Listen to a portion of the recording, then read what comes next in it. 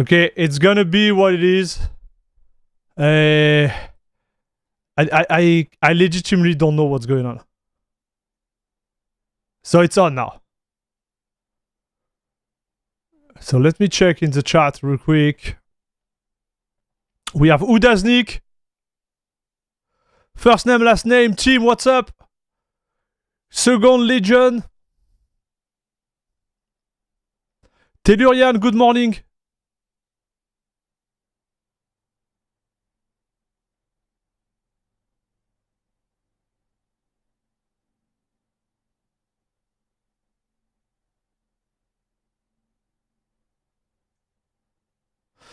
First name, last name, what's up?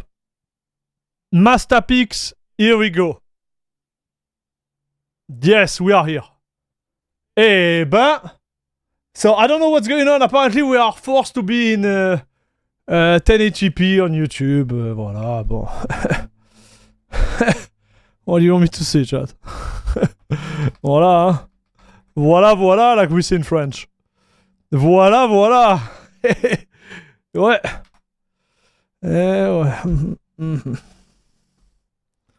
Yep. Oh oui, it is a Twitch Prime becoming a member of la crème de la crème club.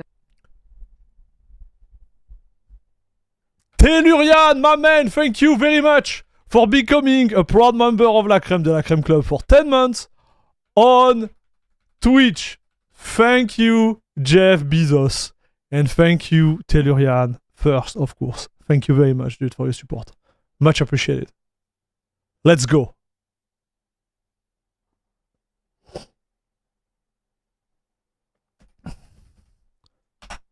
So yeah, just to confirm, we don't have 1440p anymore, right? On YouTube. Oh yeah, and I'm losing frame. And I'm losing frame. And nothing is working. Dude.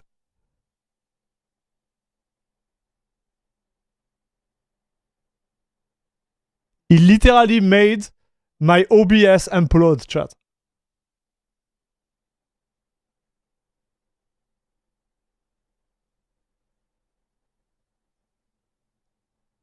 I changed nothing, dude. Everything was working. They made one change on YouTube last week. And now everything is dying on my hand. So, chat, we're gonna try to push it. Please let me know, you know, what's going on. If, yeah, something is breaking or something. Man.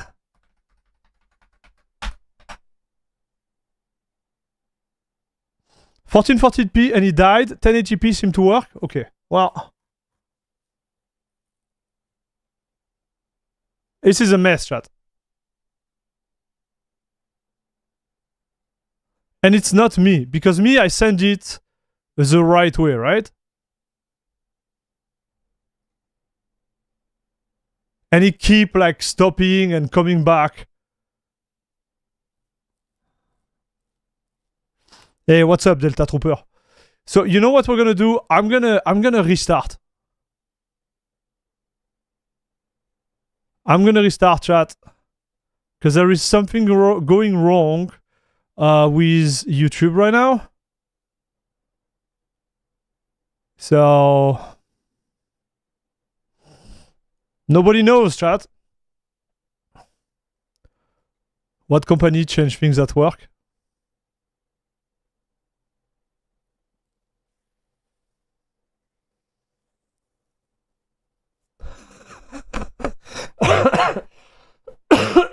Yeah, no comment. So Masterpix, thank you very much for the 7 months, dude. Welcome back to La Crème de la Crème Club. I hope you will hear my thanks, okay? As restart out of CachyOS into Fedora 44. YouTube AI management ran out of token. Oh, man! Maybe he needed a little warm-up. Salut Sayash Prekash, what's up? Listen, maybe he just needed a warm-up. Allez. I want to believe, chat. Maybe he just needed a warm-up. I'm gonna reset the stat. We're gonna be, we're gonna say like nothing happened, everything is fine. And if it starts to collapse again, well, we will do what everybody does sanely in this world. We're gonna restart the PC. Okay, like at this point, I don't know what to do, chat. All right, I sincerely don't know what to do. Okay, so bear with me on this one. What is the plan? What is the plan for today?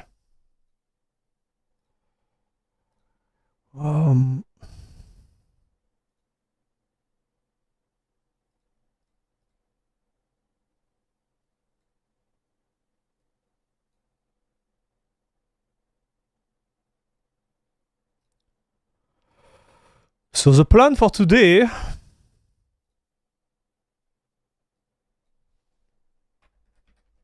I need to check something, chat.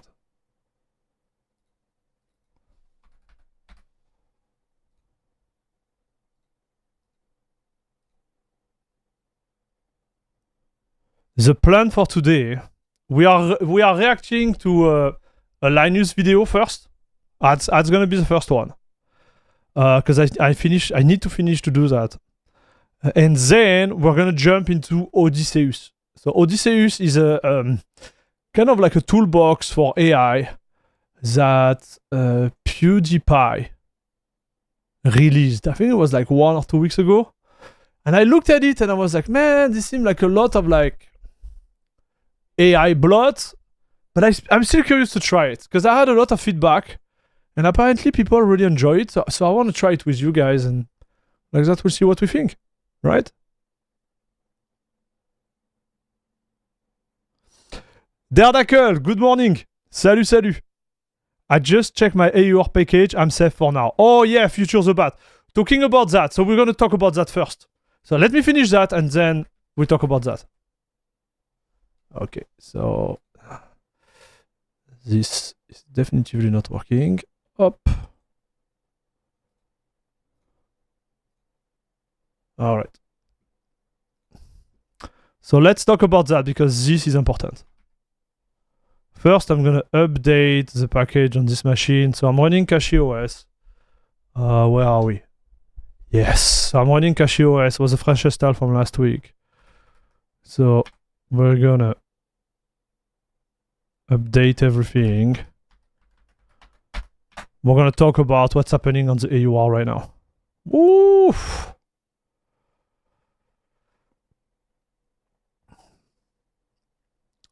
The webcam is kind of glitching. Well, tell me if it's too complicated. I will remove the webcam if it's really, really bad. Okay, chat? Air Max streaming and YouTube being like, I don't know what you're talking about. Yes. Yes. It's been 2 weeks, dude. Your cam keep flashing while for a split second. Yeah, I might have to reboot for real, chat. Okay, so let me check this. Alors. I'm gonna deactivate it. We'll see what happens. Bof.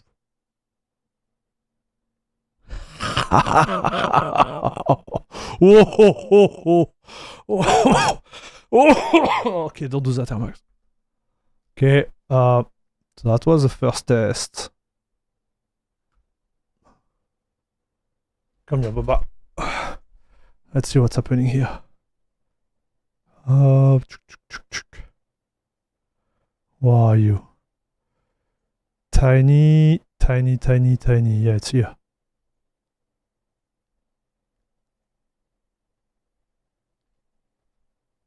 Haha!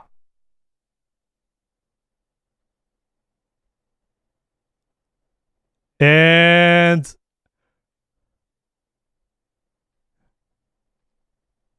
yep. This is how you kill a stream, chat. You see? Goodbye, camera.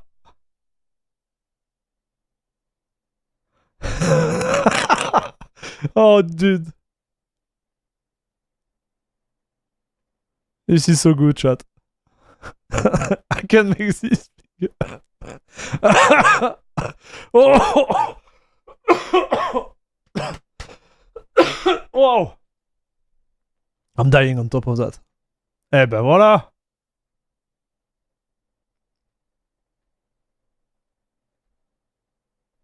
Oh, maybe if I do that. Wait. Oh yeah. Guys, I fixed it. Well, the good news, listen to me. The good news is like now, it's not flickering anymore, dude. Look at this. This is the best stream you ever seen, dude. Going to need to have the pink glass on when the video is back on.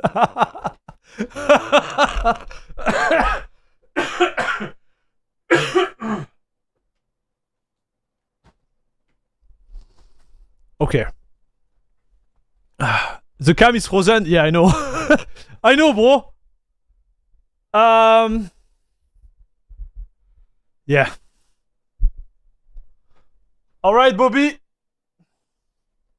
Don't be scared.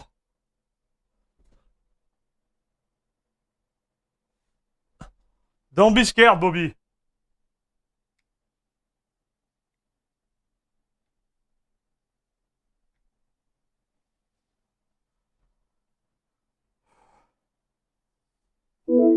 Oh boy.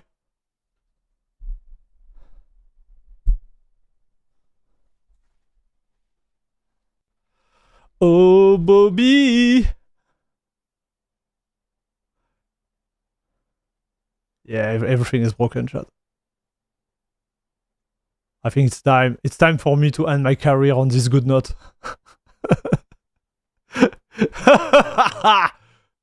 Whoa! Yeah, there is literally nothing I can do, chat. So. Ah! We did it! Oh la la, but what a machine, dude! Oh la la, I'm such a machine. Allez, papa. Bon, at this point, listen, if it's flickering, it's flickering, okay? It's flickering, you tell me, but... Alright, we got it, chat. Let's reboot the monster. Okay. Sorry about that. So, chat. Yeah, I might be coughing a little bit. Don't be worried, everything's fine. As the doctor say here, just don't get sick. Yeah. Everything's fine, dude. We're gonna go. We're gonna go and talk about the AUR problem, chat, because I think this is big. I saw the news. I think it was like 2 days ago, and I was like, "Ma, it's just 1 or 2 packages which have been affected." And this morning, Xero was talking about it in our Discord. And I look at the list and I was like, dude, this is bad. This is actually real bad. Like really bad. So let me find you a good article on that.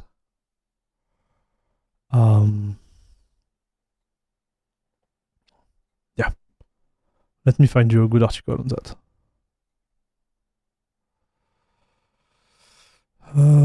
So, what were we talking about? Arch, AUR, malware. Yes. So. Okay, so he's talking about it. So we're gonna see what Liam is talking about, but you will see. It's actually insane, chat. The Arch Linux AUR had over 400 packages compromised with the malware. Look like the AUR needs some better security and package check, as some malicious user compromised a lot of packages. For those who aren't clear on the details, the AUR is a community-driven way of providing extra software for Arch Linux. Anyone can submit a package to it. This is completely separate from the actual Arch Linux packages, which were not it. Okay.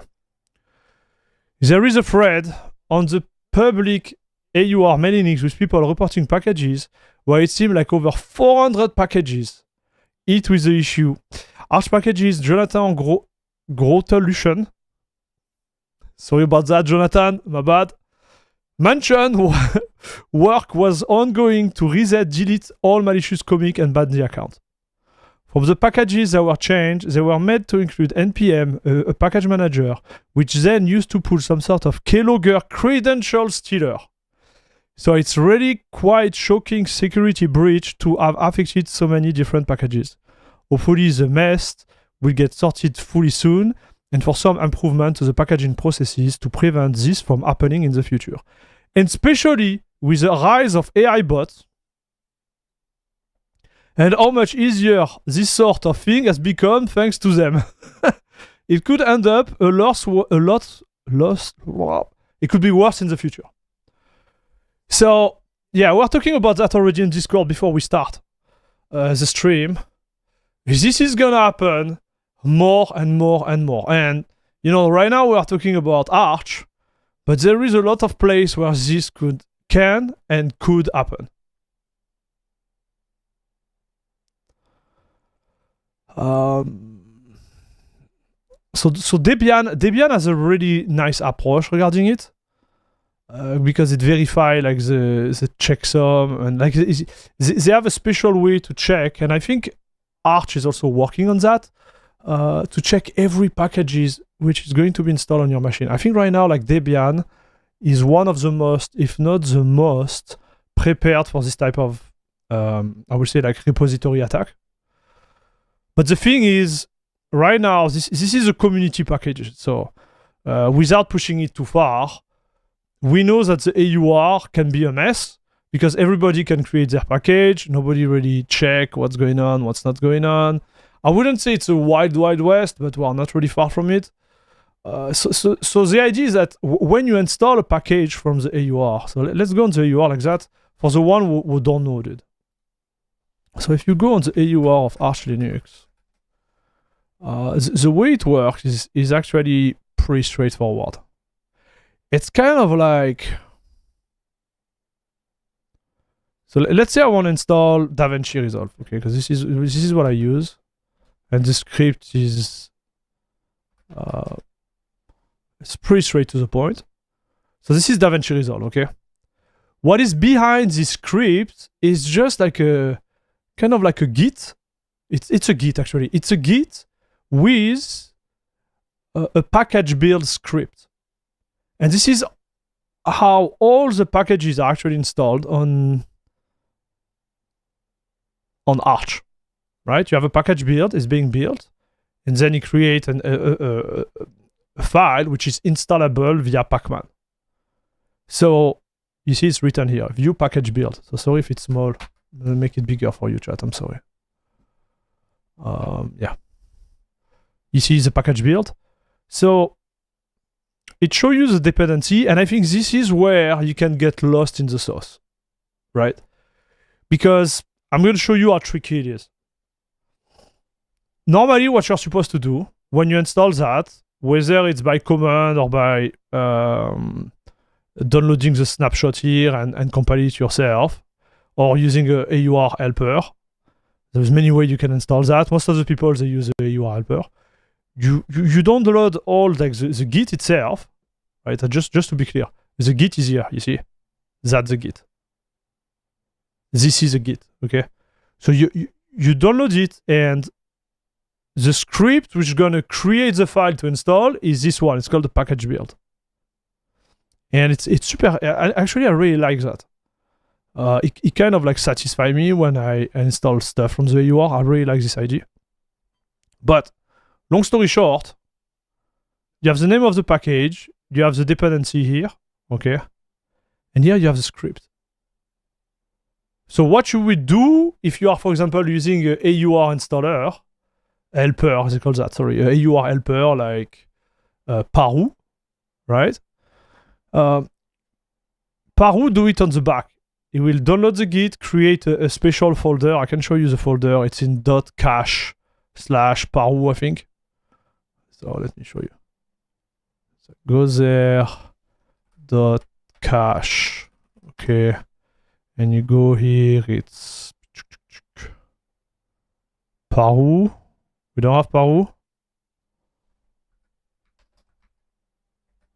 So now what is it? Oh, okay, because I don't have any, dude.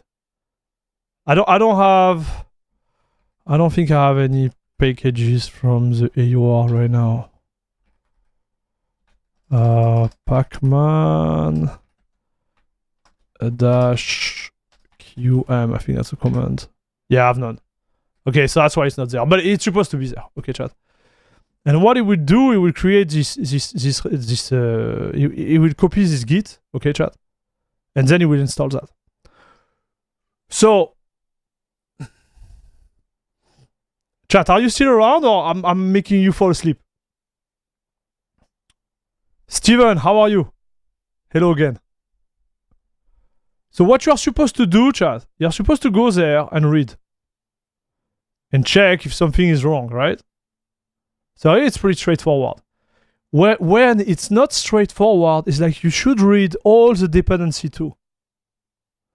And I think this is where you can easily get lost in the sauce, because some of the dependency, they are also on the AUR. Watch. AUR. And you should do that for all of them, the one you're going to install.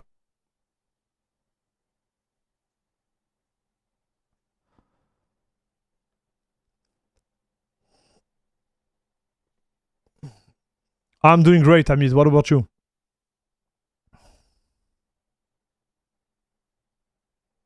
I was just checking if the one package I had was affected, as I don't even remember if I updated the 8th or the 9th. So, you need to read that. The thing is, like, once you read it, the package, like, the AUR helper is going to just show you the difference on the package you installed. So it's going to be really easy to read it. If you start to watch, like, things which are, like, not clean, here you can see, like, it's just moving file around. Yes. Okay. Created the launch desktop icon stuff. Okay. Subsystem, USB device, squash root. So this is the place. Okay, so there is nothing wrong here. Right. Okay, see, you can tell, like, it's fine. Right. Why it could become tricky again if it's on the dependency, you are toast. So there is, I don't know if there is a link there, but Xero is send us a link with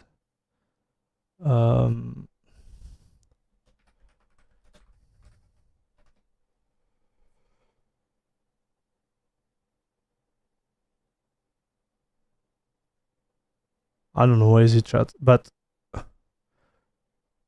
there is a guy, it's actually a French guy. He made a list of all the packages which are affected, and you can run this script and check, right? So obviously it's not showing up here. It's on, guys, it's on my Discord if you want to have access to it. And we're gonna do something funny after, okay? Also, checking package build won't protect you from supply chain attack. That could not ship malware with that npm attack immediately and pass safety check and then upload the malware then. Yeah, that's a fair point. That's a fair point. But like the most direct, they will be like that, right? They will be like directly in the package build, or something weird like the package build is calling a package or a specific address, which doesn't seem right. But it's easy to say on stream. My recommendation would be like, if you don't know what you are doing, just try to avoid the AUR, right? Because Alexander is right there. It could become a real mess real quick, chat.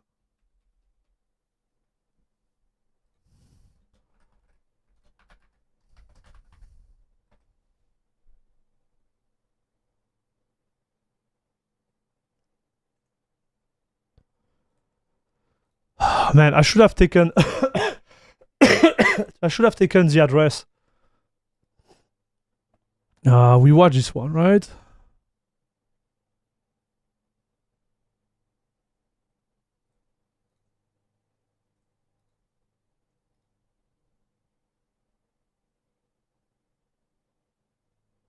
Yeah, here is the list. You see 408, but I think we are already at 440, something like that. That's all the packages, dude. It's actually insane, chat.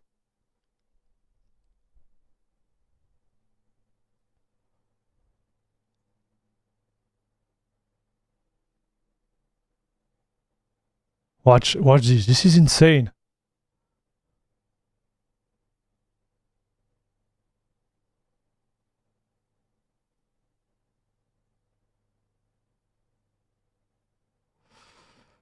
So what I did, if I will see, I will show you after what I did for this, but I have a semi-baked solution there.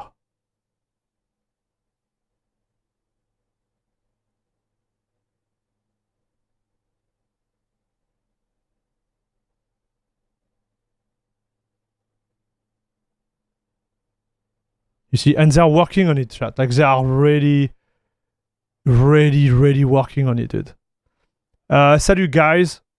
Guys, Simnotemo, what's up? If you don't want to mess with the AUR or don't want to read it, the other distro you can use.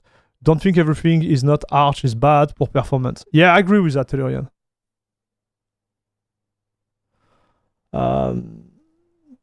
There is multiple solutions, but I believe on the long run, we're gonna have more and more issues like that, chat.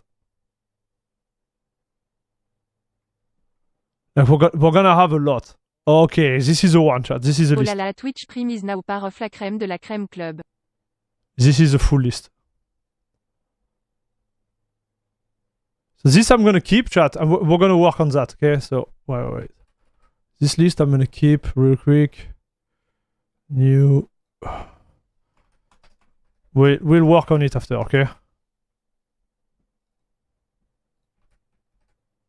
Alright. This is gonna be like, I would say mainstream really soon. Because the way I see it is like the AI is at the level right now that now the bad actor, they start to understand how they could use it for doing bad stuff. Right? And it's so easy for anyone. That's the thing. Because maybe before you needed some type of talent to do something like that. Talent. Right? Now you just type something in a AI uncensored model and boom, you have something nasty.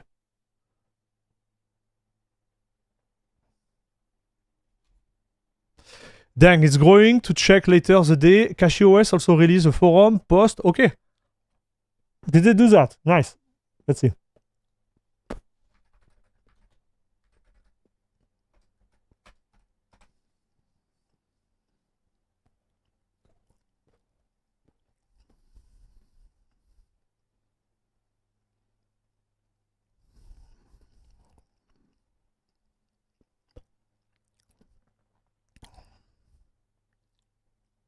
Man, this is the latest. It doesn't show up here. Oh yeah, perfect. Okay. So what do we say, chat? As recently discussed in the Arch mailing list, there appears to have been a large coding attack on the AUR. Okay. This is a good reminder that the AUR is open on official user-produced content. You see, the only secure way to use the Arch user repository is by reviewing every package build. It's hard, chat.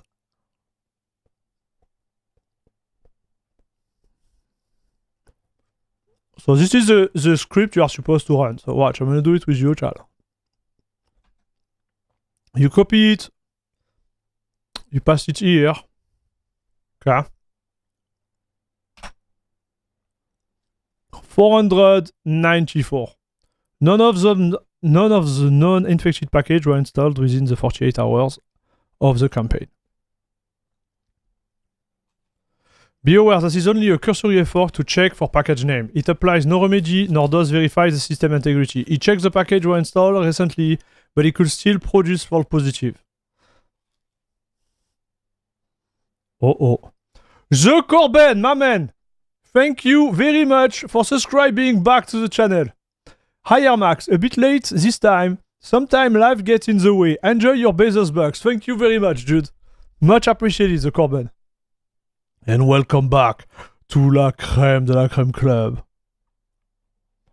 It's ironic to check for security issue by running a curl pipe to bash.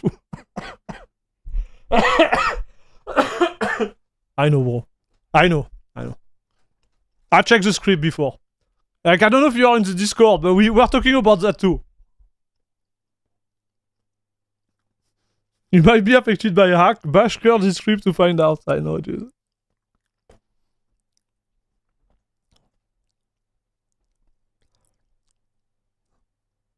If I know you need to execute, simple text list is available. Okay, so you can do it this way too. It can be used manually or with the following one-liner to perform a simple comparison.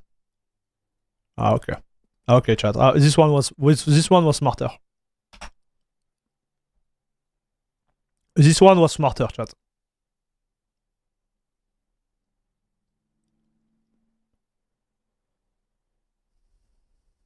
Okay, so we're gonna keep this one open in the back.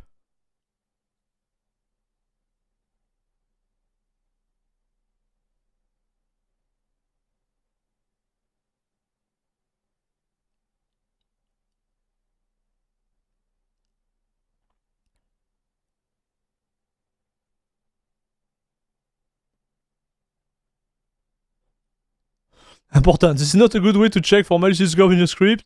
It's trivial to conceal things from cat. There are many ways. Here's just an example. Bam, bam, bam. Okay.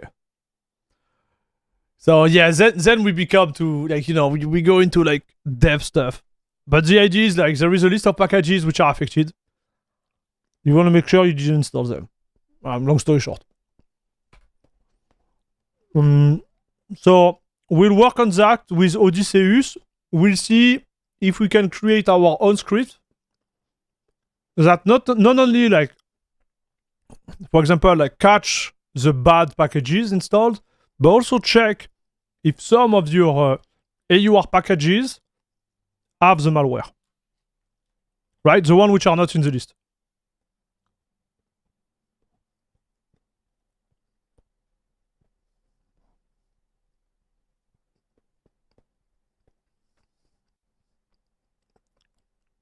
Proposal. Manjaro relaunch as a community distro with a vetted snapshot of the AUR as a secondary repo.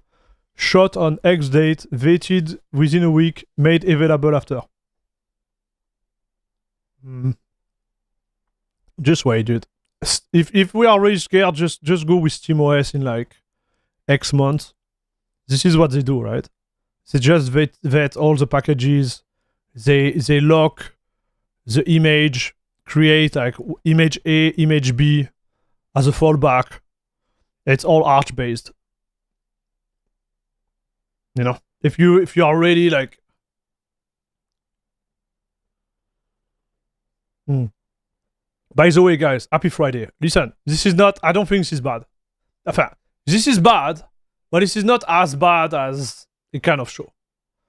I think at the end of the day,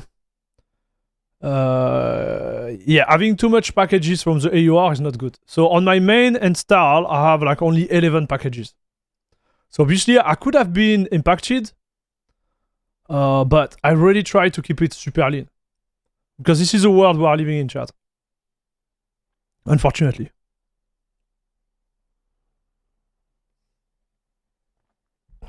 And this happens on Windows all the time. Like you can download malware every 10 minutes. Yeah, it's complicated, huh, chat. I'm not saying it's good, right? But yeah, it is complicated. I don't want to be these Linux guys that believe like we are perfect. It's certainly showing that there is issue in this model. But I never like relying too much on the AUR anyways. A lot of stuff I use is already in the Arch repo, yes. Yes.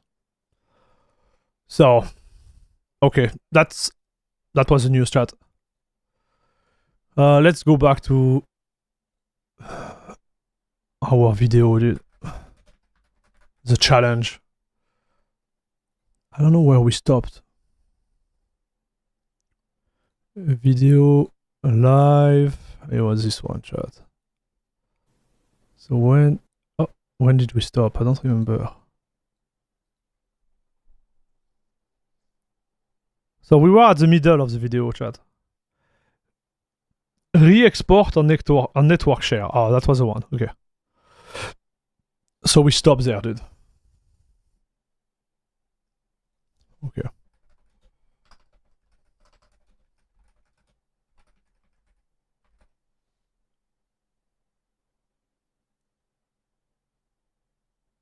Oh, they made a new video, that's right. This was the one we were reacting to. Yeah, it was the one. So let me put it here. I assume you said yes. Okay. Okay. Okay, so this is on. Guys, sound is good. Should be fine, but just in case. Newest video with the conclusion came out. Really enjoyed it. Yeah, I watched it too. It was not bad. We're gonna do the react to that too.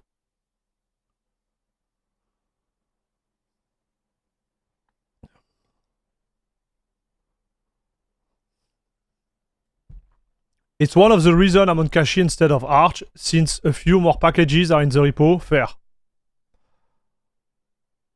To be honest, this habit of blindly installing stuff from the AUR and praising Arch for the AUR is part on YouTube creator as well. I guess we need to actually start teaching people. Yes. So, I think everyone is guilty there. Guilty. Because me, for example, I'm going to talk about myself. I don't know about the other creator, right? But I do praise Arch for the AUR. Okay.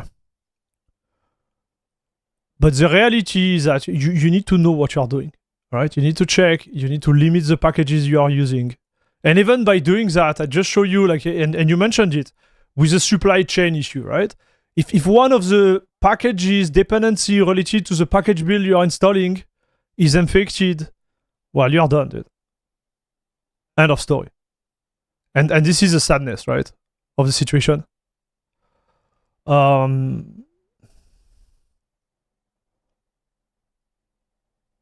There is two ways there. You totally avoid it, or you are willing to take the risk, and you are super cautious about what's happening on your PC, right? There is no other solution. And this, I agree with you, it needs to be said clearly. You know, I was mentioning the fact that Debian is way stronger than that. But you see, like, if you say, oh yeah, you want something more safe, and you go on Debian, or I don't know, like Rocky, or something more like, you know, delayed in terms of package with less update, you can still have problem with the supply chain issue, right? You remember the infection that was fortunately, like, you know, avoided. I think it was like 1 year ago with the I think it was XZ library, something like that, or XY, I don't remember. But it's a real problem, dude. Like, this is a real problem.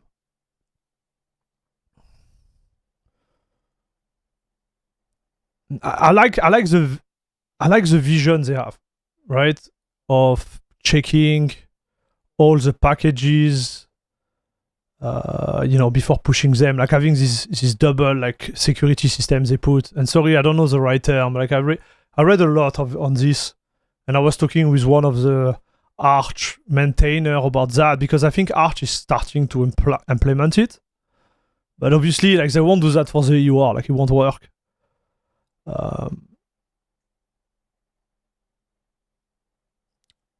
The XD util stuff, yeah, that was the real government level stuff. Crazy. Yeah.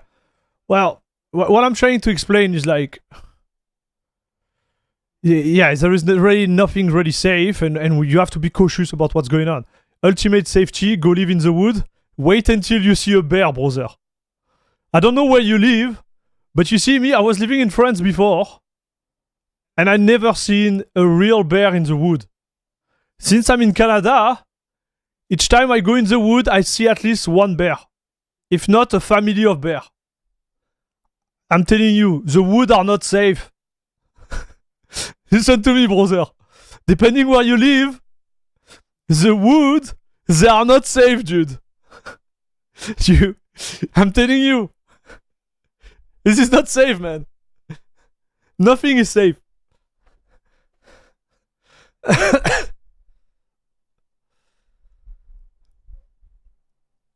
The French bears, they take TGV to party in Paris. Man, I don't know. Like, to be fair, I don't even know if we have bear in France. I don't know. Where I'm at, like, I think it was too warm because I was in the south of France. So I really never saw a bear. And I went to the wood. But I'm telling you, here I'm not going to the wood. Like, I'm not staying there. Not happening, Chad. Luckily, bears are not aggressive unless you catch them by surprise, so be noisy. Bro, listen, I wouldn't try. Like, I wouldn't try, man.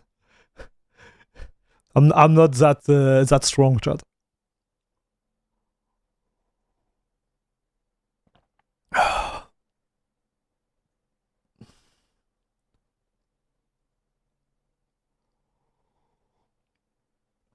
I think Canadian moose is more dangerous than a black bear.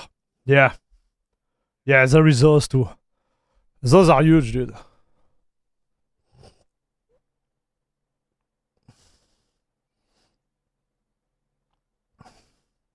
We tend to worry about bear, gator, snake, and big cat here in Florida.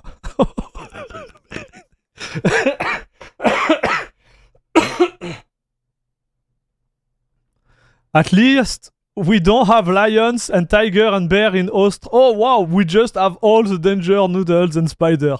Dude. In Australia, man. You see, like, each time I see a video about animal or bugs, and this is in Australia, it's always like the size is multiplied by 5, right? You see the freaking, like, spider here, they are small like that, right?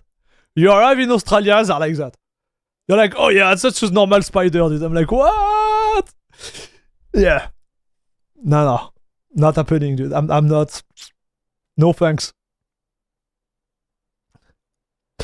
If Australia learned to weaponize all the animal and bugs they have, yes, it's insane, dude. If a bear is with his cub, you are screwed. Yeah. So I've seen a lot of those, actually. Each time I've seen bear, it was a mom with like little bears behind. And they say that this is the one you don't want to mess with. Obviously, because she's going to do everything to protect her children.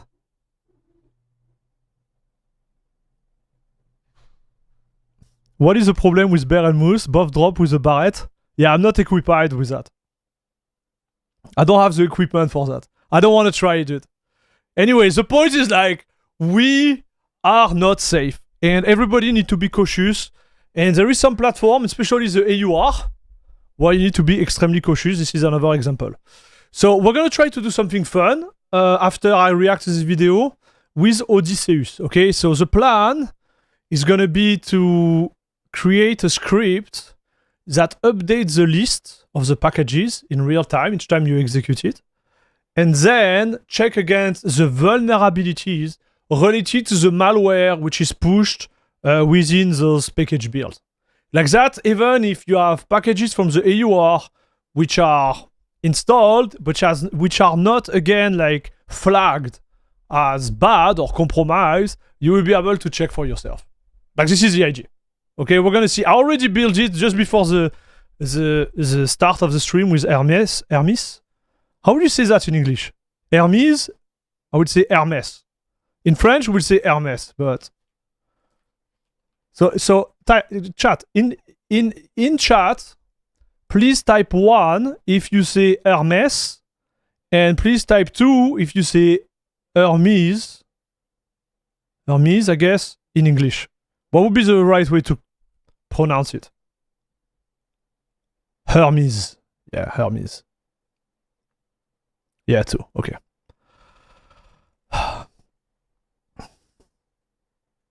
I changed it. I know. I know. I'm the worst. I'm the worst, dude. Hermes. I know. Okay, okay. First name, last name. Okay. Hermes. I got it right. So I'm gonna say Hermes. But I want you to know that in French, we say Hermes. It's also a brand for really fancy stuff. If you have a girlfriend which tell you I want a Hermes bag or everything Hermes, you are in for trouble. I'm telling you.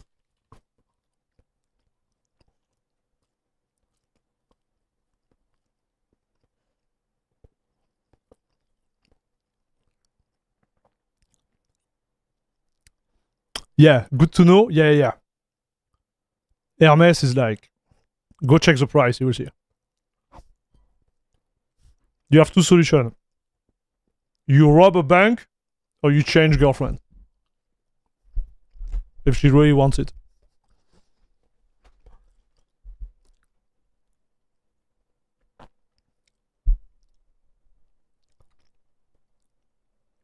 If you have a girlfriend, you are not watching this stream.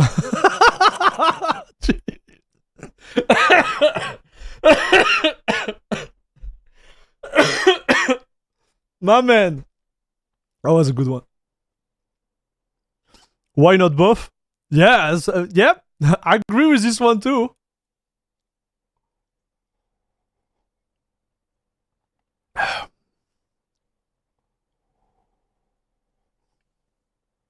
I have a boyfriend. I don't know if he's gonna ask you to get a Hermes bag. Well, don't give him bad ID, okay? I'm just saying. It's really expensive. It's really, really expensive. I have a wife. Does that count? Yes. The issue is like solution number 2 doesn't work. You can't really change easily like that. You can't press the next button, right? You're stuck, brother.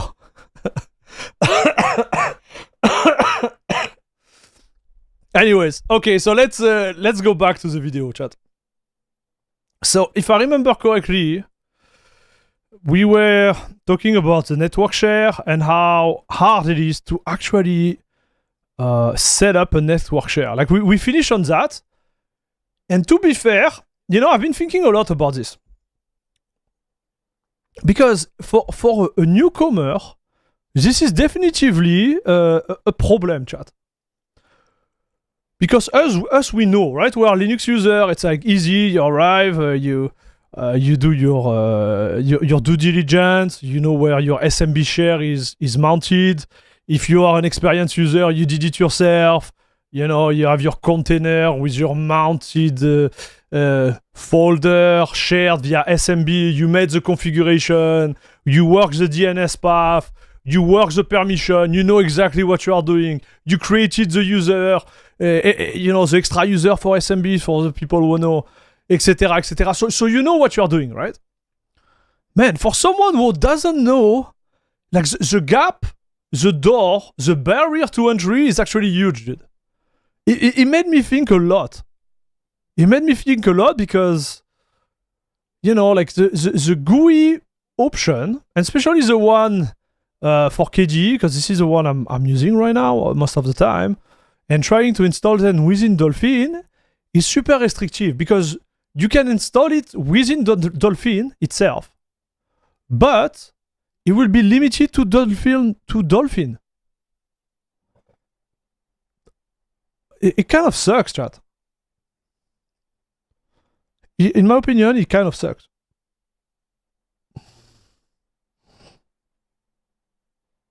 Yeah, it definitely is a problem, yes.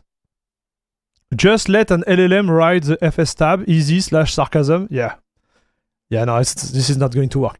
I was actually thinking, so I was thinking about that. I was like, could we create a comprehensive script which will let you mount permanently and in a safe way all your network share?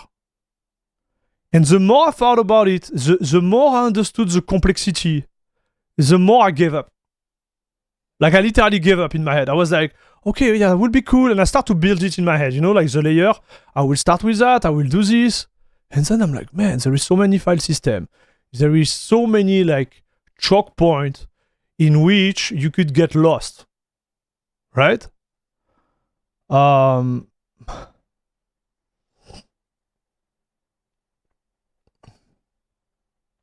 So yes, this is where GVFS did it better 20 years ago. What is GVFS, Alexander?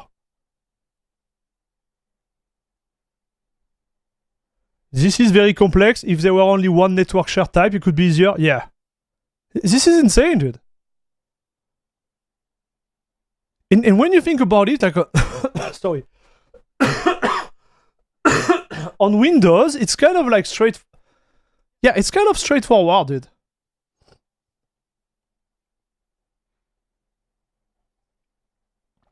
Hey, Vexy, my man, what's up? I have to say, on Windows, it's I wouldn't say it's better because the performance is not as good, but like the setup is better.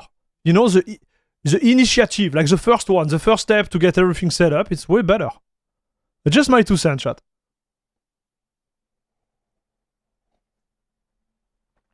GNOME virtual file system is actually mount stuff. You can actually use cat and ls, anything you want then. Oh, okay. Yeah, I didn't know that. I think KDE has Fuse.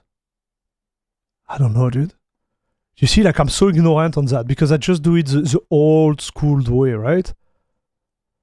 I know the name, I know the password, I just create a script and I auto-mount it when I start my PC, like something like that. Because I like to keep control on the mount. I don't want to put it in the FS tab because sometimes I just want to start without mounting and do my stuff and turn off the PC. Old school way is the best way anyway. Yeah, I know. But you see the gap? What I'm trying to explain is like, for a new user, this could be a big no-no. In all fairness, setting up a network share is kind of an advanced process. Fair. But like with the democratization of the NAS, right? Like you can go to a store now for $100, you will have like a dual drive NAS, and they all have an interface with a GUI, and you're like, I want to share that to this address. Click, right? And so maybe the user on the other end of the spectrum, when he's using Linux, is expecting to have the same experience. I do believe there is work there. Or at least there is space for someone to build something smart. It won't be me, chat. I tried. I was really thinking about that because we'll talk about that later. Like, I got all this AI stuff and I'm doing so many projects those days. Like, this is pretty insane. But I think like I would love to create a project which involves the community. So the base will be like maybe a little bit of AI slope, which is fine. But then, you know, like, let the community like check in, report the error, and build something really strong for the future. Because I think AI, at least for my use case, kind of help to build the base of what I would like to do, right? It give me this little push. So I don't know. It's just my 2 cents, dude. I was really thinking about building that, chat, for the community and have a script which is like, you know, top notch to just install share.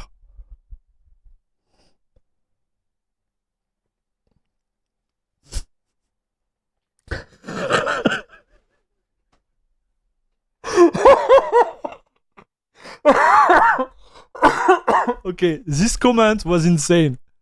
I like it, dude. We need an app called Creepy Uncle that automatically mounts everything it can find.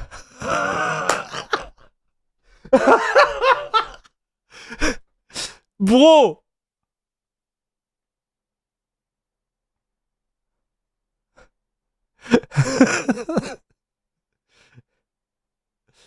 My man.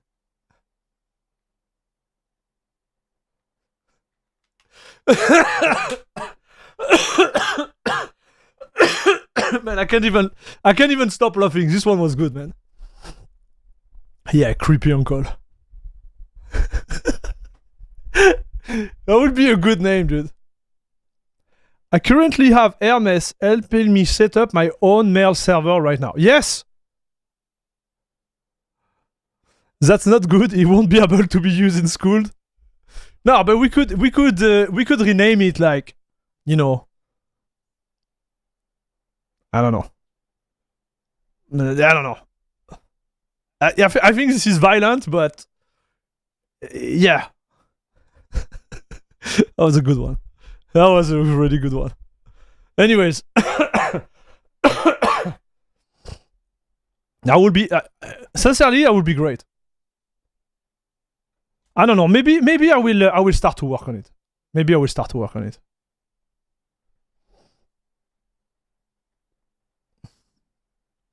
I don't know. After seeing LTT and some IRL friends of mine dealing with Linux for the first time, I think GUI integration is the only way. If you're installing and using a script, you're already in Thinkerer, right?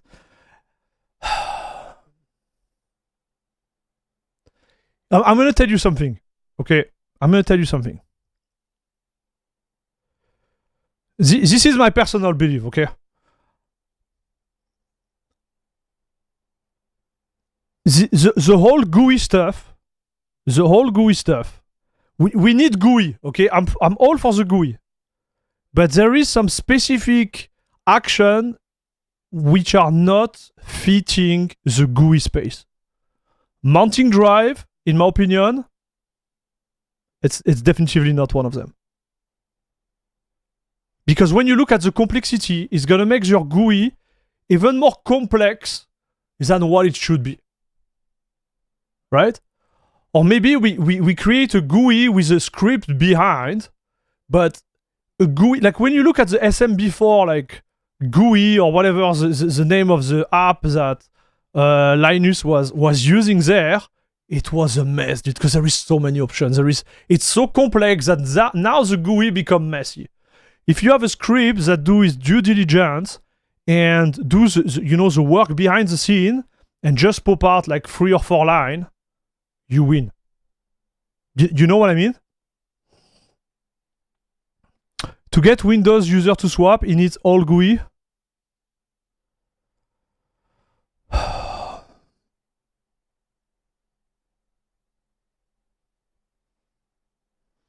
Ah, man, no. I hope we won't do that. I hope we don't need GUI, dude. I get your point, but I do believe there is some application, especially some use case where the GUI is just a mess. And here it's a one time, right? You're gonna launch it one time, you're gonna type 5 options, and you're good to go. Right? The script. So I don't know. It's just my 2 cents, chat. You want a script that does everything for you. Did you read the Phoronix on CachyOS board 8 June? No, I did not. Listen, let's finish that, because I like to talk with you, but we need to do that, chat. Let's do it. So, he failed, was not able to mount his stuff. Oh no, yeah, exactly, yeah, he was not able to do it.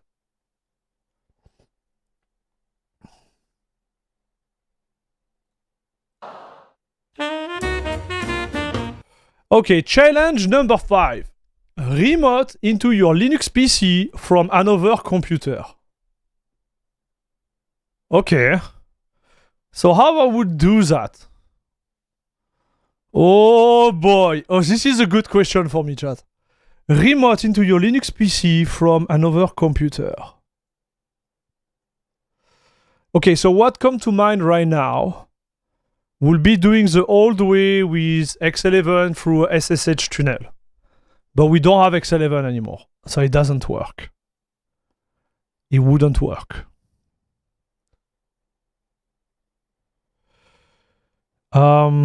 You could create a free RDP server.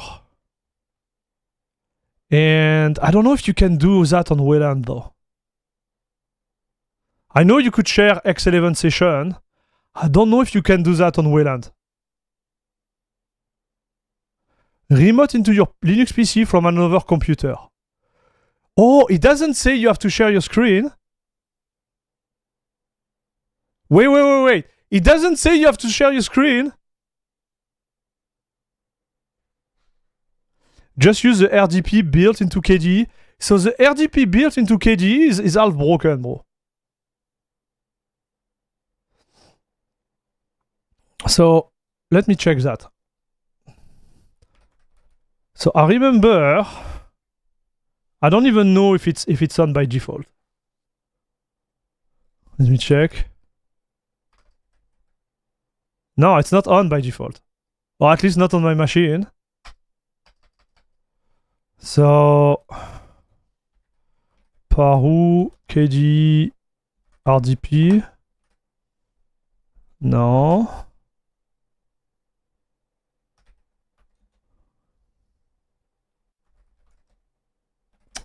Sorry, Chad. Oh, this is the one. Okay, this is the client. Why it doesn't show up in my settings? Remote desktop client.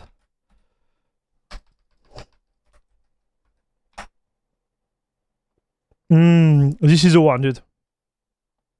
You're right. KRGP chat. This is the one. This is the package. So you need to install this. We can install it if you want. So we're gonna install it.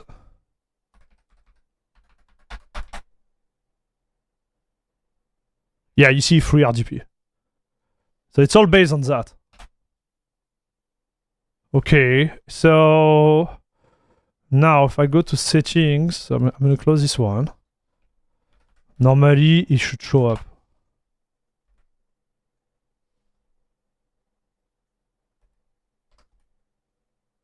Remote desktop, you see?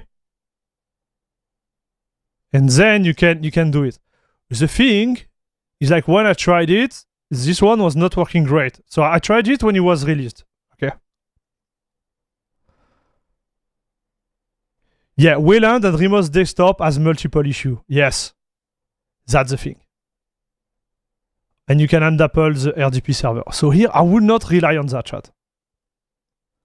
So me, the way I would do that. Okay, so this is me. The way I would do that. First one, I will try the RDP, remote RDP with Wayland and see if it works. I believe it doesn't work. I can try right now, but I do believe it does not work properly. Second one I would do, there is multiple applications that you can run on Linux. So there is some which are proprietary and some which are not. But so what is it? AnyDesk? I think it is. Yeah, so you have AnyDesk, RustDesk. Yeah, I think this one is better. Yeah, this is the one. TeamViewer, well, TeamViewer, they had some issue, and even if you want to use it, there is always a limitation. You're gonna connect. That is gonna say like, oh, you're limited to connection, whatever. Yeah, I think it's RustDesk, chat. RustDesk work with Wayland. Okay, perfect. Okay, so it will be RustDesk. Okay. So we do RustDesk. Me, I will go this way. So first, you try the packages related to, your KDE or GNOME environment, which let you create a RDP server. If it doesn't work, you have RustDesk. And the fourth one, because here, if you look at the challenge chat, it doesn't say you need a screen, like you need a desktop environment. So you know what I would do? SSH. You start a SSH server on your machine, and then you connect to it via SSH, and this is Linux chat. You can do whatever you want in SSH. End of story. Right? So obviously you can play game, but everything else you can do. Because here it's clear. Remote into your Linux PC from another computer. It doesn't say you need to have the desktop. I'm just seeing, chat. You can SSH RDP tunnel. Yeah, you can do that too. You can use SSHX or WayPipe for GUI too. Fair. Yeah, fair, you can do that, but... Yeah, this is a level after, right? Yeah, if that's all the challenge, specify SSH is valid. Yeah, that's how I will do. Simple, chat. SSH, 2 seconds. True, challenge 5, act, just SSH. Let's see what they do, chat. Let's see what they do. Like, I think it's gonna be wonky for them. Because, again, do you understand, like, you need to have a clear understanding of... how is it called? It's not the API, but you need to understand what free RDP is, right? You need to have the knowledge of this to be able to set it up. And if you are not a new user, if you are a new user on Linux, you don't have this knowledge. So let's see what they do, chat. But Windows user don't think of SSH in this case for sure. That's true. Yeah. Windows or Linux, my ass. I can use my phone. That's a computer. Hold on, where is this machine? So with SSH, you can log in with your phone too. I haven't actually tried to remote into this. I've remoted out of this. So what is Seriously, it when gonna did do? just like the type in the ID thing go away? Why is this so complicated now? Oh my god. 590. Okay, so you went with TeamViewer, dude. So this kind of show. So I don't know. I'm gonna just have expectation, okay? I think in my opinion, he doesn't know the direction TeamViewer went. Because to his defense, TeamViewer was pretty solid, like 15 years ago? 20 years ago?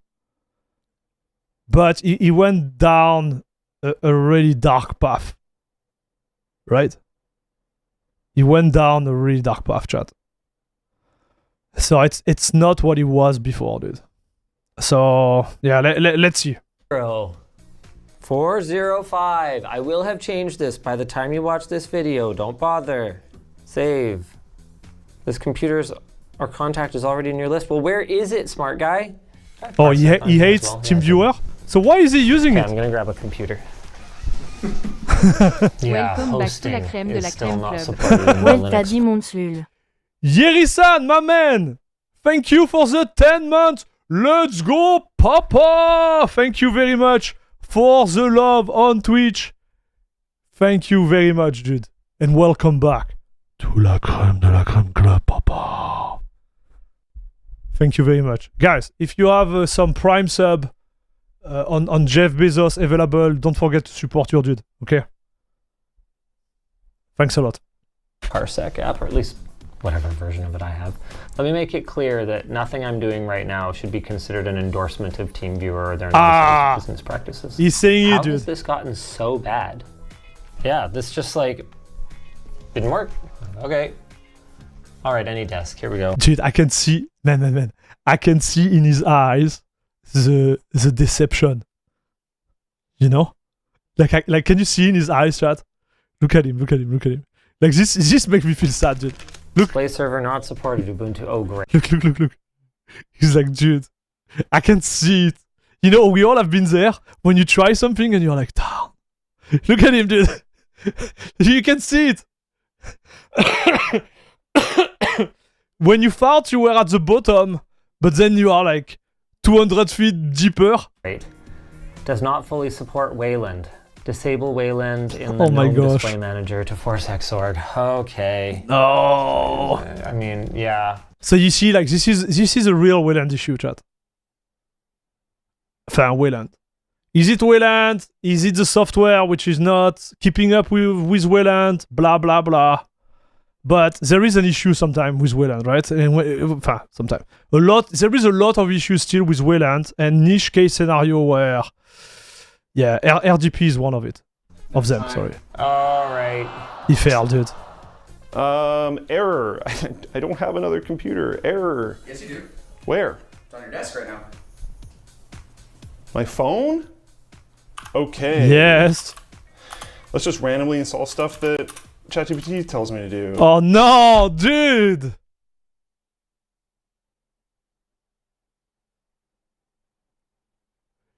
Okay, I need to make a video about ChatGPT, AI, and stuff. I need to make this. Because the use of AI, I think, okay, let me talk about this real quick. I think the use of AI for helping you in Linux is actually great. It's actually great. But it's only great if you have some solid basis. That will be the caveat. Because sometimes the AI says so much shit, chat. This is so much shit. So you might put yourself in a position which is way worse than what it was before you even look at this freaking AI. Okay, I'm just saying. Amazing, it doesn't exist. You see? So for example, the AI was like, look. The AI He tells me to do. Amazing. install, so this is install S, so install the package, Rust Desk. Guess what? It's not there, dude. It's not there. AI can be good, but you kind of need to know what and how to ask, plus know enough to know the answer is wrong. Exactly, dude. LLM don't know all the up-to-date man page, so you can work on that, future the bot. Like, okay, so I'm gonna share you some stuff, because I've been really stupid those last like 3 weeks with AI. So you can for example link your local LLM to a database or any type of like wiki shaped type of data. And then what you can do, you can confront the AI to the wiki database you have. Example, you are running Arch and you want to create some type of like a bot, for example, which is up to date. How do you do? So instead of querying the net, you ask the LLM to only focus on your reproduce locally Arch wiki, up to date. And then you're gonna have always like up to date answer to the latest version of the Arch wiki. So you can do that. But you see, like we're already at 2 or 3 level above what you could do, right? And what you can see here is like ChatGPT is not up to date. It doesn't do that because it's not really the point of freaking ChatGPT, right? A RAG, yes. So I know I'm pushing it, but the idea is like for an average user, I think Alexander has a good take there too. Like it's like, yeah, AI is gonna push you a lot of like BS, right? It's just my 2 cents. The most reliable way is still to rig doc yourself. Fair, I agree with that. But most of the users, they don't want to read, and they don't want to read doc. They don't read anymore. They are watching TikTok. Like that, chat. Like watch.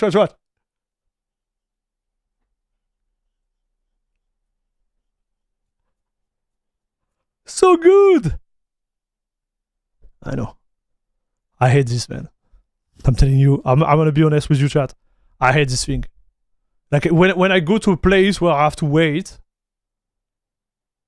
and I look at people around me, I can tell which one are actually doing TikTok or not. The majority are, and I can see the sweep. Like, this is bad, dude. This is so bad, chat. This is so bad. We are so cooked. We are so freaking cooked. Anyways. It doesn't exist.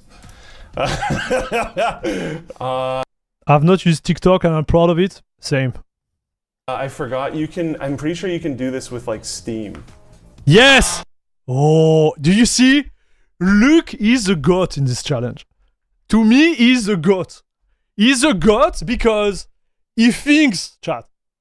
You know, I can see the dot connecting in his brain. He's like, okay, how can I do that? And then, clack, clack, clack. I like that. So what is he saying there? Like the ChatGPT stuff. Any desk. Team viewer. Bonus underrated Chrome Remote Desktop plus SSH. The bonus, dude. Underrated. So, I don't know if you can read it.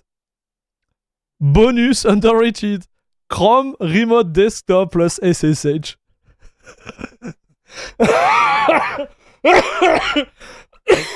In 15 minutes. Good luck, everyone, chat. Good luck, dude. Okay, so he launched. Big picture. Through his phone. Yep. Yeah.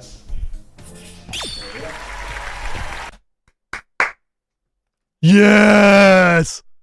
Good job. Probably not what you're looking for, but I am technically controlling my computer from my phone. Now, one of He's right. He's right, dude. He's right. Good job. the ways I remote control my streaming PC when I'm away is I actually use Google Chrome's built-in remote management. I wonder if that works on Linux. It should work. Ooh, it wants Debian Linux. What? Spazite is not based off Debian. Oh man. So you see, like this is a problem with Bazai chat. So I mentioned it many times in all my review and stuff. I think Bazite is great when you don't want to tinker, sorry. When you don't want to tinker, chat. If you tinker, and when I say tinker is like, you know, of specific application, simple stuff sometimes, it can become a real mess.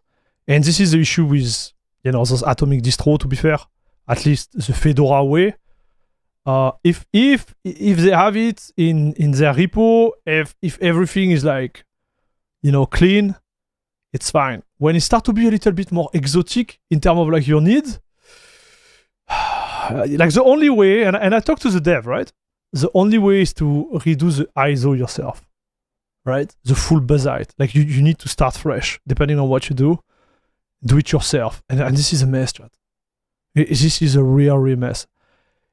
It's one of the reasons I never really stick to it. I can see, you know, from my standpoint as a reviewer, the value for certain usage, but it's definitively not good for a tinkering approach. I'm still gonna RPM OS 3, install any package, bro. Oh yeah, you sure? And try to install a custom kernel or a custom driver with RPM OS 3, like NVIDIA driver. It tell me how it works for you, okay, broski?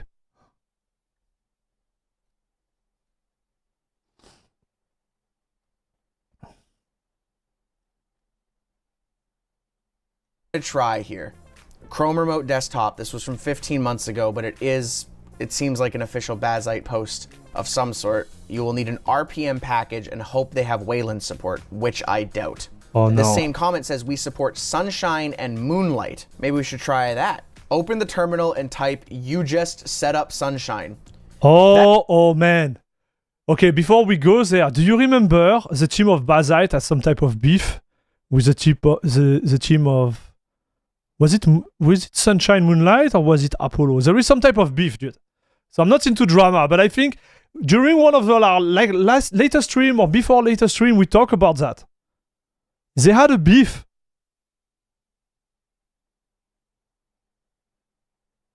Was it Bottles? No. They had some type of beef, brother. So maybe he's gonna try to install it, and it was just at the timing where they had a beef and they removed it from the repo or something like that. There was something with Sunshine as well. Yeah. Okay, let's see what It happens. sounds like an insult. Whoever wrote that command, you just set up Sunshine. Man, why are you taking it this way? That's the whole point. It's not an insult. Man, why are those guys so picky, dude? Do you feel like it's an insult? I never thought it this way, chat. I think it was actually super cool. Because to me, it's like, you have nothing to do, Why is it taking it personally?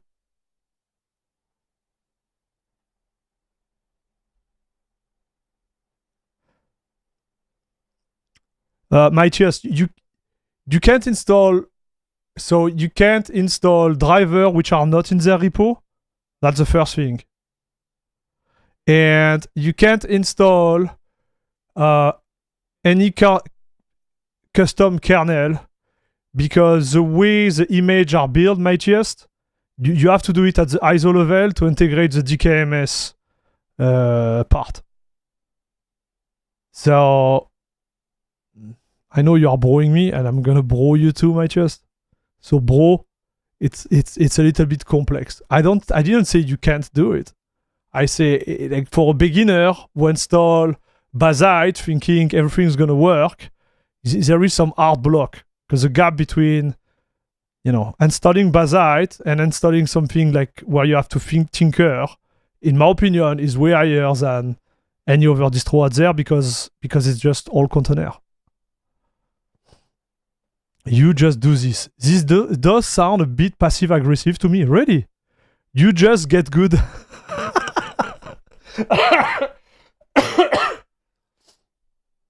Man,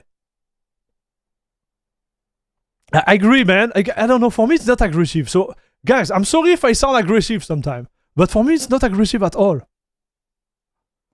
You know, it would be aggressive if it was like, you newbie, space install, you know, or you, I don't know, you know, you suck, such and such, you know, like something like really violent kind of. But here, you just, for me, just like, oh, you just have to do that. You have nothing to do, man. That's the way I see it.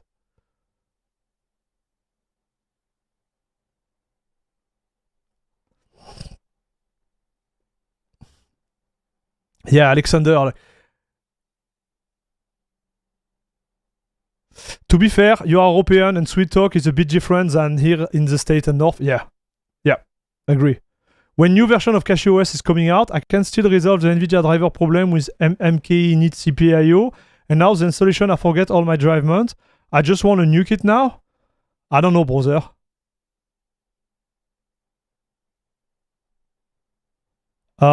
Maybe you should check with their Discord.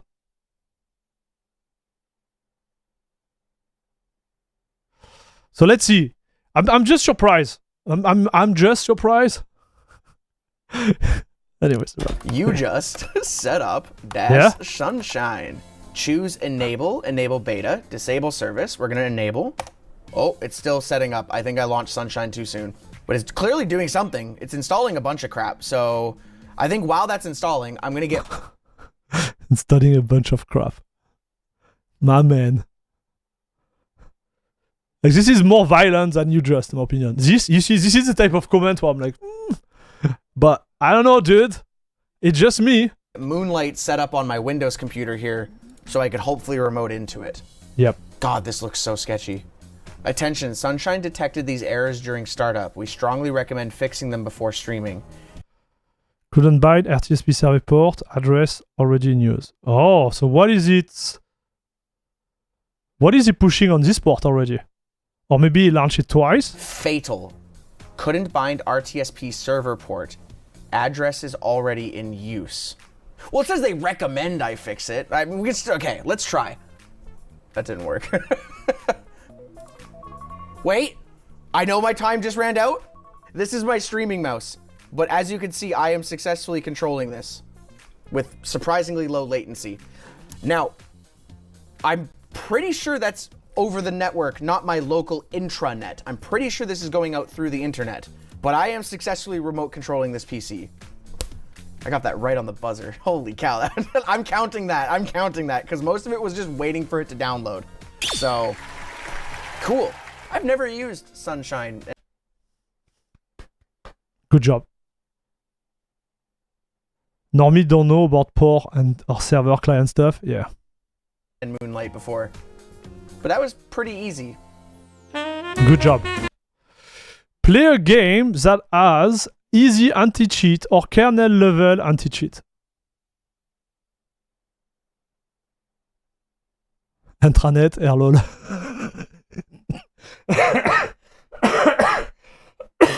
I don't know what to say, dude. I don't want to flame him. I don't want to flame him, chat. I don't want to be this guy, okay? But I think Luke did a good job. That's all I have to say. And Elja did a good job too. Like, I have to be fair. It's just the form, man. The form. UJust is fine. And the packages which are being installed in the background are dependency. You need them to run the thing. It's not like it's a bunch of trash. It's not a bunch of trash.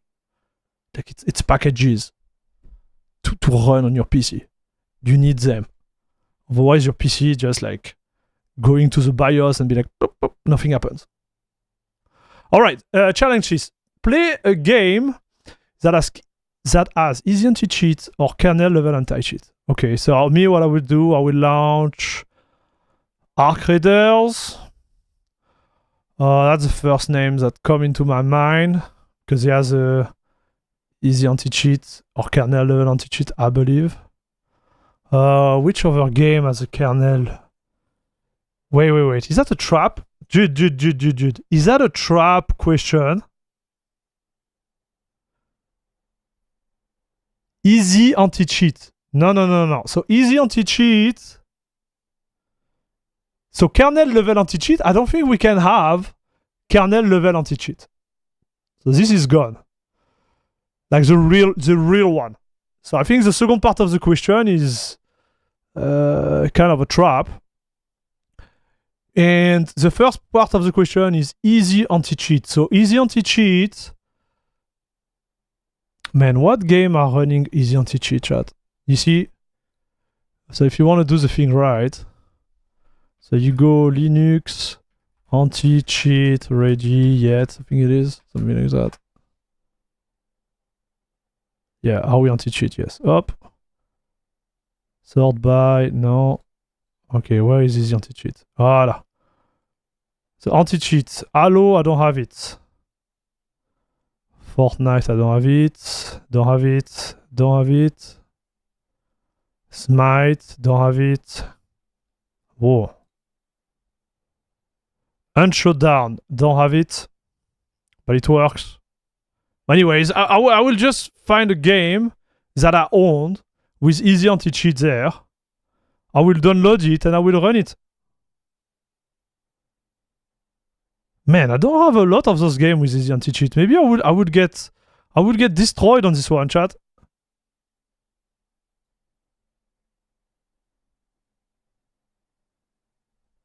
Because like this is a trap, I think, in my opinion. Because they say kernel anti-cheat, but I would have reword the question by anti-cheat, right?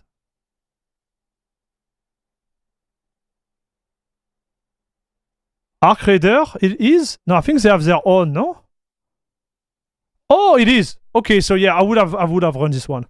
What is using? Man, let me check my list, chat. I'm stupid, dude. Temet, my man, how are you doing? Don't be worried. I'm gonna post it one of those days. When I have time, I'm gonna post it.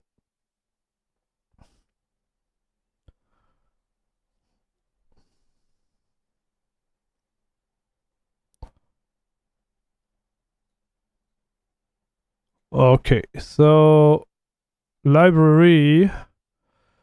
So we have Arc Raider. Oh, Battle Beat. Wait.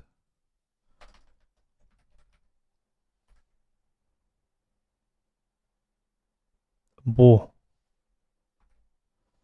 Easy anti-cheat. That's the game I would run. Okay, so you know what?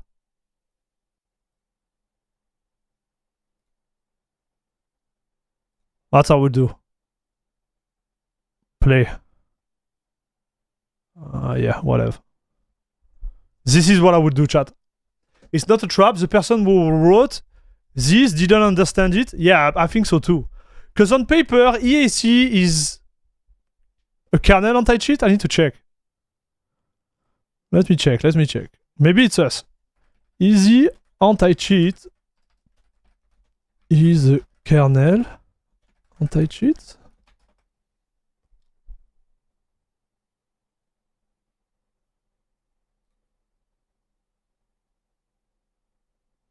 Man, it's supposed to be a kernel level anti-cheat, but we know it's not a kernel level on Linux.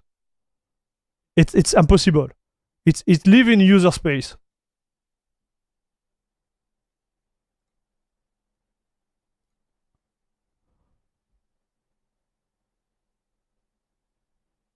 Okay, is the game launching?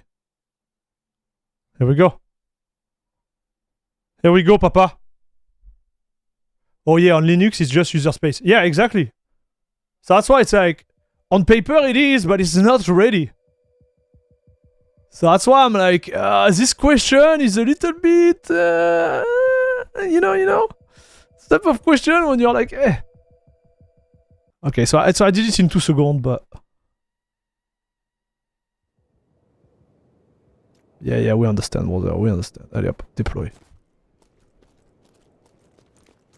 Man, 900 FPS in 4K, chat.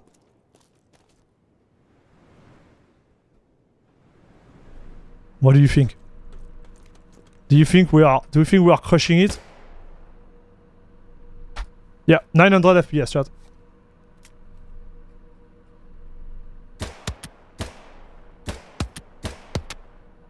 Do I still have it? No, I don't.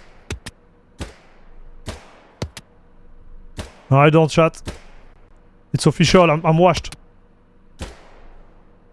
Oh. Yeah! Oh, Papa! I'm the best! Oh, no, I'm still the best. No, I'm not.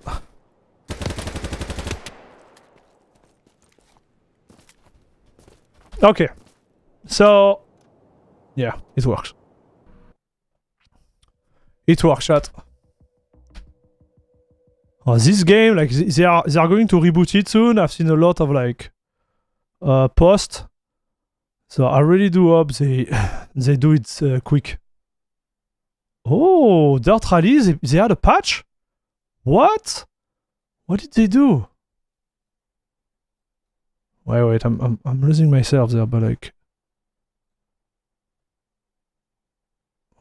Okay, there is nothing here. Okay, well... Alright, so let's go back to the video. Let's see how they perform. Games with easy anti-cheat on Linux. Elden Ring. I mean, how am I even supposed to download a game in this time? Oh, dude, I forgot how fast my internet is. This is gonna be done in like 2 minutes. I got this. Oh, 2 gigabytes? Woo! Okay. Challenge accepted. Challenge completed. Easy, dude. I am playing Elden Ring. Oh no, okay, it's doing this thing. This is like, if I'm ever gonna have a problem with a game, this is what's gonna happen, which is that I click the play button, nothing happens, and we're back. Okay, so I'm gonna try something, which is where I run Steam from the command line. Oh, he's gonna try to debug the and then I launch. can kind of see what's happening on Steam's end. So this is smart. Through the command line window. Because of it doing this like silent error thing that's very annoying. See how it's like doing stuff over here? So I'm gonna click play, try to see what happens. Okay.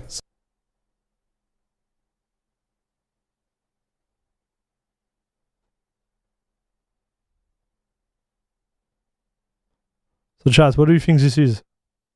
Error, ld.so, object, home, look, local share, Steam, Ubuntu, game overlay renderer.so cannot be preloaded. What do you think this is?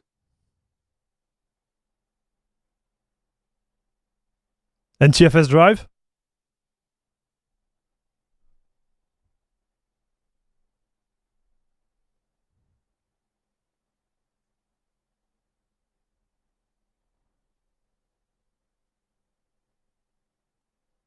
Something red happened.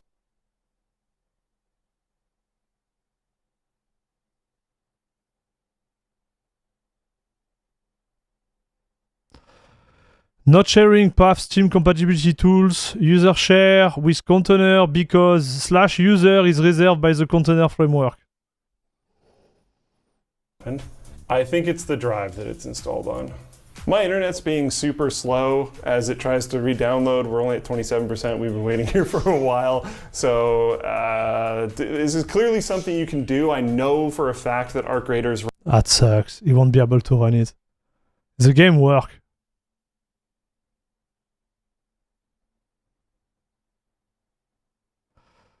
You know, salut for Gotek Magnetic. This is a common error. I always have that. You know what I think it is? It just have, so first it could be like, as mentioned, like if he's having like some type of like NTFS drive mount, because you can tell he's launching the game from a slash mounted place. So I don't know if it's a shared, because there is two solutions there. He's using a shared drive, right, via SMB or Samba or whatever, and maybe the way it's shared is not properly shared. That would be the first one. Second one could be the Proton chat. Okay, like the Proton version, sometimes there is regression. And when you launch a game, it was working before, there is an update of Proton, and then you have that. So sometimes it's good to play with Proton too. Okay. How to fix that? You reinstall locally, you switch Proton version, and if it's working at the time, it should be working on your machine. Long story short. Salut Rover. Runs. I've technically ran Arc Raiders on this system before. I've just done a bunch of things since then, and I didn't have a good version of it installed. So maybe he's also tinkering with the file. I don't know what he's doing with it, dude. So maybe we'll update. Fernando, what's up? In my opinion, if a game crashes under 10 seconds, Steam should store the log by default. There is a command, like I think it's like proton log equal 1, something like that, a variable you can add. And then you will have the special number related to the game and all the logs in the txt file in your home folder. So later with me self-capturing, running it Arc works. Raiders or something else. But this is something that does work. There are games that run easy anti-cheat or other level. But you see, it kind of looks bad, chat, because this will never happen on Windows. On Windows, you will be working all the time. Right? Because this need to be said to chat. Like this need to be said. We can just not be like, oh yeah, Linux is great, it's great, it's great. Like this is an issue. We should have some type of like, you know, safety net where in case it doesn't work, it launch a version that works. Something like that, right? A non-version that works. Yeah, no worries, magnetic snake. At least will work more often on Windows. Yeah, fair, more often. Levels of heavier anti-cheat that do work on Linux. Those versions of anti-cheat just usually don't do as much. That's how they make it work. This one I feel like So I just explained earlier, but I'm gonna explain it. It's not like they do more or less. Like, yeah, he's actually right on the point. Like, they do less on Linux. We were having also this discussion on Discord. The anti-cheat, the way they are built on Linux, they just live in user space. They are way easier to circumvent than on Windows. But somehow, the devs, they accept it, they are able to make it work, but they are easier to circumvent. And we had the case with Apex Legends, like, you know, we can't be blind on that. And they live in user space, which means they don't have access to the full system like the one on Windows will do, because they are at the kernel level, right? And they can be even before the kernel level with Valorant and stuff, and etc. etc. So the idea is that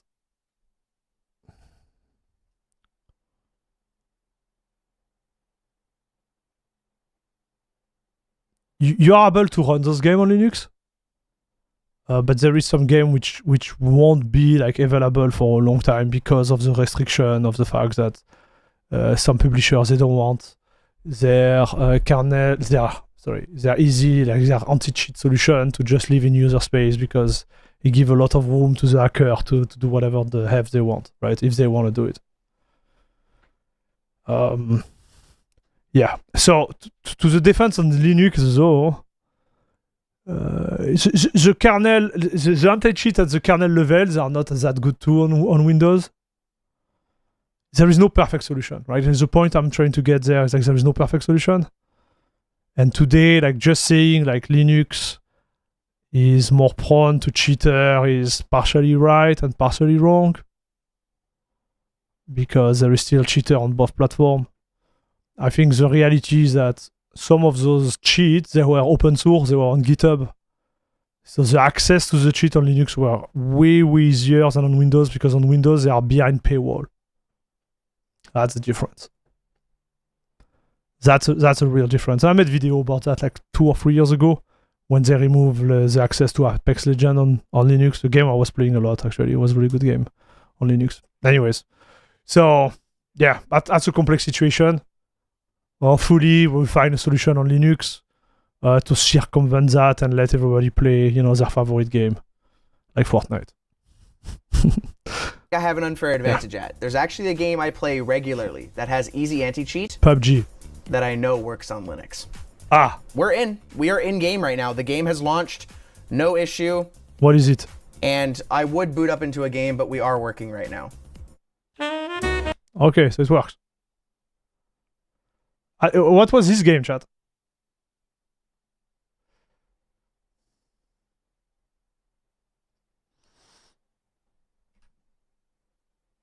Play game mode. Dead by Daylight. Okay. Never played this game. Is it good?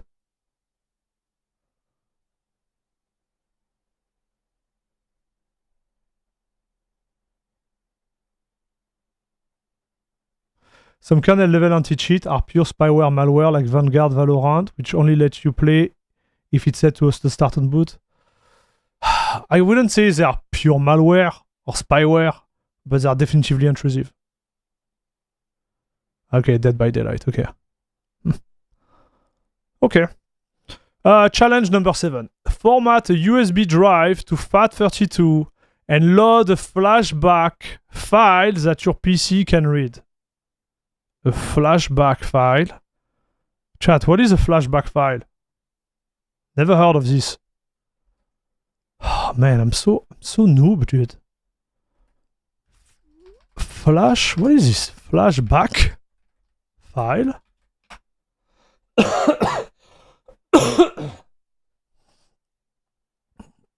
Flashback file are the default extension for FBR, and they are used to store multimedia content, including recorded screen and audio track.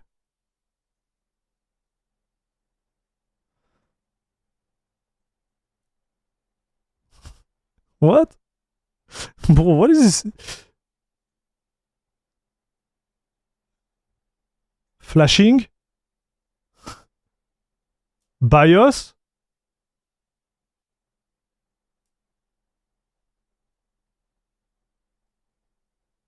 The heck is this, chat?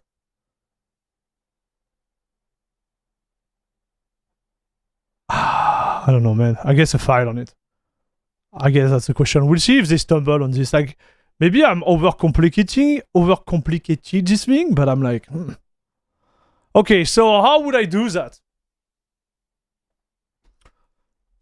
Okay, so I'm telling you how it's done, chat. You take an application called fdisk. Okay, so let me show you, chat. I think I have something plus there. Okay, so this challenge, easy, chat. You go here, first you will list your disk. So to list your disk, you do lsblk. It's gonna list your disk and your partition. So this is the partition, this is the disk, those are the partition. So we'll find the disk I wanna erase. So let's say it's SDA, so we want the case, but like when it's plugged, it's gonna be plugged, it's gonna show off. And then you do fdisk /dev/SDA, like that, chat. And then you will, sudo, my bad, sudo. Okay. Right, then you will do print p You can do M for help. Okay, then you have like delete a partition, list the free M partition, blah blah blah blah blah, and there is print. So you type print, and then you're like, okay, so this is my drive, Samsung SSD 850. Here I have a EFE partition here, and I have a Linux file system here. So I will delete those one. Oh no, actually, for FAT, you have to move to MBR. Wait, chat. I believe you have to move to MBR. GPT disk with FAT 32. I don't remember if you can do that. Okay, you can. A GPT disk can have partition formatted of FAT32, so you don't even need to change that. So you say in GPT, you remove those 2 partitions, you create a partition. Okay. Create a new partition. You write the change, and then you will do something like, how do you do that, chat? FAT32. Linux, what is it? Resize, something like that. Wait, I don't remember. This is the good one. Create Linux partition. I think it's something called XF32, FAT32. Like, if I remember correctly, it's something like that. I don't create a lot of FAT32 partition, to be fair, but there is this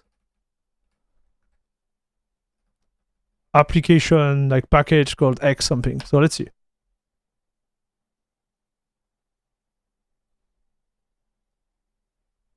Okay, you have the things there. MKFS, that's the one, chat. Okay, MKFS. This is the one. You see, I would have almost failed, but they have access to research, right? And then you do that.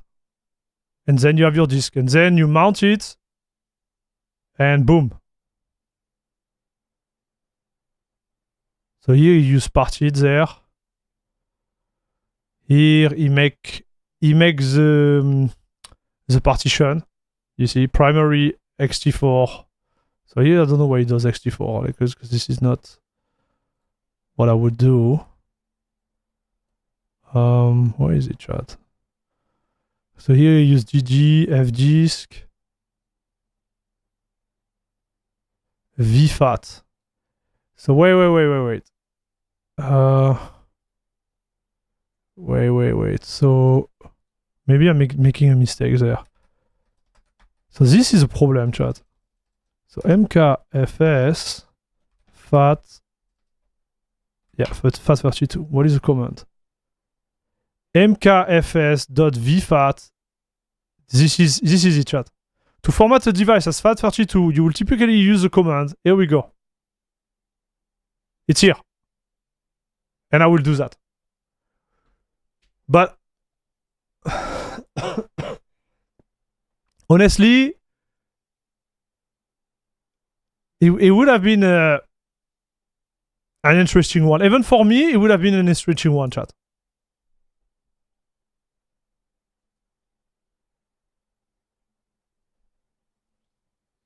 So vfat will be FAT32 for usually the EFI partition. Fair. So this is the one you will do, right? So I would say always follow the Arch wiki. Watch, yeah, the Arch wiki does it right away. Format a partition FAT32. Here we go. It's here. So you erase the old partition with fdisk. Then you use mkfs.fat, like this command, on the new partition you just created. Done. That's all. Like, this is how we'll do it, chat. But you see, I didn't have it in my head. I had to double check the wiki and some command to make sure that I was in the right. So it's still a tough one. My opinion, it's a tough one. I don't know what else they're gonna do. I don't remember. I watched the video, but I don't remember. Salut Gandhi. Utilities. Disks. Oh no. Intuitive. Format. So wait. I want to see that.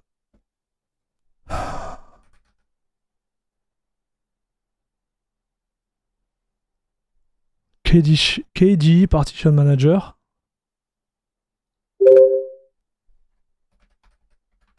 Okay.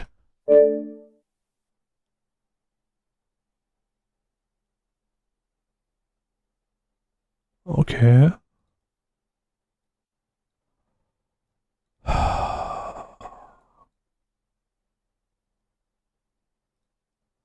Oh, so you could do it from here.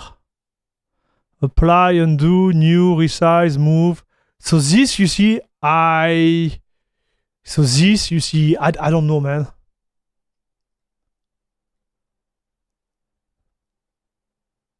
I would be scared. So it's me. Maybe I have a problem, chat, but I would be scared by that.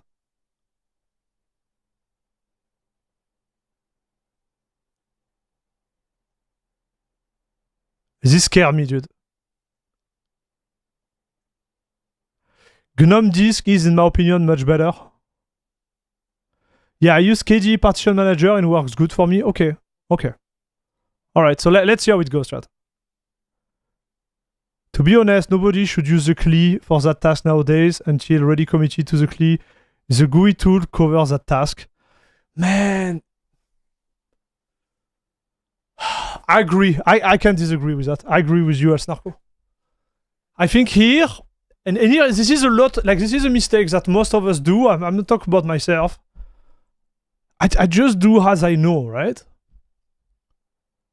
And how my approach toward Linux always has been. And I'm comfortable with it. I think this is the beauty and the fallout of Linux. You can do that in so many different ways.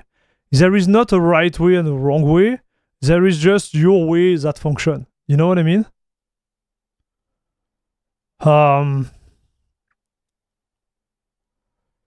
It's just the learning path. Sometimes it's complicated, dude. Because when we, you see, like let's say my grandmother come and say, hey, I want to do a FAT32 partition. And I'm like, yes, no problem. I'm going to help you. And she's like, yeah, teach me how to do it. This is where we have a problem, right? Because I don't know how to use the GUI. And what I'm going to try to transfer to her is definitively not what she want to hear. You know what I mean? It's like, yeah, you know what I mean?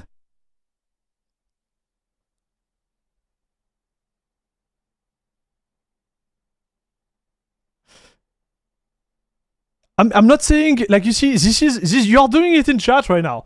In chat, you're like, oh, this is bad, this is good, this is what I... No, I don't think there is bad or good there.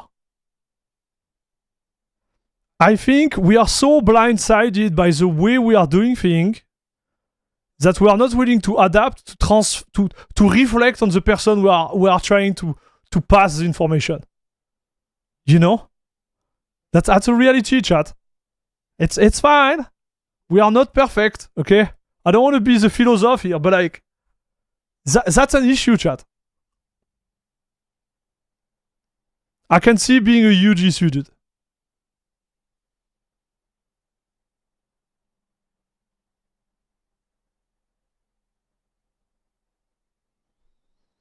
The biggest barrier for Windows user is the terminal. Opening it is stereotyped as a big scary thing for most of them, and although young people grew up with tech, they just know how to click button and they don't know what is behind. This is the complexity of Linux. Maybe we are never going to get there, chat. Until we simplify everything. I think the comment at the beginning were right.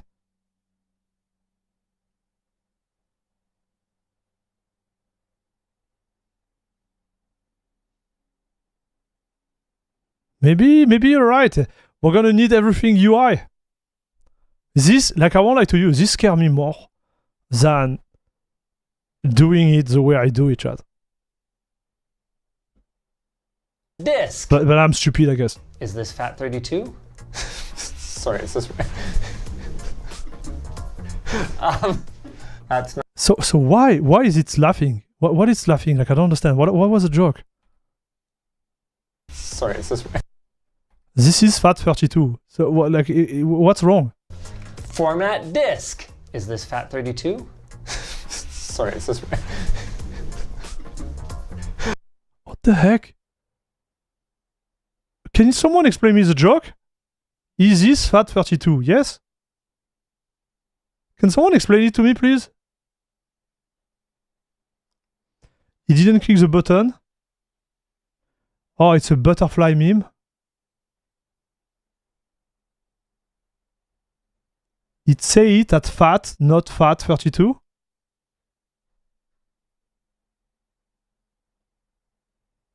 It's from the is this blank meme.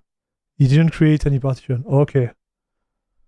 Okay, chat. Thank you for educating me.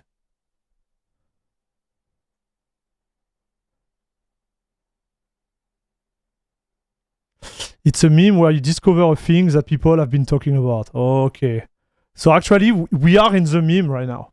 Because I'm discovering the meme itself. Is it FAT32? I don't know, man. I don't know. That's not FAT32. Okay, KDE Partition Manager. Let's try this. Okay, so it didn't work. FAT32, create. Yes, I can create, move, copy. Okay, so how do I do it? This file system does not support setting a label. Well, which one is it now? Oh, apply. Sure, apply pending operations. Okay, what did we do? New volume group, partition, new. Here we go, FAT32. Let's go. Like this seems FAT32. Yeah, it look good, chat. It look good. FAT32. All right. Hey, we're back on track. So if I go into utilities, disks, It worked, I think. it's totally there. I still can't copy anything to it though. Failed to mount it for writing. Failed to mounting to writing. So clearly there's more that I have to do here to like make it cooperate. I want 50% credit for it if it's a FAT32 drive. That actually works. I want 50% why credit. doesn't 30% he can't write credit. on Yeah, the chat? I'll take 25% credit. Properties. Yep. File system FAT32. So let's agree on 10% credit. So wait, why couldn't he write on it? Is that a ownership issue or?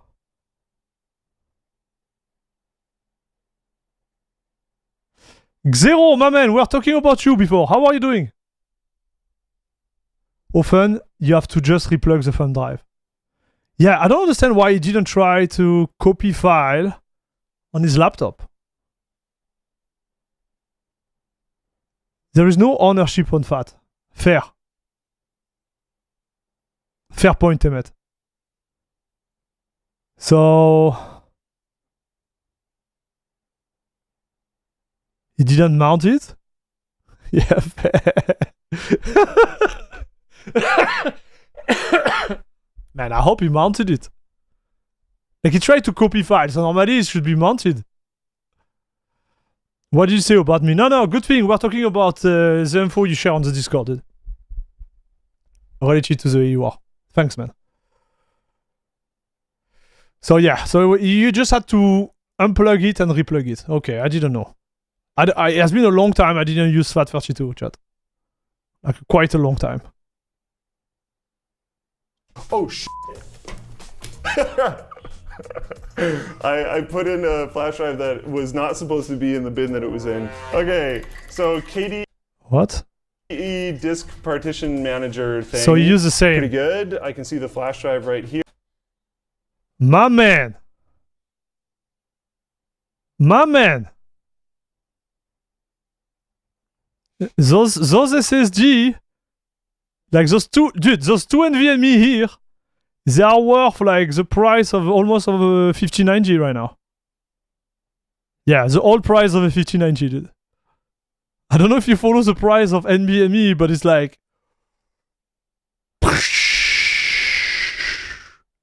to the moon, chat. Here, I'm gonna right click on it. I'm gonna unmount it. I'm gonna go FAT32. I'm gonna label it okay, and then click apply pending operations. I can see it's like redetecting it. Wow. It just finished. It's reloading my drives. I see it here now. It's FAT32. I go in there. There's a removable drive. Here it is. It worked. Man, Luke is a machine, chat. Luke is a machine.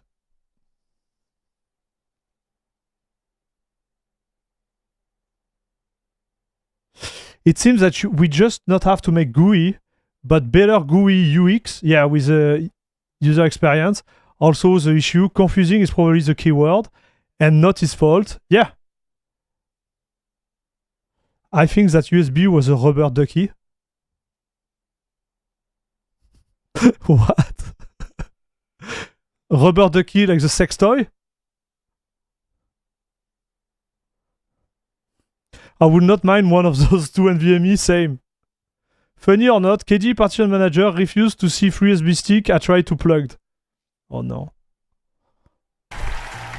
Let's start by seeing if there's like a disk management thing here. There is. I see. So what is it? Man, he's doing too fast for me. Let's So start by disk. This is the one in large. Manage disk and drive.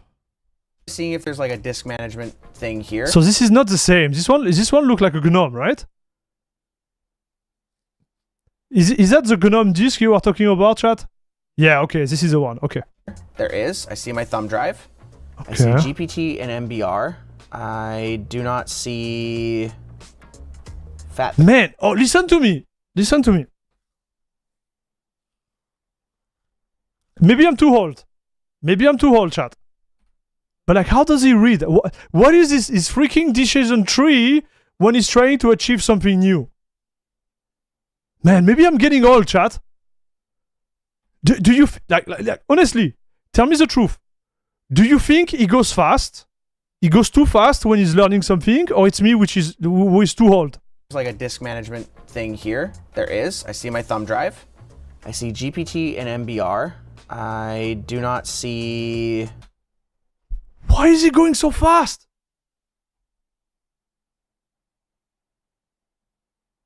Like, is he going too fast, chat?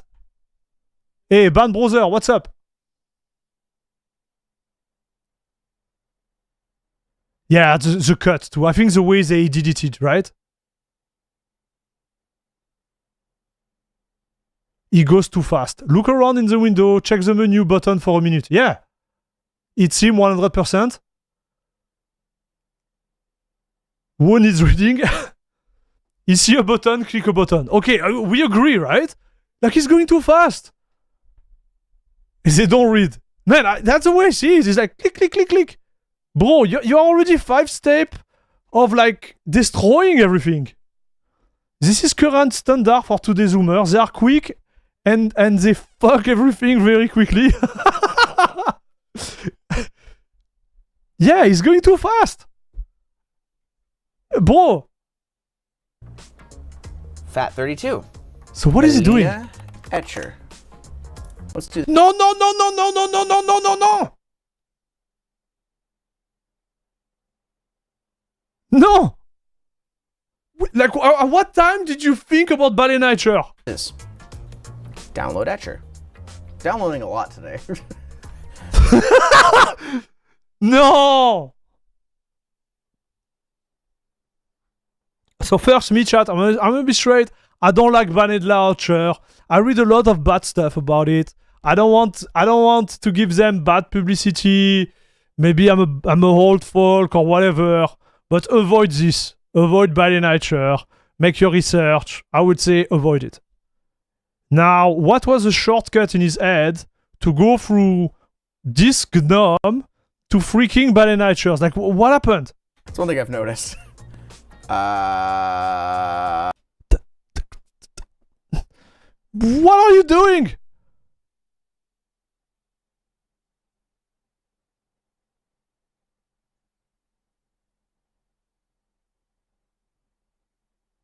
I like how this one answer is, hey, how do I do this? I scroll far enough down, it says you can do this on Windows.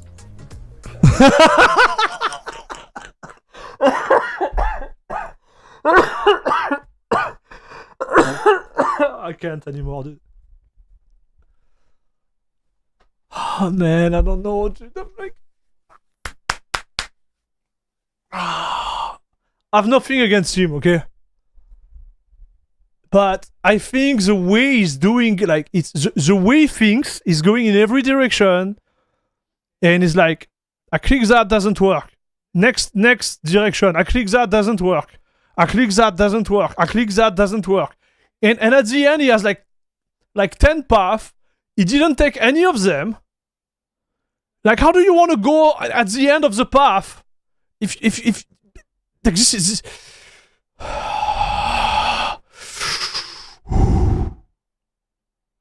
And he knows it. Because you see his face here? This is literally what happened when you do that. Just sit down, brother. We are good. You have 15 minutes. I know it's a lot of pressure. But breathe and make it work, broski.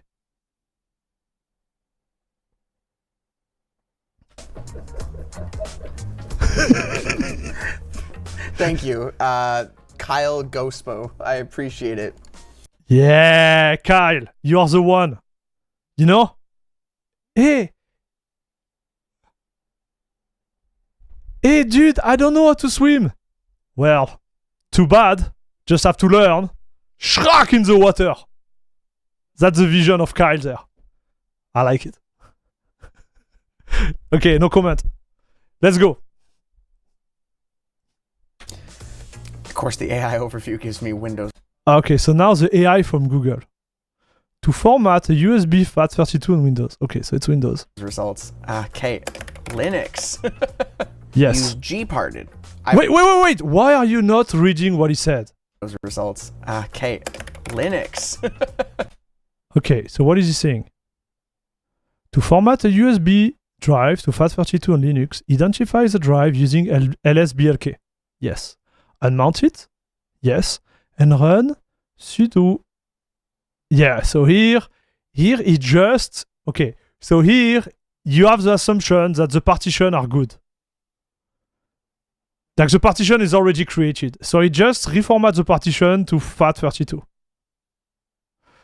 For GUI approach, use disk utility to format and select the FAT partition type. Okay, so is he going to follow that?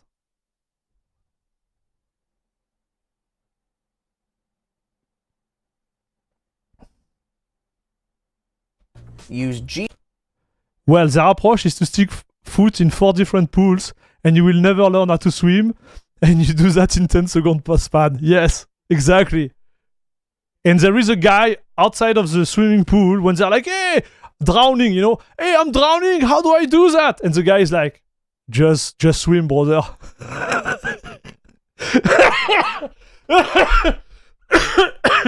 Just swim, brother. You're good. You know, when I was playing a competitive shooting, I was seeing something funny. You know, I was like, when someone was like, "Hey, how do you do that?" I was like, "Well, just click on their head." Simple as that, broski. You want to get good? Just click on their head, dude. It's not that complicated, in fact. Hey, salut Daznik. Don't break the desk, Armax. I will try not to. You just swim.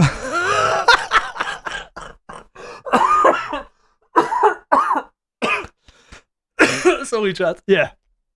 You just press the button. Exactly, man. You just. Okay. Let's see what happened. Gparted. I've heard of that before. Gparted. Is that in the Bazite store? RPM-OS tree install gparted. Oh, it's doing something. Checking out tree A5408E6. It wants me to reboot. It even tells me the command to reboot. Let's do that. System control reboot. Okay, we got gparted. So you got it, dude. Oh my gosh. So wait. Okay, so he was able to change the device. Free space, primary partition, FAT32. Dude, he did everything right. I think I did it. How do I see it? Where'd it go? Wait. Oh. man. So let me check. Ah, look.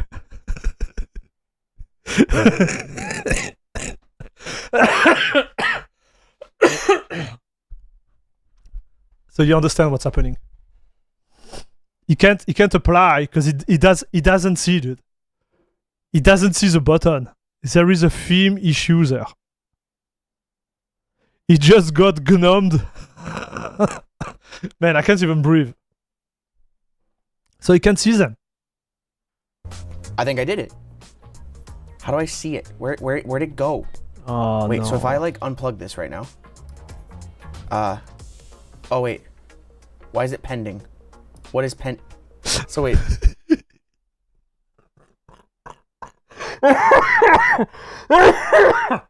Yeah. So I'm gonna tell you something, chat. I think his attitude is more triggering me than the fact there is a problem with the application and the theming. But the main problem is a theme. It's a theming problem, right? It's not his fault. Honestly, it's not his fault. But I think the way he acts is kind of like triggering me. Because you see there, he sees that something is wrong. Watch. Where'd it go? He sees that something is wrong. Right now. Watch. He sees the error, right? Look how fast he does. Oh wait. Oh, Why something is happening. What is Oh, I just close it. So wait, did that not actually do that? Like, I just have a No, headache it right didn't. now. Chat. Device, FAT32, add. It's pending. Okay. Yeah. So here you see, you have menu here. I'm pretty sure here you have something like apply. Okay. No, I need to see. Par où Gparties.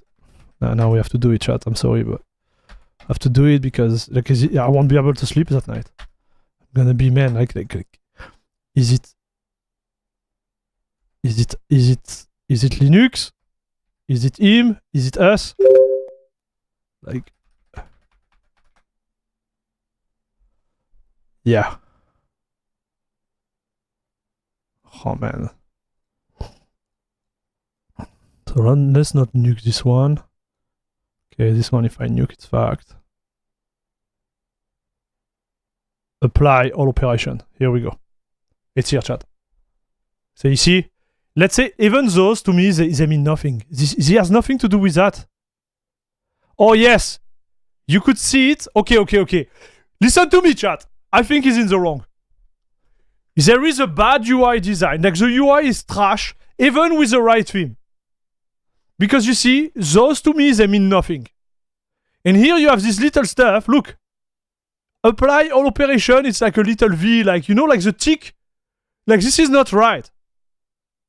But what you do, you have this. You look, you see, you take 2 seconds, you're like, oh yeah. You know what I mean? This is what you do.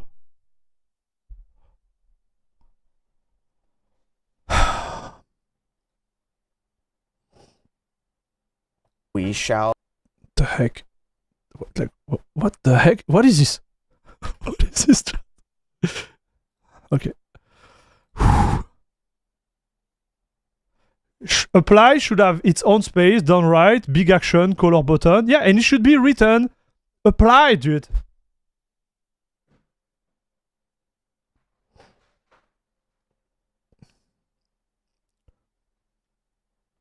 AI didn't say lookup and read option. To be fair, he's doing the thing he will do in Windows Partition Manager, but on Windows there is no apply and pending concept. But he's still going too fast though. Yeah. GTK all, what's up? What's up, my man? Now I agree. Like here it's bad design. But even when I watch the button, you can still not. You can still not see it. So what you do in this case, you go in the little menu and you're like, what's happening? So I would say in terms of like responsibility, I would say 45% on Gparted or the theme or whatever, or the UI, which is trash, but I will still put 55% on him. Because at a certain point, I know it's on time and whatever, but like, just breathe, bro. Just breathe and be like, okay, something is wrong. Let me see the button. So let's see how long it's gonna go. I'll wait again. Oh, my timer's going off. And it's still pending. Did I do something wrong? Like, what is taking it so long to finish? Yeah. Like, did I not hit save? Yeah. It's not telling me. But bro, dude, he was just there, man. To finish. Like, did I not hit save? It's not telling me like what it's doing. I agree. So I don't know if I did something wrong. But if I hit close right now, it's like, oh, this is still pending. just look at all the menu. Well, I clearly couldn't do it. I got Gparted installed. What do you guys think? Is that a point? Oh, man. I mean, I should get to the point, though. I should probably segue at some point. So, listen, chat. Honestly, it shows a lot of things, dude. It shows so much things. So many things. I think we are at a level, and maybe I don't realize it myself, but we are at a level where we need to spoon-feed those guys. We need to spoon-feed them. They have no idea how to use a computer or read something or... And no offense to Elja, like, because I think Elja is super competent in what he's doing, right? Like, don't get me wrong. It's triggering me now because I have the realization that, you know, people can do what I do because I'm not exceptional. But then I look at this and I'm like, no, they don't. Right? You know what I mean? Like, you almost need someone that go behind him and touch his little shoulder and be like, bro, you know, how do you feel? Do you want to read the menu up? Maybe you should click there, right? And then be like, look at this menu. It's there for something. And then click, apply, right? Or maybe redo the whole process where when you build an app and a UI, UX, like the pending phase, it's already baked in the GUI. So when you press OK at the level of FAT32, there is another pop-up which may like, do you want to apply? And then you click yes, and then it apply. You know what I mean? Because I do understand that the way they think is not the way we think. And because it's built by the community of people who kind of all feel like me, when we want to transfer the baby to some other folks, they are totally lost. And it's hard for people like us to transfer. This is exactly what I said before, dude. The best club on internet. This is exactly what I said before, chat. This will be the outcome of this video. Team, welcome back to La Crème de la Crème Club, Papa. Thank you very much for your support. UI needs to be as simple as possible for this reason.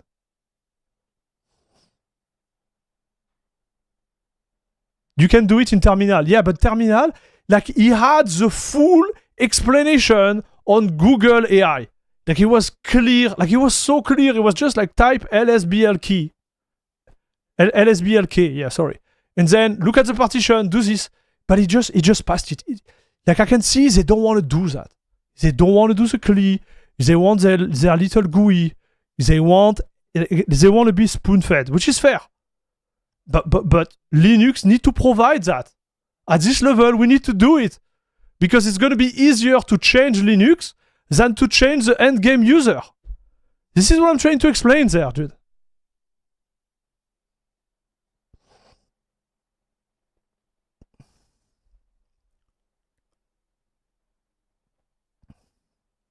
Just like I said, that's is how average user think, which means that if you give a user opportunity to F it up, they will. Building UI for user is hard. Yeah, well, I can tell. There is a 0% chance he doesn't watch 8 hours of anime a week with subtitles. He can read, he just doesn't. Oh no, man. Maybe he read when it kind of makes sense to him. I can see here. I don't think it's like, I think he know how to read, right? I think it's more like in his head, the process of searching is like 0. Right? And the attention span is like he read it, but he doesn't comprehend it. I don't know how to explain this. You know what I mean? Like he can read the word, but the words they don't hit it doesn't hit there. That's the way I feel it.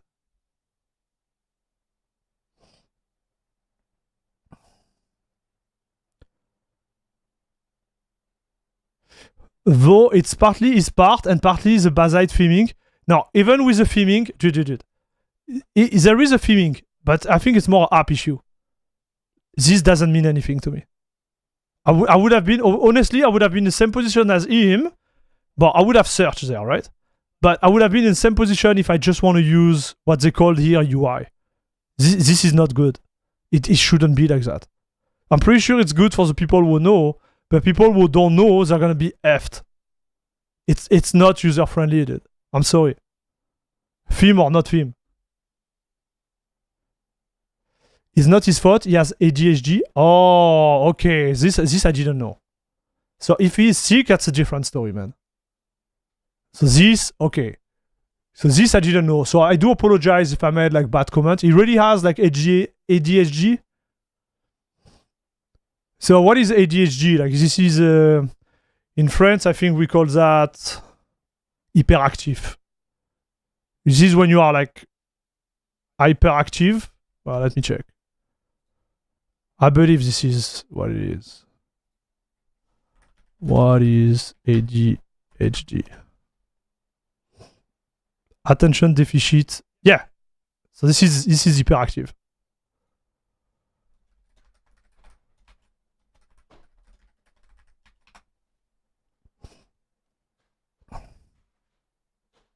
Yeah. Ah, ça non, it's different. Le trouble du déficit de l'attention ou avec sans hyperactivité, du trouble du déficit de l'attention avec ou sans hyperactivité. En anglais, désigne l'incapacité du cortex préfrontal à prévenir la meilleure que... So, listen, man. I don't like to share this type of stuff, but me, I have that. In France, hyperactive. I have this. Right? So I don't know if it's ADHD. Whatever. But I still can do it, man. So I apologize. I don't want to be rough to him, right? I think he did a good job overall. But the idea is like, it shows stuff. Right? It shows stuff. It shows that from the Linux end, there is a problem. Because even Linus, I don't think he has it. And Linus, he was not able to do it too. Right? So I think, and it's just my belief, there is a problem on the Linux side for sure.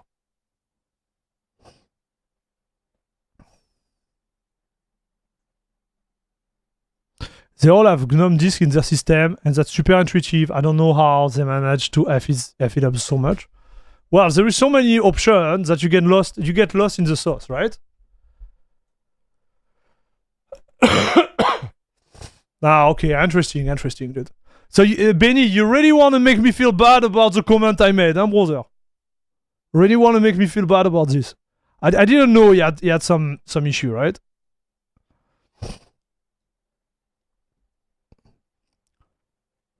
I don't know how much it impacts him, in his daily life, but I can tell like there is definitively an issue from a user standpoint, and in like whether it's him or someone else, but there is also an issue regarding the way the UI is being built, right? is that it can recognize the workspace that you're using. So if you're messaging a coworker on Teams, Fair, common email, log, Whisper Flow Pro, Whisper Challenge last. Okay. If you guys enjoyed this video, why not check out the Linux challenge last time around? We had some. Okay.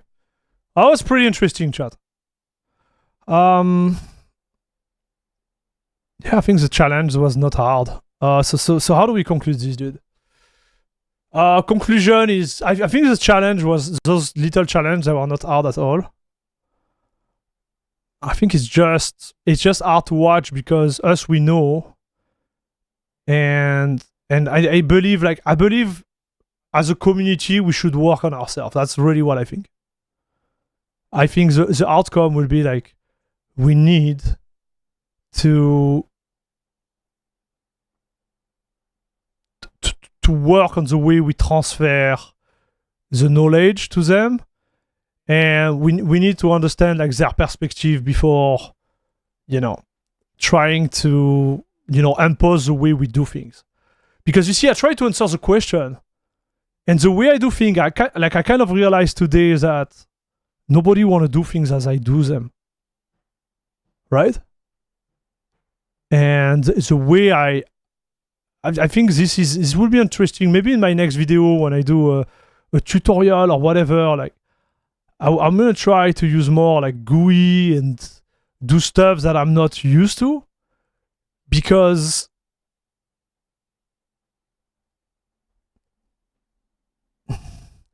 I think the user in general, they just don't want to see the terminal. Like, I think you're right with that. And the amount of knowledge that need to come with it, and etc. etc.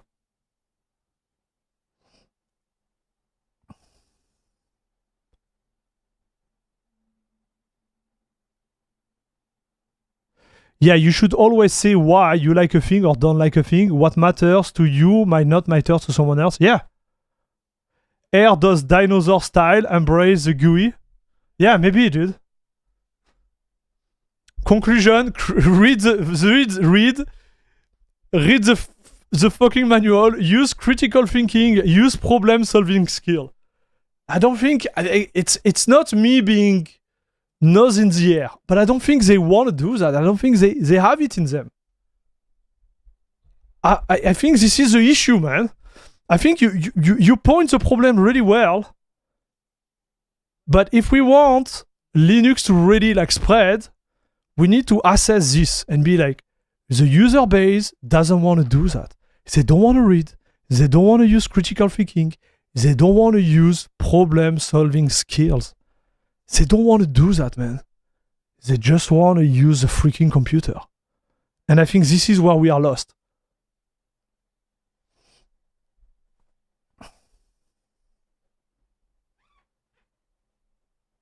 I think this is where we lost the plot.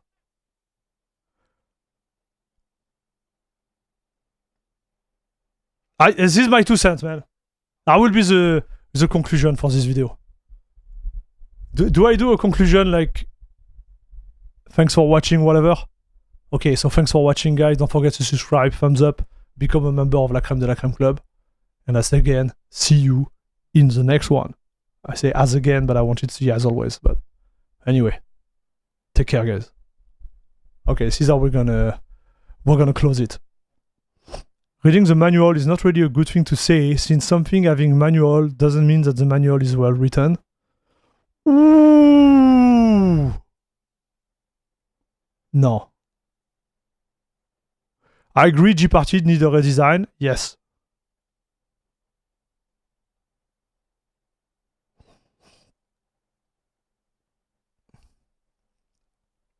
The OS should be out of the way, just work. Yes. Are you going to watch their last video?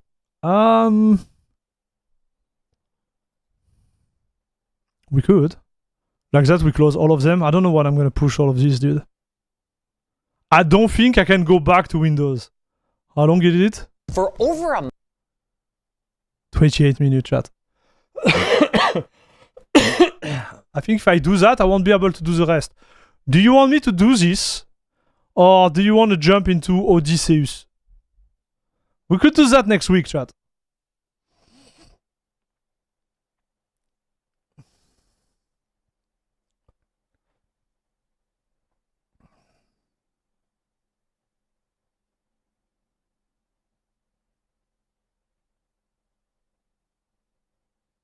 Okay, you want me to watch it? Okay, so we're gonna watch it. Chat, give me 1 second. I'm gonna take a quick break. I'm gonna get more coffee in me, and I will be right back. Okay? I don't know. Enjoy me being silly on Twitch. Hey! Hello, guys. Oh my god, this is insane, dude. This is insane. What is going on, dude? Man, this is so cool. This is really cool. Okay, so We saw the back of your shirt, I think. yeah. Fight him. I don't care if we win. It's totally up to you. Nice shot. The other one went on the ridge. Yep. Somewhere around there. 200. Here we go. Hey, baby. Here we go. Me, baby. Man, you killed my buddy on Bino. You will see what we'll do to you, my man. Exactly. That's what happens. Exactly. What do you think this is? We Well came, done, brother. my man. We came in peace, and they are doing that to us. Like, come on. Before, like the bunker, because there were guns in it. Because here there is nothing. Like here there is literally nothing, dude.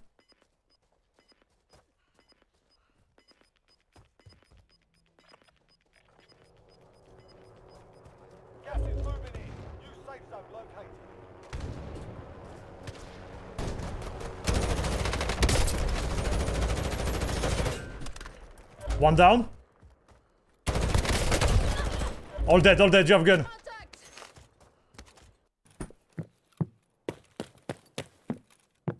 Oh, guys!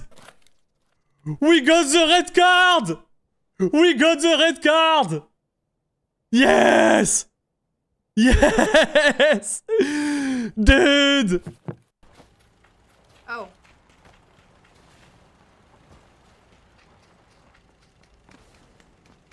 Let's go on. I don't know. I want to go. Oh yeah, we go. Them.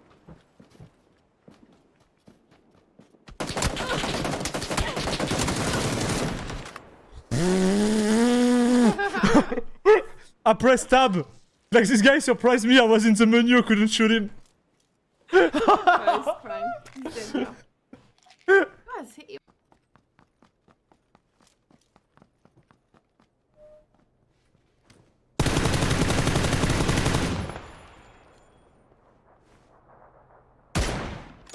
Oh baby!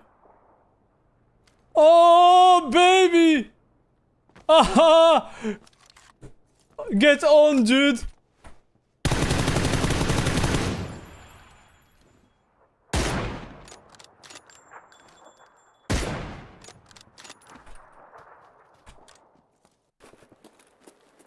Are we that late into it?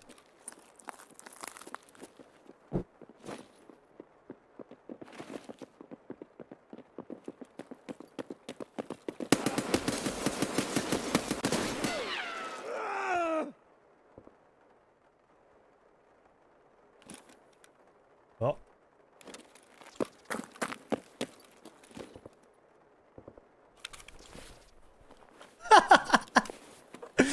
Old school, baby.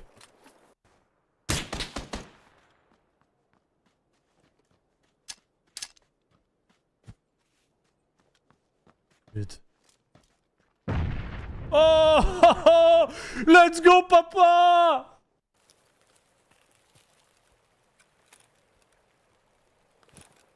Is that what I think it is? Yeah, it is. Yes! Yes, we got him, dude! We got him! What a shot! We got him! Yes!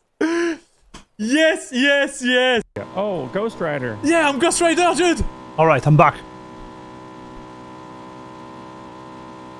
Don't crash into something because you're gonna explode. I'm back, I'm back. Oh my. Alright, so do the do. I believe Odysseus needs his own stream. It looks large. Okay. I think one of the hardest part of Linux when I started was drive management. Thankfully, I started with Nobara, which has auto-mount feature built in. Yeah, fair. Fair. Oh my god, Tarkov RIP. I tried it recently because a streamer said it turned great on on ETS. Total BS kept crashing. ETS same performance as live. Oh no. Yep. No comment, dude. No comment. We had a good run with Tarkov. We had a good run. Alright, so this is part 4. No, Bobby. Bobby, are you drunk? Come on, Bobby. I pay you way too much for delivering this type of performance, huh, Bobby? Oh, okay, here we go. So this is part 4, and this is a conclusion, I believe, right, chat? Let's see what's being said. Month. Elijah, Luke, and I have been daily driving some flavor of Linux. Wait. Luke Bazite? No. And Elijah CachyOS? No. It's the revert here, dude. Linus, SteamOS, Kubuntu, and PopOS. Yeah, they made a mistake We there. showed you what we chose to install. We talked through some of the roadblocks that we hit. We Yeah. even attempted challenges with varying degrees of success. Yes. No comment. Now it's time for our final verdicts. Ah. Who will stay on Linux and who will go crawling back to Microsoft like a baby? That's a joke, of course. These are just our personal experience. Okay, so I want to tell you something, chat. I feel too much that they are reading something. Okay, like I want to say it straight to you. It doesn't feel really natural. It seemed like it's just my 2 cents. I'm seeing it now because I see it, and maybe you're gonna see it through the full video. Okay. So, yeah. It says in your year of the Linux desktop might come sooner or later than ours. There's no shame in either. Okay, so I'm pretty sure you saw the video, but just my guess. Luke is gonna stay on it. Yeah, Linus is not staying on it. There is no way he's not staying on it, and Elja is not staying on it either. I think Luke is gonna stay on it. That would be my guess. But one thing that we can say for certain is that the year is closer today than it was the last time these two did the challenge. So true. It feels like Linux has been moving forward at the same speed that Windows has been moving backward, which is... So this I don't agree. I think Linux has been moving forward way faster than Microsoft have been like regressing. And they did regress a lot, dude. They did regress a lot, but I would say the ratio would be like by 4 or by 5. Because the amount of work which has been pushed for the last 4 years has been like incredible. You know, like 10 years ago, I would not have been able to run Linux on a daily basis. And now all my machines have Linux. All of them. The server, the desktop, my streaming machine, my laptop, my Steam Deck, everything has Linux. There is one machine which doesn't have Linux yet, and it's my wife's laptop. So I'm gonna have to convince her, but the laptop is not really good for Linux. We'll see. Like I'm gonna have to check. But yeah, like we are so done, dude. Well, like I'm so done. I'm so done with Windows. I mean, both are pretty impressive. All 3 of us, spoiler alert, seriously considered staying on Linux rather than returning to that sinking ship. Yep. Just like we considered which of us would segue. To our sponsor. Oh no, dude. I want to start by thanking everyone out there for your interest in this series, along with a special shout out for the folks who played along at home. Seeing the community... Oh, so the community of Linux Tech Tips actually did the challenge too, right?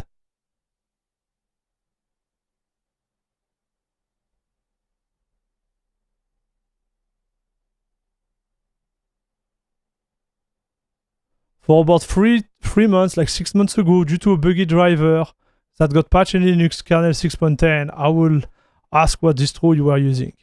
That says pretty clear giving up on Linux, so I'm not going to push too hard on trying to identify.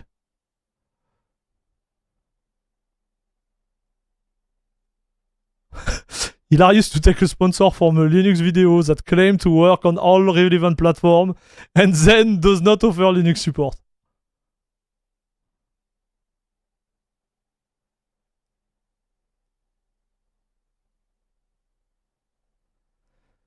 As helpful Linux users are, my unsolicited tips on how the stacks could have been done easier. Fun to PC file transfer local send is incredible. Okay. Are they good Linux VM? If I wanted to try different distro, I don't really care to VM for Windows. The rally around Linux shows me that at least some people really do care about important things like freedom, privacy, and owning their own stuff. We did a whole video discussing how the legitimate threat that Linux now presents is finally forcing Microsoft to wake up and do something, take action. And this is just proof once again that competition is good for absolutely everyone and everything. So you mentioned 3 point, right? I would have to have like control, right? I think control is, in my opinion, like super important too. Because when you install Linux on your machine, you become the real god of your machine. If you install Microsoft, you're just a random peon on your own hardware. You can't do everything you want. There is a lot of things you can't do. So you're gonna tell me, yeah, but you have all those scripts you can use and remove application and do whatever. There is some stuff on the script that you actually can do. Okay, so I won't enumerate them here. Or some of you are gonna be like, yeah, but I don't care, blah, blah, blah. But the truth is like, you are still a peon on your machine. You don't have control. Here with Linux, you have full control. And this, in my opinion, is the most exciting part. Because you do what you want on the hardware you own, right? I think this is, in my opinion, this is the most important part. The privacy stuff, and like obviously it's important too, don't get me wrong. But from a satisfaction part, at least for me, is finally having the control. And it comes with this other side, right? Because you are fully in charge, it's literally easy to destroy everything, right? So with that in mind then, let's kick off with the highlights from the first month. For me, the first one has got to be speed. Maybe it's just general bloat. Maybe it's because everything doesn't have to check in with Copilot when I do literally anything. But Bazite just felt snappier than Windows. And quick application launch time made my system feel, honestly, brand new every single time I used it. So this is so true, dude. Like when you jump to Linux, and no matter how long you use your machine, like you don't reinstall, no matter how many applications you have installed, it just flies. And this is awesome, dude. I think this is a really good point you made there. I also did love how supportive the community was overall. I lurked in the Discord a decent amount, and if you ignore the couple times that they shit on me before this challenge, the community seemed really keen on helping get new users the best Bazite experience possible. Saying that, there were some other things. Nope! We're only doing positive right now. Positive things only. Fine. I think the biggest eye-openers for me happened every time I was back on Windows for some reason. Like when I jumped on the WAN Show laptop, for instance. I go to sit down and boom! Do you want to use Edge? Do you like Xbox gaming? Would you like a OneDrive subscription? Yeah. So this is back to the control, right? Like this is what I was saying. He didn't mention it there, but he mentioned it now. This is the most like important part for me. Like it's just crazy, dude.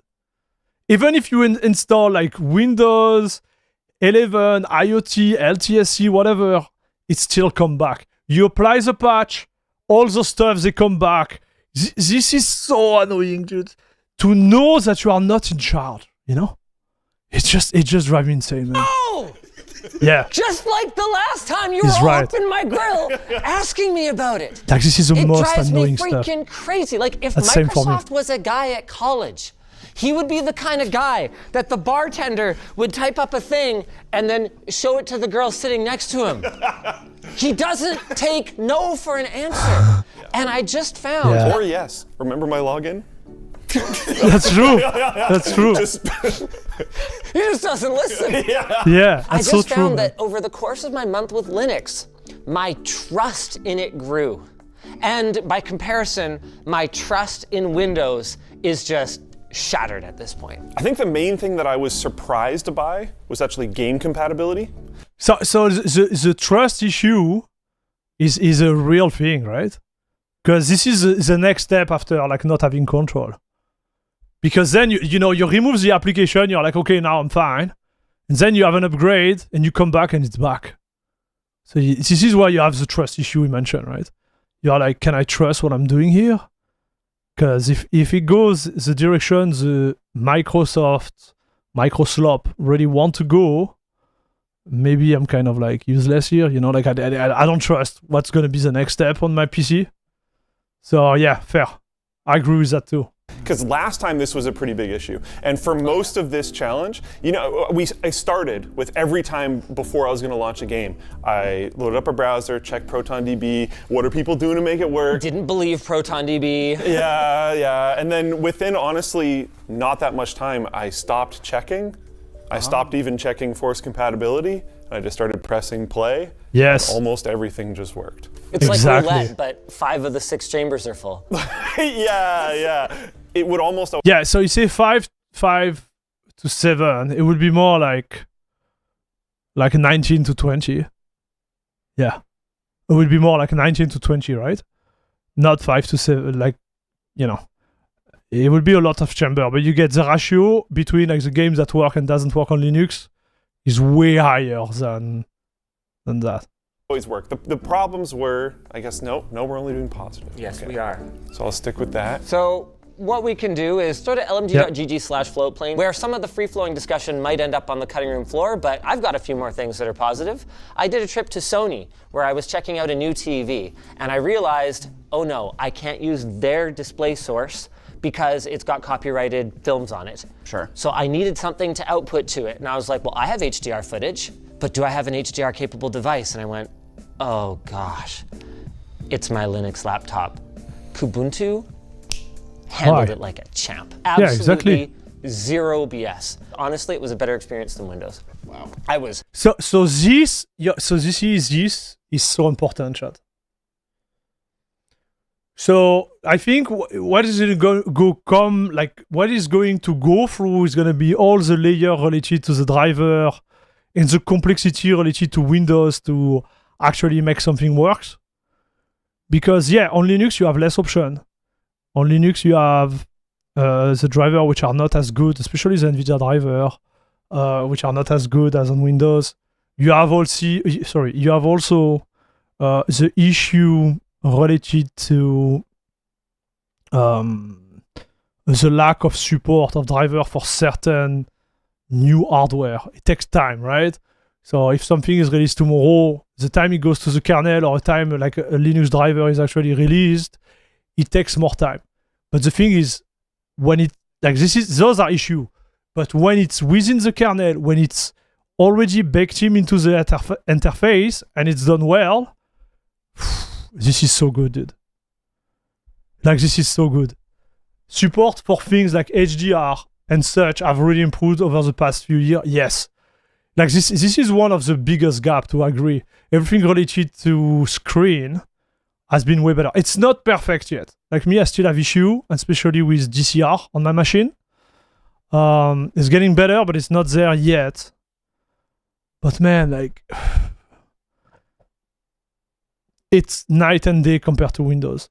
It's, in my opinion, it's better. And that's the reason why I'm still there, because I'm someone really pragmatic. If it was not better, I would have switched back to Windows. But it's just worth, right? It's not perfect. You're gonna find issue I'm exactly saying right now. But at the end, it's just more enjoyable. Floored. For me, with Bazite, I actually found a lot of positives came from external launchers, which was honestly really surprising because obviously Proton is very tied with Steam, at least online in terms of the narrative behind it. But there was times where I was able to get the Xbox launcher working, and I even managed to boot brand new Forza Horizon 6 on it. Interesting. Because I didn't. but we're not talking about that right now. No negatives right now. So if we talk about Forza Horizon, because I'm in the dev like Discord, this game is a mess, chat. You're gonna have the game which are like not going to work, I think, for a long time on Linux, or at least like not work as good as on Windows. You have the first one is Black Myth Wukong. It's running, but it's not running good at all. You have Crimson Desert. This one, the same. It's just a mess. It runs, but it runs so bad, dude. And people are gonna tell you, yeah, but it run well on my machine. Yeah, it run, but it should be running like 50% more. Okay. Compared to Windows, it's just a shame.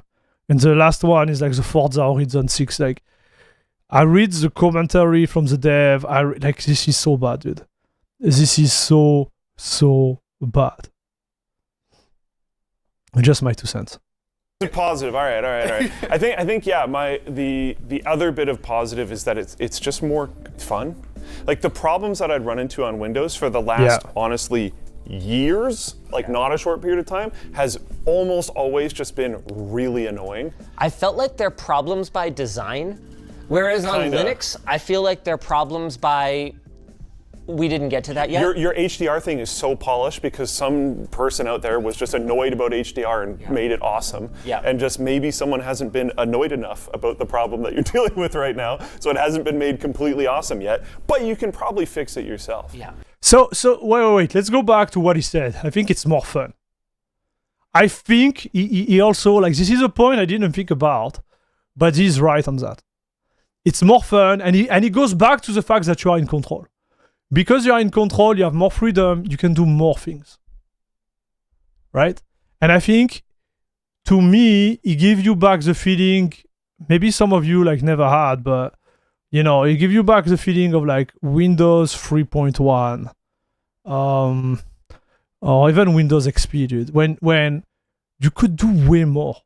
Like, it was not perfect too, but you could do everything you wanted compared to the latest iteration of Windows 11, where, you know, as Linus say, like everything by design is containerized, is like forced.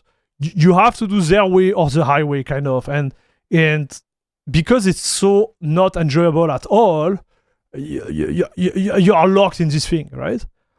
And so getting back to something which is more open, maybe more dicey, you know, more like a roller coaster sometime, but at least you can do whatever you want, is a big game changer. Like, this is so good, dude. It is so good. Right? Damn, that's old. My first system had Windows 98 SE, I think. Yeah, I'm old.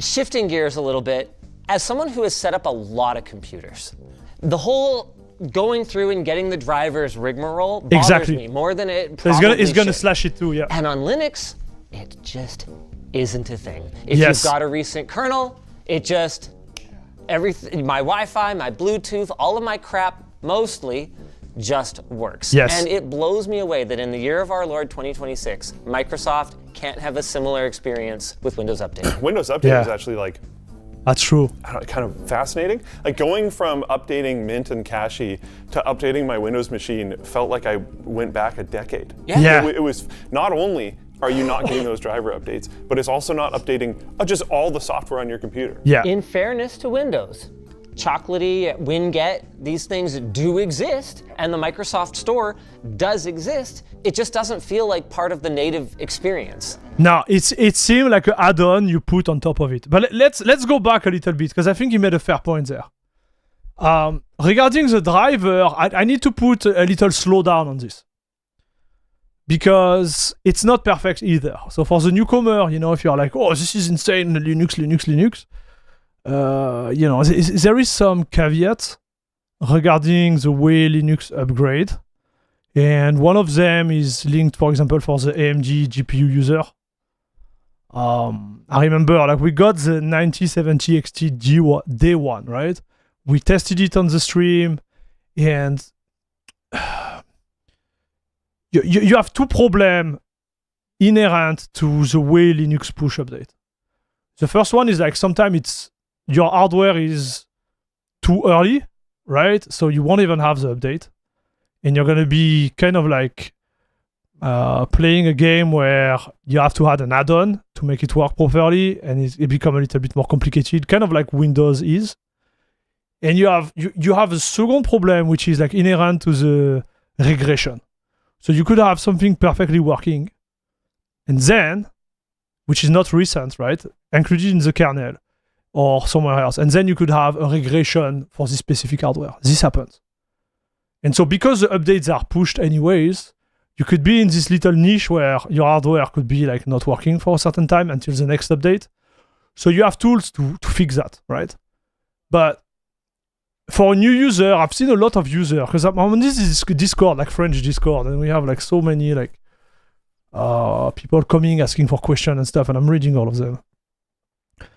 I noticed that some users, they will just install Linux, and with their hardware, they will be just in this niche moment where it just doesn't work. And they will be like, man, like Linux is trash. But, you know, like that's a reality of what it is. I'm just saying. So it's really good. In my opinion, it's superior to Windows, but it's not perfect either. The amount of issues we'll encounter will be still less, in my opinion, than Windows. But they exist. This is what I wanted to say. I don't miss waiting for Windows Update to finish. No idea how it can be so super slow. Yeah, and the other thing regarding like Windows Update, it's so complicated just to tell them when to do it or not do it. And it go back to, you know, the control of your machine. On Linux, you can start the update when you want. You cannot start the update if you want. You can break the update process. If it's blocked, you can do whatever you want. You are in charge. And this has no price, in my opinion. I started out with Amiga Workbench 3.1 and Linux remind me of those times. It feels like coming home. Yes. So me, I started with a CPC. So I think it was Commodore. I just remember the number C6128. This is what I started with.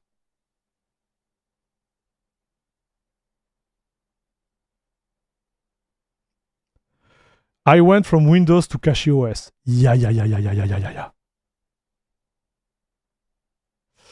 I realized from a development perspective, it's important to compare Linux with Windows to gain feature parity, but me as a user, I just don't compare. I just use Linux. Fair.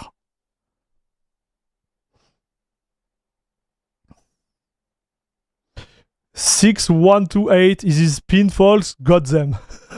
Man. And the parts that do, like the Windows Store, feel crammed down my throat and like they come with downsides. And like you're best off to try to avoid it. Yeah. And I mean, speaking of that, I actually enjoyed using the built-in like Bazite store because it worked very well. There was no. So dude, the Bazite store, I'm gonna say it again. Maybe one day I'm gonna make a video about it. But like the Bazite store, Bazaar, is the best store ever. End of story. I said it, chat. Other ads shoved in my face. So good. 9 times out of 10, I could probably find what I wanted. You don't need to log in with your 2FA and then like randomly you have to log in again in the Minecraft launcher app that you downloaded from the Windows Store with the same credentials. Why? Yeah, it was just inherited. It was awesome to actually use a store that I kind of liked.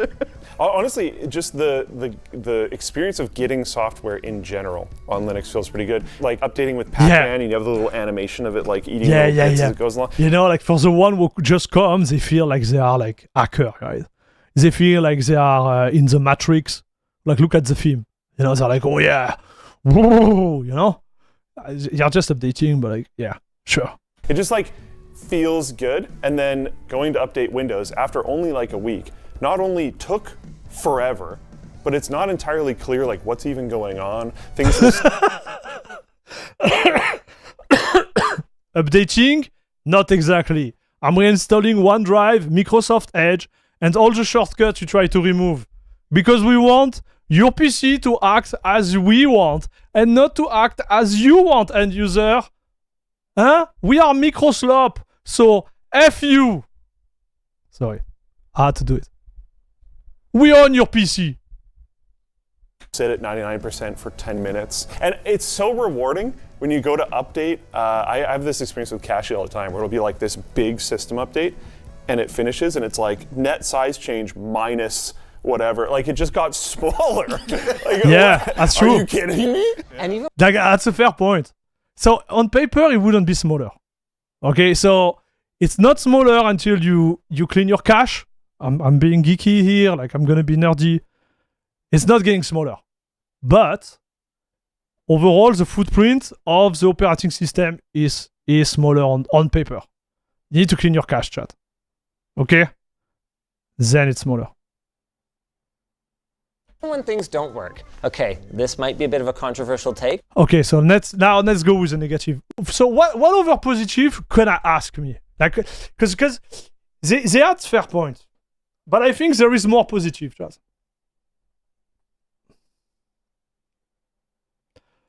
Okay, so I think the real good positive is that if you learn Linux, you're going to really learn how a computer works.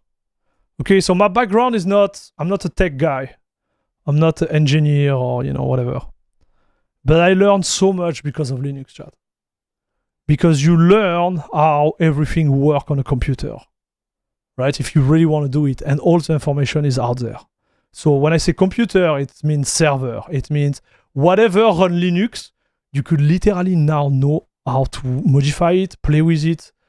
To give you an example, I had those routers which were running a variation of Debian for their operating system. Okay, it's called Viata. And when I logged in for the first time, it was years ago. I logged in it and I was like, oh, but this is Linux.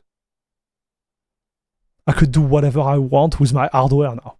Because the knowledge you get from using Linux on a daily basis, and you're going to encounter problem, you can transfer it somewhere. Whatever you learn on Windows, you are done. It's going to be Windows only, dude. But some of you are going to be like, oh yeah, but Windows is everywhere. Yeah, for now, the reality is like Windows is so small, dude. All your phone, they are based on Unix or Linux, right? Android, and even the iPhone. Apple is based on Unix. Anyways, so you have that. Then you have all the, like everything around that needs some type of computing is certainly running on Linux. So if you have an access, SSH access, you can do whatever you want on it. Just my 2 cents. Then all the servers in the world are running on Linux. So everything related to networking, hosting stuff, you're gonna learn so much, dude. And this has such a huge value. And especially the world we are living in right now with AI and everything is gonna give you the base to create to create stuff that nobody has. I'm just saying, chat. I'm not trying to oversell it, but this is a big key differentiator in my opinion. I don't know what you think in chat, but this is huge. Like this is just huge. What else? What else is positive with Linux, man?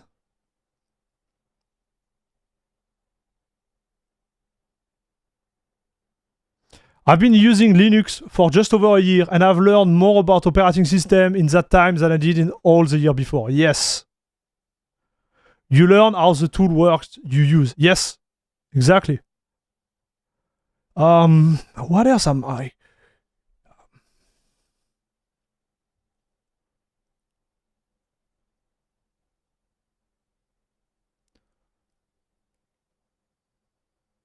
Trying to think, chat. I'm gonna cut that, but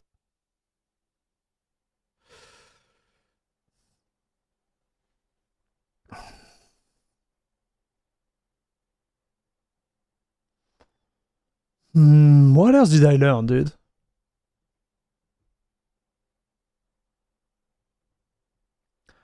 So this I think, okay, so maybe this one. So this one is a little bit more complex, but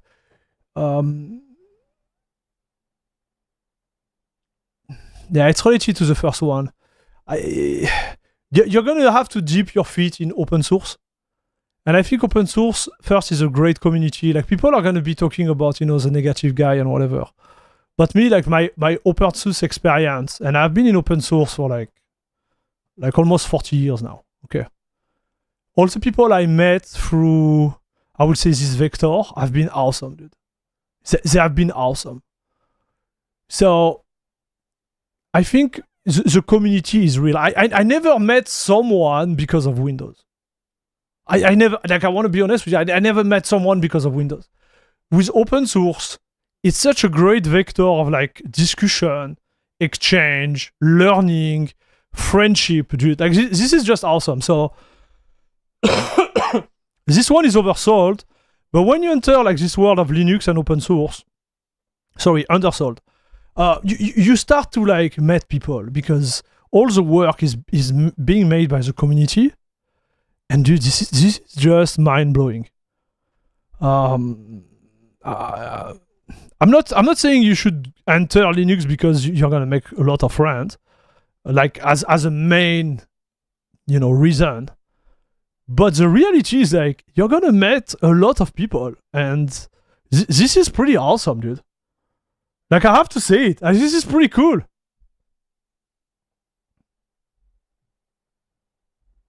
And nobody talk about that, but like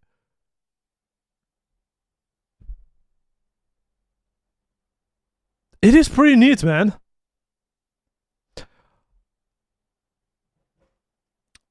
Xero, thank you very much for becoming again a member of La Crème de la Crème Club. Thank you very much for supporting the channel, dude.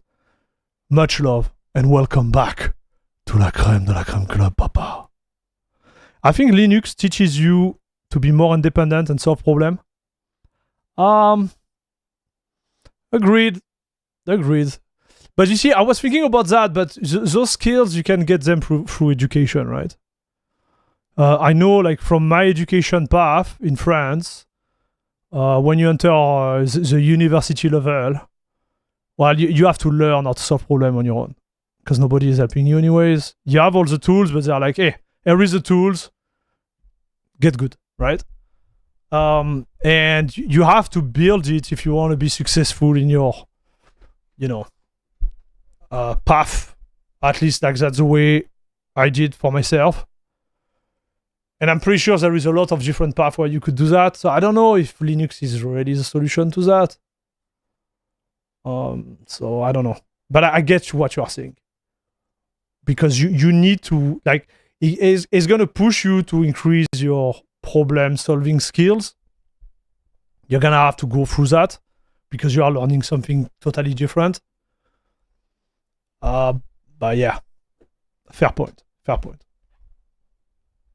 What else? What positive, dude? What positive?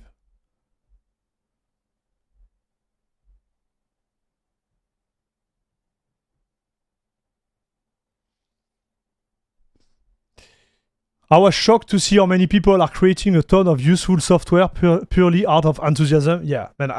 Open source is insane, man. I think when you could use the software and not care. You could use the software and start to care. And then when you get into it, you're like, wow, this is like, this is so good, man. It is insane. Okay, so let's focus on the rest. Like, I think we cover all the positive. That's a lot already. But I was blown away by how quickly I could solve things with an LLM. Oh yeah. Compared to like trawling endless, ancient forum posts, because that's the thing about Linux. Double-edged sword is it's moving really fast, which is great for it like getting better all the time, but not great for the archive of information that's out there on the internet. With something can be from 6 months ago and be completely irrelevant today. I also found that I did a bunch of LLM usage with trying to learn how to use Linux, but I tried to use it as an educational tool instead of like an autocomplete. But FS tab, I was messing around in there, but instead of just like, I would ask it like, what should I put here? And it would tell me, but then I'd be like, okay, well, there's like 2 random numbers at the end. What are those? What does that mean? I'm like, what is this? It says no fail. What is it not failing? Why would I want it to fail? I mean, speaking of... So listen. Like, I think using LLM is... we touched base on that earlier, but I'm going to repeat myself. I think using LLM could be really, really helpful. But I agree with Luke. He has to be more educational than more than just like executional. I think LLM is gonna give you the tool to learn how to learn, right? So, and learn how to kind of like organize your thought process to solve the problem on Linux. Because the approach is totally different from Windows.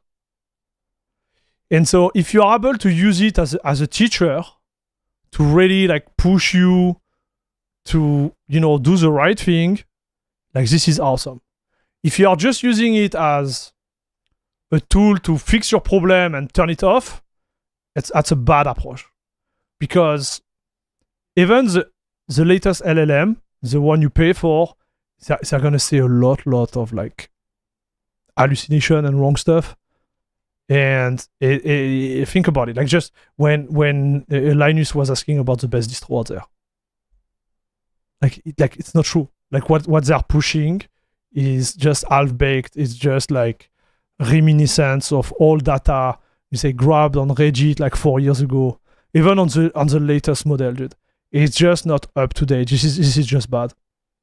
So my take will be use it as a support on how to learn, and then apply whatever is coming out from it and execute with your own knowledge when your own stuff. Hey, salut Sensei, what's up?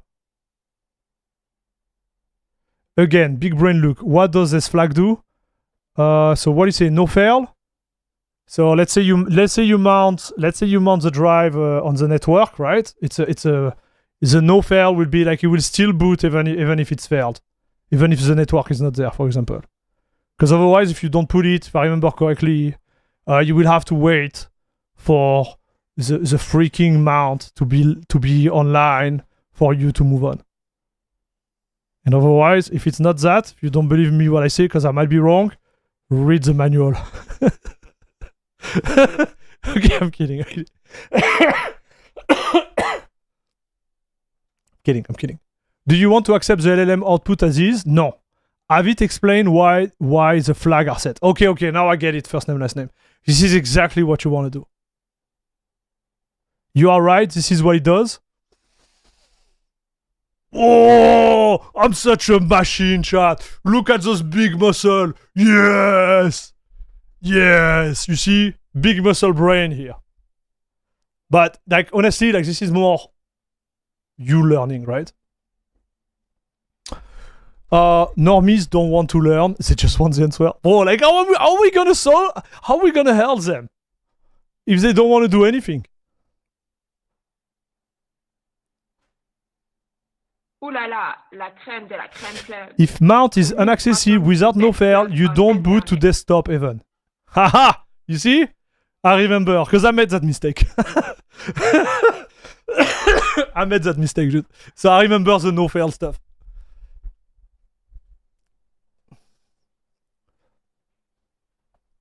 I remember.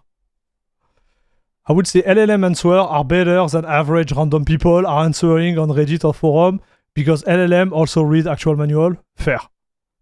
They're just not up to date and they can hallucinate.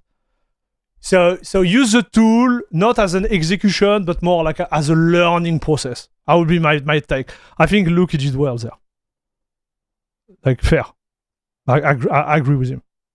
Fail. It's funny you brought up LLM because of how much people made fun of you in part 1 for using it to decide your distro. Exactly, dude. I like, was come so on. scared of that kind of reception that I cautiously was like, I'm not using an LLM to So, like, this is a problem, man. Listen to me, chat. Do whatever the F you want, okay? And this is not a Linux recommendation. This is a life recommendation from a middle-aged man. Do whatever the F you want. Think for yourself. Right? Stop thinking about what people are gonna think about you, dude. Like, stop doing this. Even if you are running a YouTube channel, even if you... Like, think about me, man. I was like...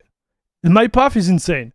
Like I was doing something else. Like I was working for like the like big corp guy. Okay, doesn't work. Get out. Play video game. Made a Twitch career. Game die. Switch game. Knowing that most of my viewers they wouldn't watch me because they watch me for the previous game. Doesn't care. Move to the second game. Die. Move to the third game. Die. Stop. Switch to Linux, say like, oh, you know what? I'm gonna do that. I think it's fun. Bam, right? So my like, if I thought during this process about like less than like 10 minutes about, you know what people are gonna think, I think I would have done nothing, dude. I literally think I would have done nothing. So just think for yourself. You're gonna do wrong, for sure. I've done a lot of wrong, bad decision. Like, it's fair. But do what the F you want. Like, life is too short to start to think about what the F everybody is thinking about what you do. I just listen, man, I just want to say that because you want to use LLM, fair. Use it right. That's all. Right? You want to do this? Yeah, do it, but do it right. You know the point? And right for you. And right, that works.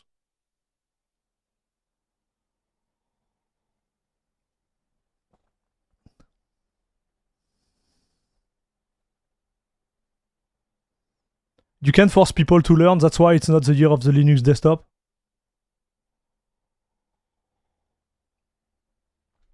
Do whatever you want, but within the confine of the law. Yes. Yeah, okay. Like I was, when did you start using Linux? I started using Linux just before the launch in alpha of Debian.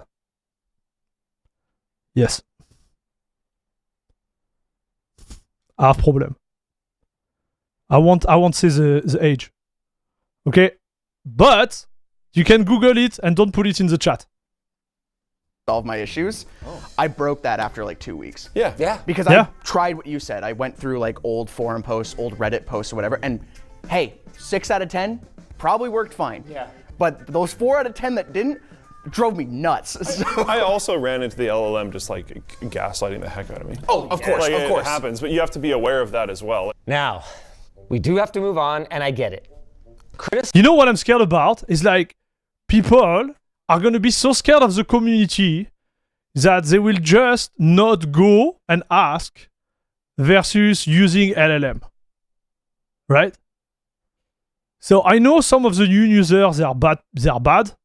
Like when I say they're bad, like they're not polite, they don't understand the sense of community. They just come and they think you are like us. We are their own like personal LLM for whatever reason. But still, I still believe that community is stronger than LLM. Okay, just the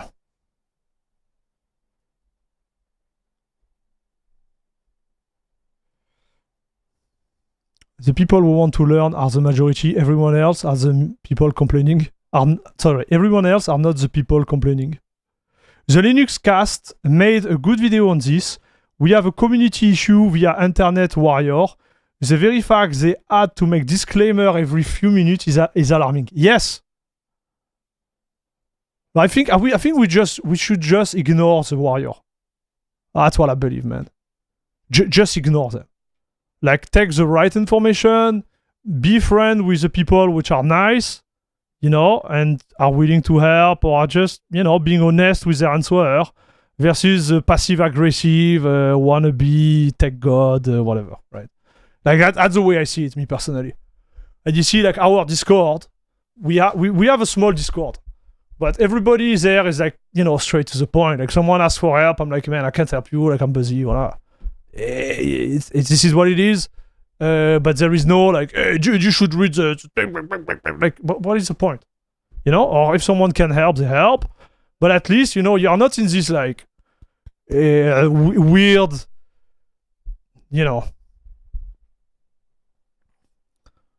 like weird vibe. You know what I mean? Like it's like, yeah. In order: manual/wiki, LLM, forum/Discord and then ask. Yes, I agree. I agree with that. That will be the best. Definitively. There are many nice people in the Linux community, but unfortunately, loud and unfriendly minorities that ruins it. Yeah, it's always the same, man. Always the same. And honestly, like, me and others, we all have been like guilty of sometimes switching side because you are so tired of like sometimes like the comportment of new user or even people within the community, because you try to do it nicely and you say like ta ta ta ta ta, but you see like it doesn't register, so then you become like more aggressive because you're tired. Me, I've been there, dude. Like I want to be transparent. We all have been there, but yeah, there is a lot of fanboyism in the community. I think we should be, all of us, like more self-aware in general. But anyways, my 2 cents. I see too many like fan club, you know? It's like the Fedora club versus the Arch club versus the CachyOS club, and we do the thing better there, and blah, blah, blah, blah, blah. I'm like, come on. Grow up. It's all the same code. Everybody benefits from it. Voilà, but you prefer typing IPT versus Pacman. You want more, you know, well tested package rather than the other one. It's fair. Is it better than the other? I don't know. But we don't need to prove a point. Who cares? You know what I mean? Anyways, you get the idea. Sizing Linux feels a little bit like walking outside on a crisp autumn day to discover that some kind neighbor has raked all the leaves in your yard. Then tracking down that neighbor and explaining to them that you would have done it differently. No, man, no.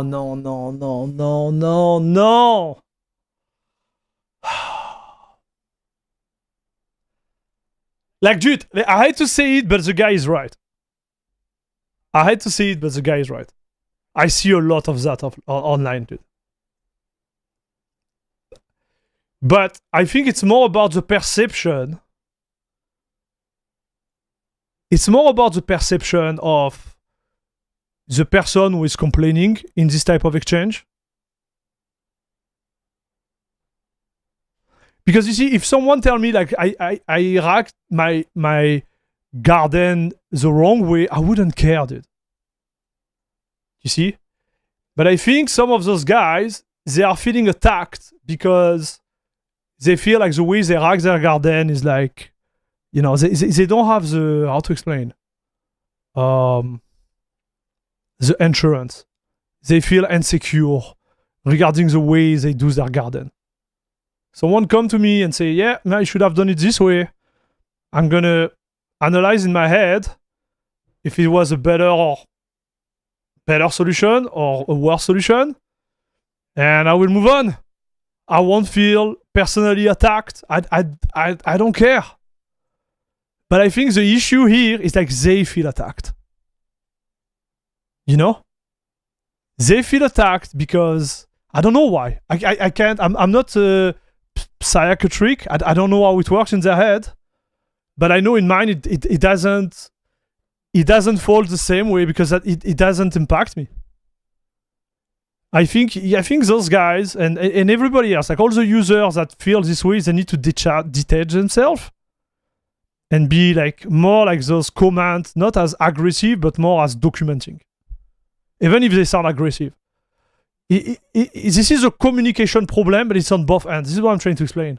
It's not only on the side of the guy who tell like what should be done. It's more like also on the side of the guy who takes information. You know what I mean? And I think, and I do believe like, and this is just my personal opinion, okay? I think for someone like Linus, it's really hard to take some type of remark.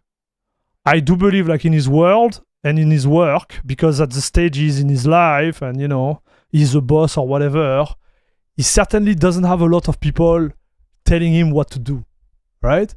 So he's kind of lost there. I'm just saying, I just my guess, right? And that's why he take it this way.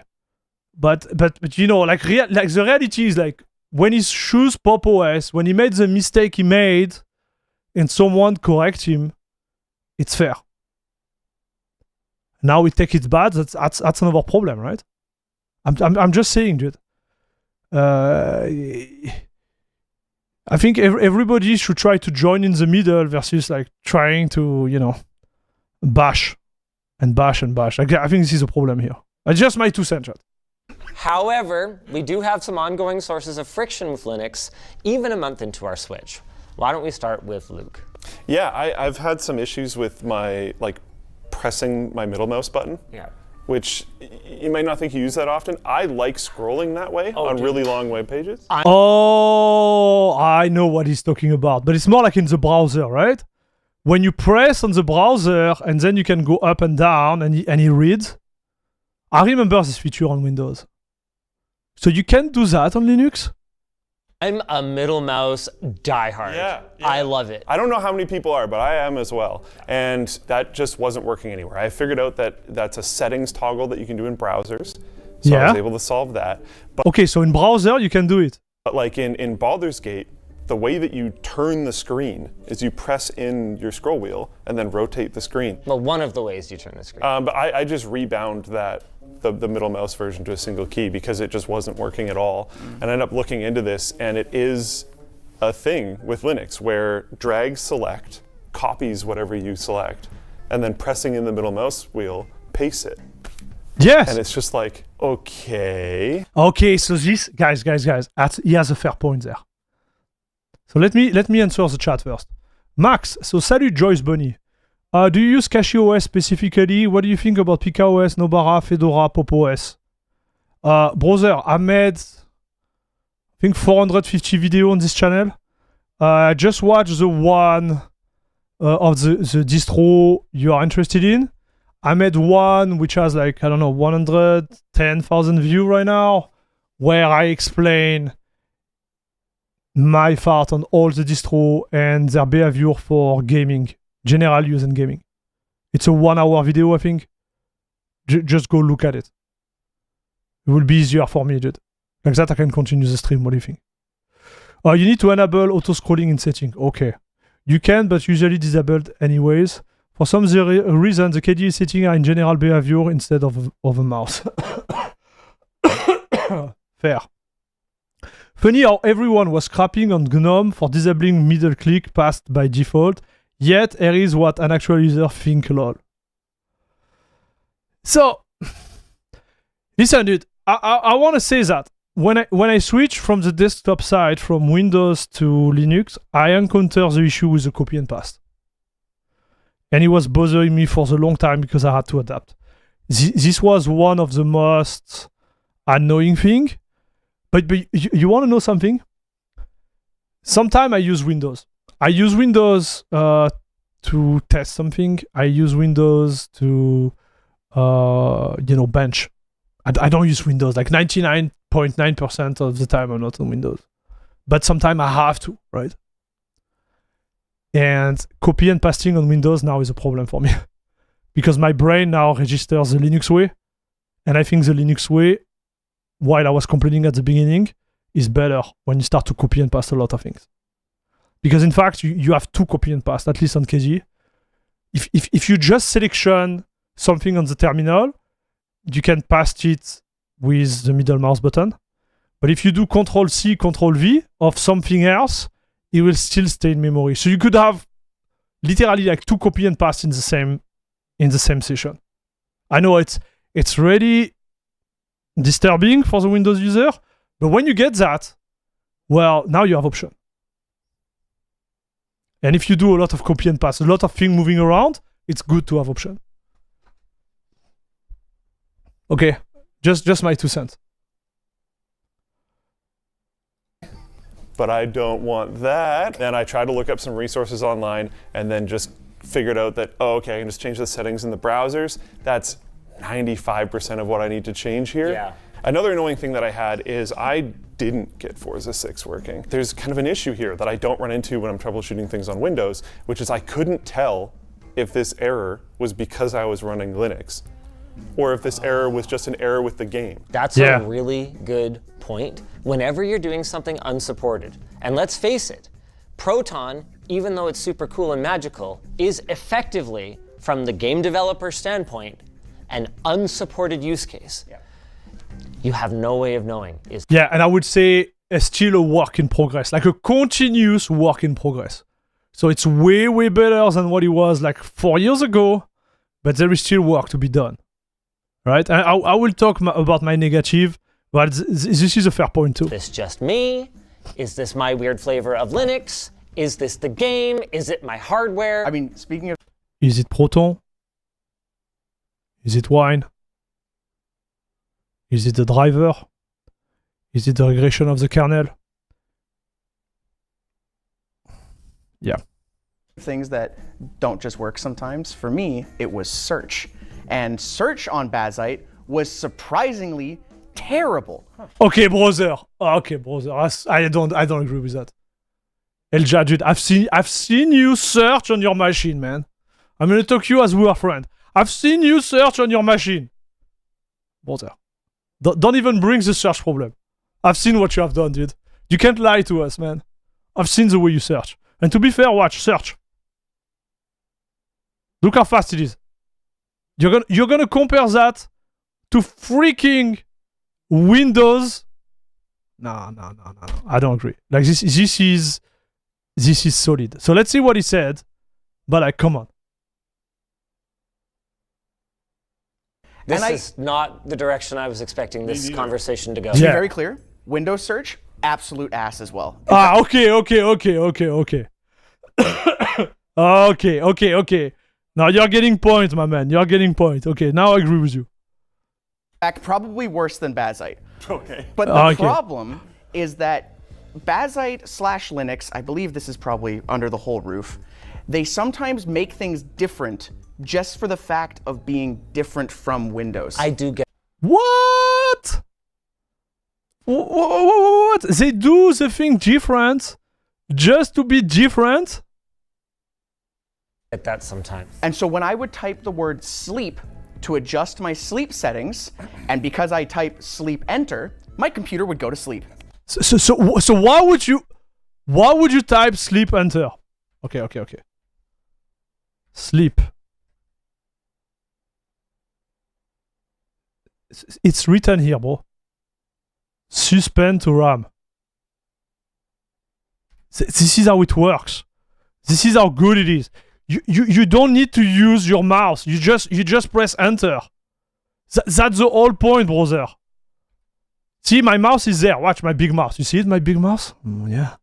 Do you see it? Okay, I stop. But look, that's the point. You type your stuff. You press enter. This is the whole point. This is why it's so freaking good, dude. So if you type sleep, guess what? And you press enter, it's gonna be exactly the same. So if you want to change the settings, you go in settings, here, and then you type sleep, and then you have it, dude.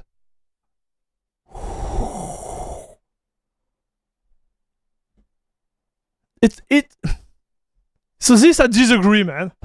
I am sorry, this I disagree. I disagree.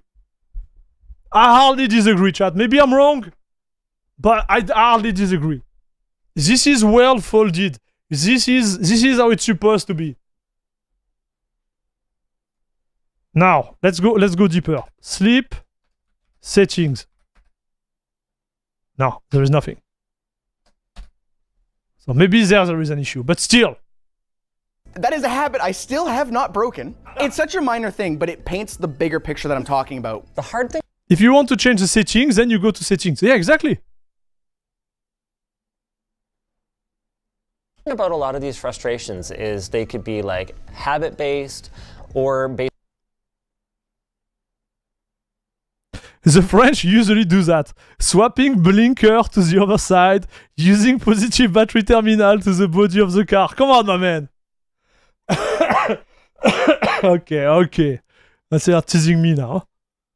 To be fair, the search can work differently, a bit based on the launcher you are using. Pretty sure there is a way to configure what show in search, and I bet you can remove the power option from it. If I type sleep, I would expect it to go to sleep. Yeah. Because this, I think, man. Okay, so this I think is important. It kind of shows that some users, they still think the Windows way and they don't want to change. And they say it's annoying. But if you are happy on Windows, stay on Windows. I'm going to be rough there. But you can't expect Linux to be a copy on Windows. You can expect Linux to improve, has better UI and stuff. But I don't think they do that because they want to be different. They do that because, in my opinion, and certainly in their opinion, like this feature make more sense. You can't just search a settings in the search bar. It doesn't make sense, man. I'm sorry, but it just doesn't make sense. It doesn't make sense. Oh yeah, you know what? I want to change the background of my color of Alacrity. But you know what? When I do that, it just launched Alacrity. Ben non. No. No. If you want to change the setting of Alacrity, you change the setting of Alacrity. You don't do a search of setting of Alacrity expecting it to change. I don't know, man. Maybe I'm crazy, but like... I don't agree with this take. Based on just I don't agree with this take, chat. Citroën was the worst to work on. Man, I like Citroën. You know, they had this car. I was not born, but I heard about it. Citroën had this car, they made a partnership with Maserati. I think it was, yeah. And they created the fastest, most powerful car ever made. It was like 50 years ago or 60 years ago. I read this article. I was like, dude, it was called SM. I think it was, yeah. The best car ever made, dude, for the thing. It was a piece of art, dude. We French do good engineering. After, is it bad to work on? Yeah, maybe. maybe sometimes it's complicated. But I think like Bugatti is French too, no? Dude, we have good cars, man.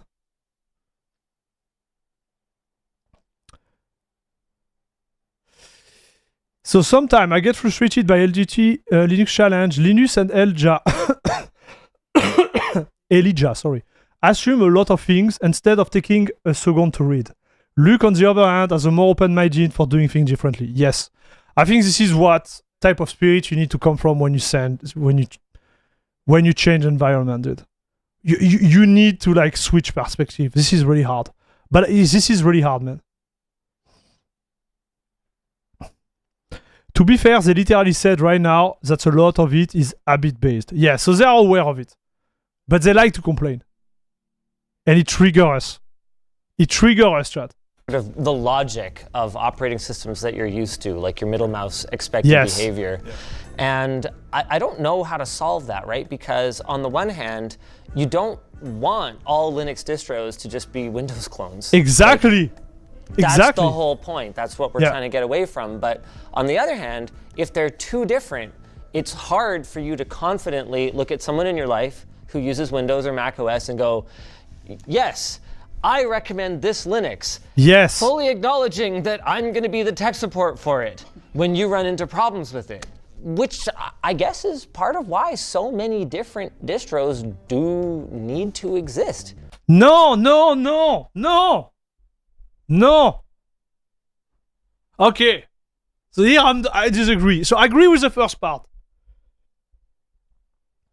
Okay, so I agree with the first part when he said that the gap, you don't want to be a copy of Windows. We already talked about that.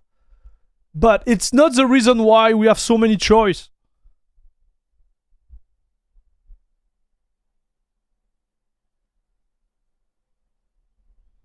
This is not the reason why we have so many choice, chat.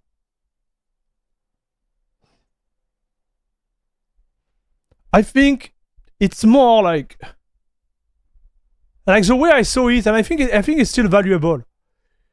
When you get, man, this one is hard, but like when you get a different flavor of a Linux distro, you get the vision of the maintainer. This is what you really get, right? And you get the vision of the distro which is under the hood, right? This is what you get. But it has nothing to do around like the UI and UX, like user experience in general. Because the apps are the same on the distro. This is my point, right? You just change what is under the hood. You don't change the overall experience. Like this has nothing to do, like in my opinion. This is so different, right?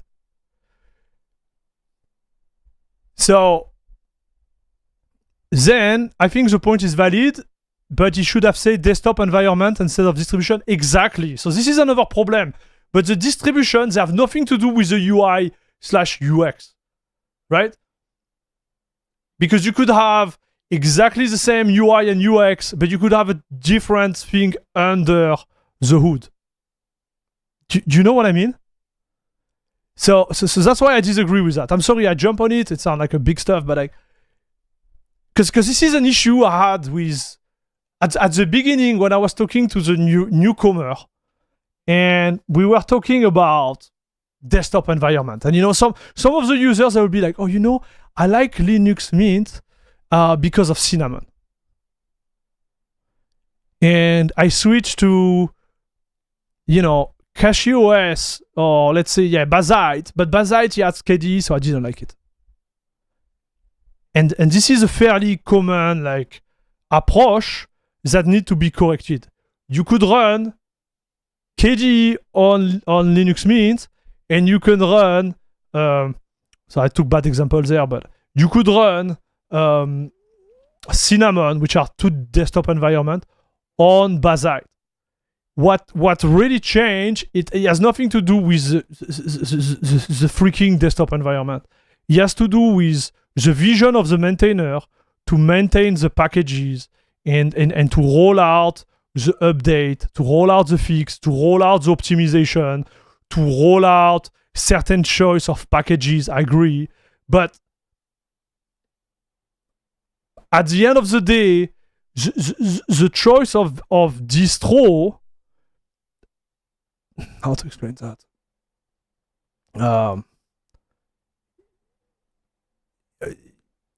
Is important for the backend, not the front end. Okay? I don't know if it makes sense, but like you are not solving the user experience issue by switching distro. That's the point. This is what I'm trying to say.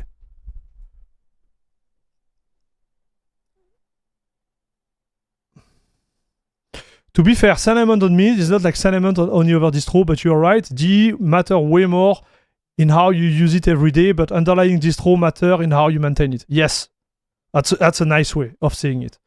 So everything is not black, everything is not white. There is always a little bit of grayish, but this approach here, you know, the newcomer, they should. No, we need to teach them or show them that the distro is not just like the DE and the theme. This is what I'm trying to explain. Even if that itself may continue to be a pain point for Linux and for me in particular. Enter any Linux distribution conversation and you will find at least half a dozen people who are confidently declaring that their one distro to rule them all would have solved all of your problems, and it'll be half a dozen different distros. Yeah, this is wrong, Chad. You know, this is wrong. I think there is a bunch of distro for each specific use case. That's what I believe. And when I say a bunch, it's like 5 or 6 for each specific use case, each specific hardware, and each specific user, right? So you mail those 3, and then something come out, right? The problem is that some of those commands, I don't even want to read them. they are blindsided because those guys, they try their distro, they fall in love with the distro, which is fair. They have a specific hardware and they try to project their experience on someone else. I've been doing that, dude. And then I realize it's way more complex than that, because what could work on your hardware might not work on someone else's hardware. You can have, like, this is the complexity, I think, of Linux. And it's not related to the distro itself, it's related to whatever usage you have and whatever hardware you have. This is so complex, chat.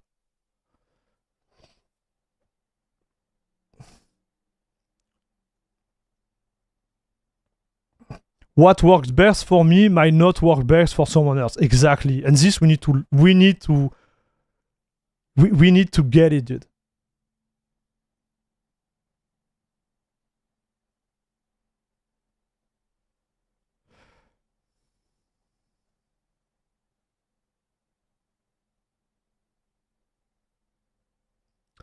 I have a RX 6500 Ryzen. Can I install a GT 750 Ti? And achieve my OBS and codec there for smoother streaming? Yes, you can. Just install the old driver, right? Not the new one for NVIDIA. Good luck, brother.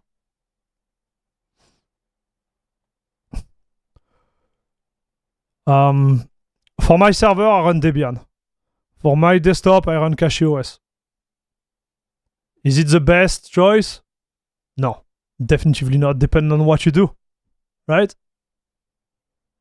My experience might not be your experience, your expectation. And as a user, we need to respect that. Because you see, like, they suffer from it.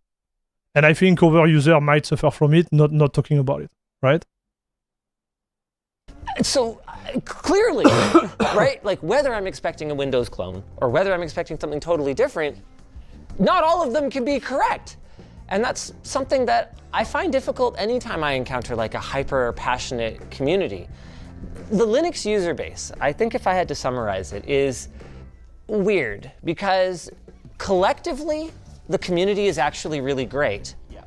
And individually, they're really great. No. Come on, man. Tell us the truth. Tell us the truth. Tell us what you think, Linus. Usually. But it's like the little cliques, the little tribes that... Yeah, okay. Okay, he's right on that. I didn't explain it that way before. But yes. I agree with this. I agree with this, chat. I don't know what he's going to say after, but...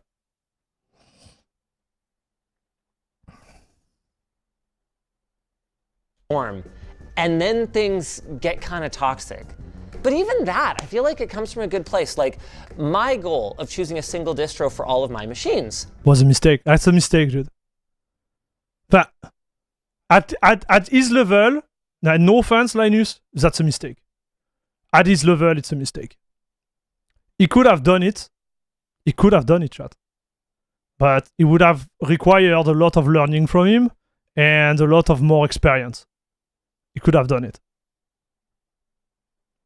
Was probably a mistake. And the people berating me for not choosing their better distro, the only reason they were going at me was because they wanted me to have a good Linux experience. Yeah, that's fair. It is just the way we exchange there, right? Because we are so passionate, and the way they get the information, as I said earlier, this is why you have a problem, right? He could have done what? He could have had one distro for everything, right? But he was not Pop OS. You can do that if you know how to build it, I would say, like almost from scratch, right? So we have a user here, Dan, who is using Arch as a server, right? You can run server stuff on Arch, but to do that, you need some knowledge. Running Arch on a server is harder than running Debian on a server. Harder. It requires more attention. It doesn't mean it's more stable, less stable, faster, whatever. I'm just talking about maintaining that and understanding what's happening. It requires more time. Right? So at a level of someone who just enter like the Linux world, requiring them to run, let's say, CachyOS on 3 different machines, and being able to optimize CachyOS as you want, and what it's too the level of learning and knowledge is just too high. So, you want to run a gaming experience, solid experience on your portable device. Well, install Bazzite because it's just easier, and it does the job. Like, it's literally built for that. Could you run CachyOS on it? Yes, you could, but then it's, you have more update to do. You have to follow the package stuff. You have to make sure blah, blah, blah, blah, blah. You have to know what you're doing, right? You could run Arch on it, no problem, but it's just more work. So the idea of like having one distro, which look, I don't know, maybe interesting on paper, become a quick nightmare because the distro it chose was not made for that, right? Like the intent, the way it has been built was not for specific usage and specific hardware. So it become a problem. You cannot install Pop OS. Well, maybe you can, but like on a Steam Deck without having some serious knowledge. You know what I mean? And this is a problem. They have expectation they are not able to fulfill. And they hit the wall and then they are not happy. You know what I mean? Like, and this, I think, might not be clear enough in this, and it's not their fault. It might not be clear enough on the incredible amount of choice they have. Right? The LLM is not going to tell them that. Right? There is my video, but I guess they don't care. You know what I mean? If you don't have the info, it's harder because you're going to have to find the info for yourself and you're going to waste time. Not the right way to be welcoming. Well, you have to listen to, Jude. You can't install all the distro, the same distro on all your piece of hardware if you don't have the base knowledge. That's a reality. You can do it, but it's going to be way harder for you, brother. That's all. I have one last gripe. He's upset, Display but capture in Wayland.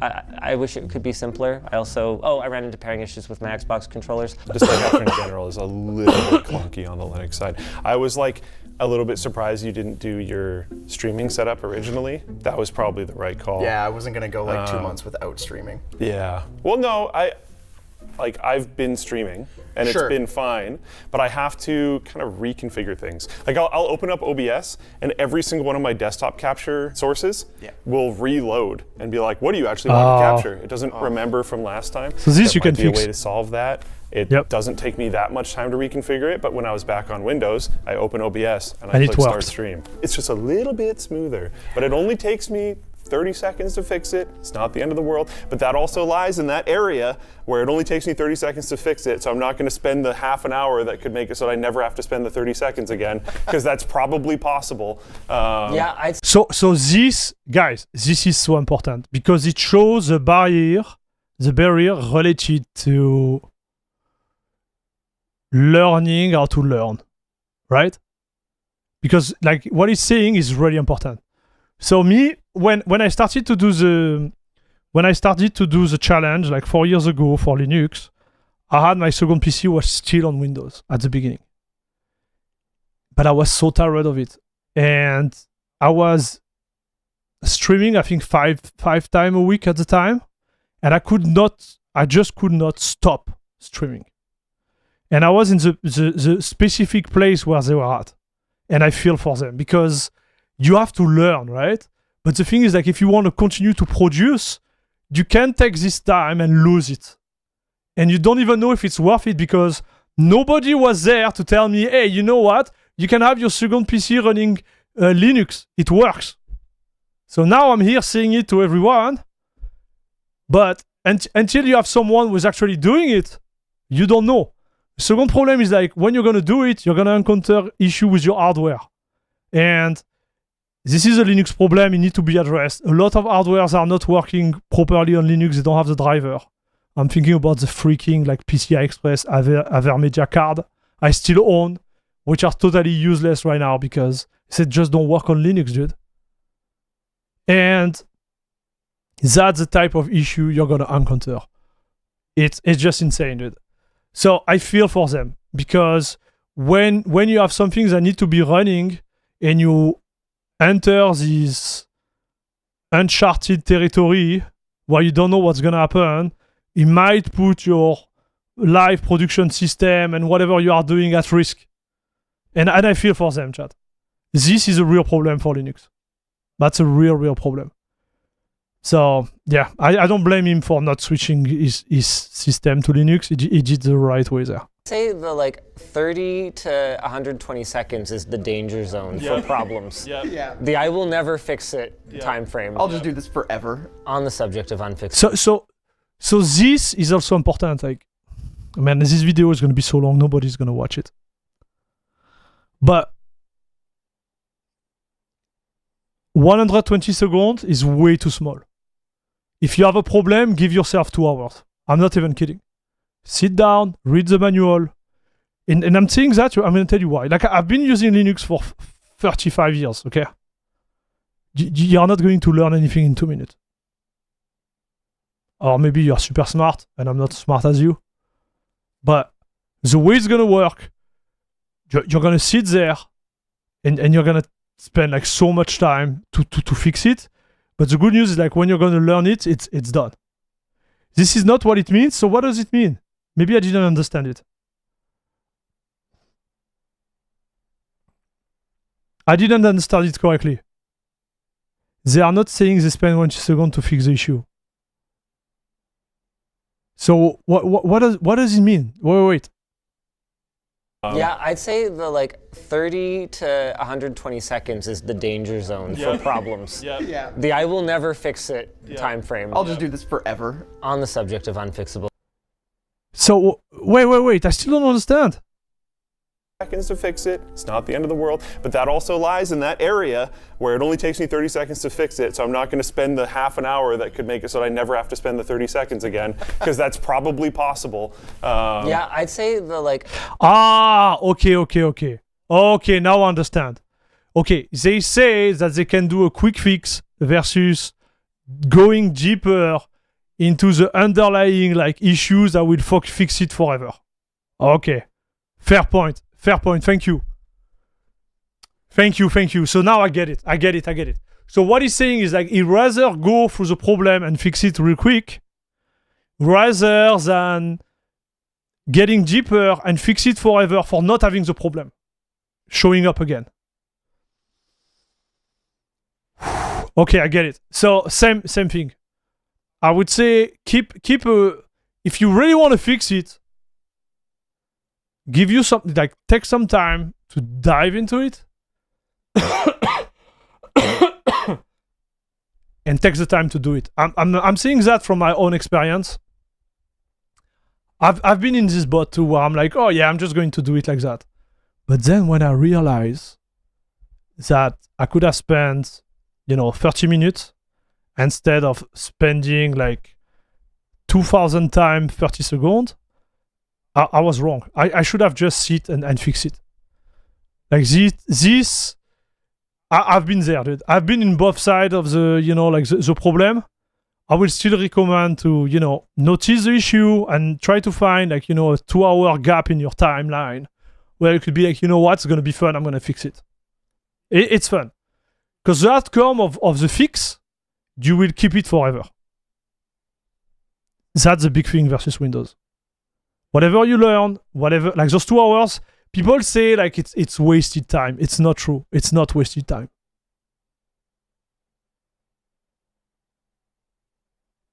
It is not. It's wasting time where you think you are gaining time, but you don't. 30 to 120 seconds is because those 30 and 120 seconds, they start to add up. The danger zone for problems. Yeah. The I will never fix it time frame. I'll just do this forever. On the subject of unfixable. Yeah, Elijah is like, no, I don't care. I don't want to dive in it. I can see him, dude. Things. There was one final gripe for you, I believe. Yeah, it was some software. The Proton compatibility layer has made incredible progress. Even actually during our last couple of months, it's improved a lot. Yes. but it can't do anything about developers who block their games on Linux. Oh, yeah, man. Yeah, this is fair. That's gonna be a fair point there. And there was one gaming experience that was really negative on Linux, but only partially because the game itself didn't work. You see, I was really excited to play Marathon. Wait, shush. I was excited, okay? I don't care what you think. Deal with it. I don't even care. I was just gonna say, there's no way he. So this I feel, dude. This really sucks. So I had the same approach with Battlefield 6. I was really keen to buy it and play with it. You know, when you are hyped for a game, and I know it wouldn't be working on Windows, but at the end I just didn't buy it, man. It kind of like frustrated me, chat. But I felt like now I'm going further than that. I'm like, you know what? You don't support Linux. It sucks because I won't be playing the game with my friend, but I'm not doing it because I'm just tired of supporting this microslop endeavor, chat. I'm just tired of it. So let's see what he say. I wouldn't say, you see, like if you really want to play Battlefield, I would say just install Windows. Me, I don't want to do it. It's my personal fault. But I wouldn't say to someone like, boo, you're supporting Windows, you suck. No, that's my fault, right? But I don't think the person sucked because they want to play. It's just me, I didn't want to do it. Doesn't mean that it's wrong being willing to do it. You know what I mean? He's played it. Yeah, There's no way. Anyways, we started this challenge literally 2 Oh, no. days before Marathon So I couldn't came out. play the game. And of course, it has kernel level anti-cheat that does That not sucks work for him, on man. Bazite. And I was really bummed out, and Yeah. I kind of just ended up venting about it online, and I was shocked at the number of people who As an old budgie fan, I will tell you that you aren't missing much. So, yes. Be happy, Linux saved you from playing a shitty game. Looks like it's a game I will never buy then. I feel like slop, I don't worry about it. The thing you do for content, I applaud you, sir. The problem is looking forward to play Marathon. Oh. Nothing of value lost. So here it's again. I don't see anything bad, chat. I think most of those comments, they are kind of like ironic and be like, hey, you know what? They try to help him, I think, through the experience. Be like, hey, you didn't miss that much. But I understand his frustration too. But I don't see like, I don't know. To me, it's not that negative, man. Maybe I'm wrong. I don't know. Let's see what he says. responded with levels of copium that can only be described as delusional. I don't agree with his take. The game was trash, man. Like the game is literally trash. I understand you want to play it, but this is not copium. Like the game was trash. Is it even like people are still playing this game? Okay. Now I'm curious.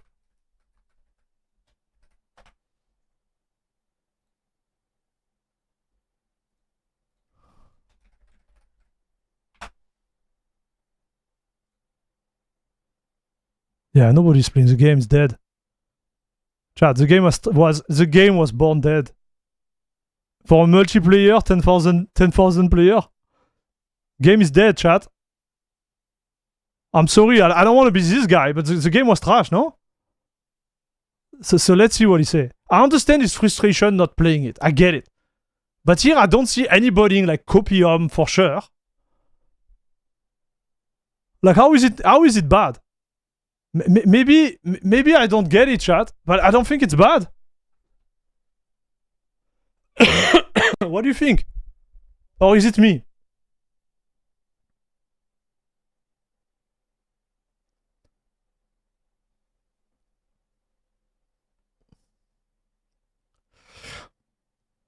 I don't appreciate the fact that they are stopping him from doing what he wants. But they are not.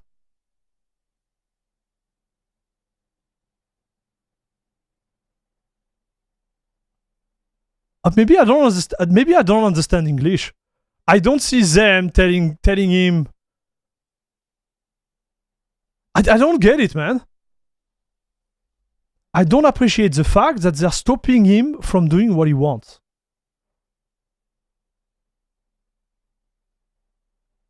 They never say don't buy the game or whatever. They just say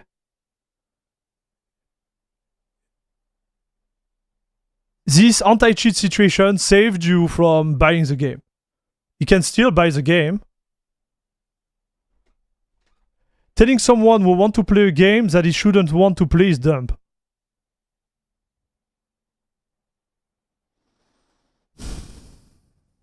But did they say that?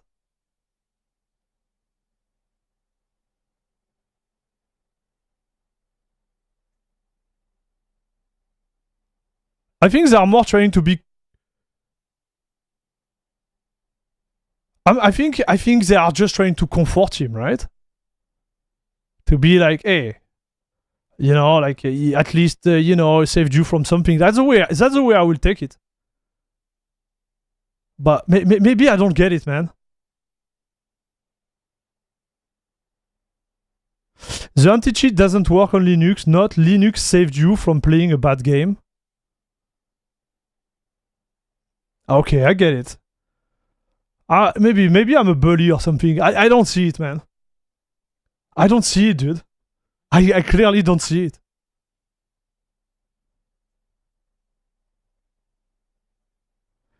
Like the way I see it, they are like trying to comfort you. Like, you know what? You are in the challenge. It sucks. You can play the game you want, but at the end, the game is still not worth it, anyways. You know. But that's the way I see it. It's like they're judging the choice he made.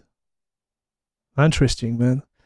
You know, so, like this kind of worry me. Like this is just a little like in between coma chat, because sometimes I feel like I say stuff, but I don't really mean them. I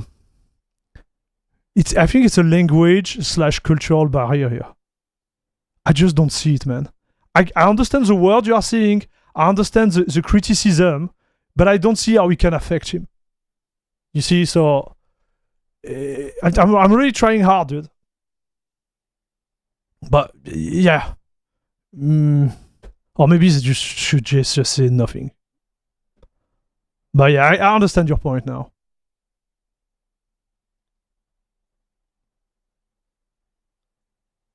This one was kind of judgy. The problem is looking forward to play marathon. Yeah, this one is bad. Like, I agree, this one is bad. This I agree.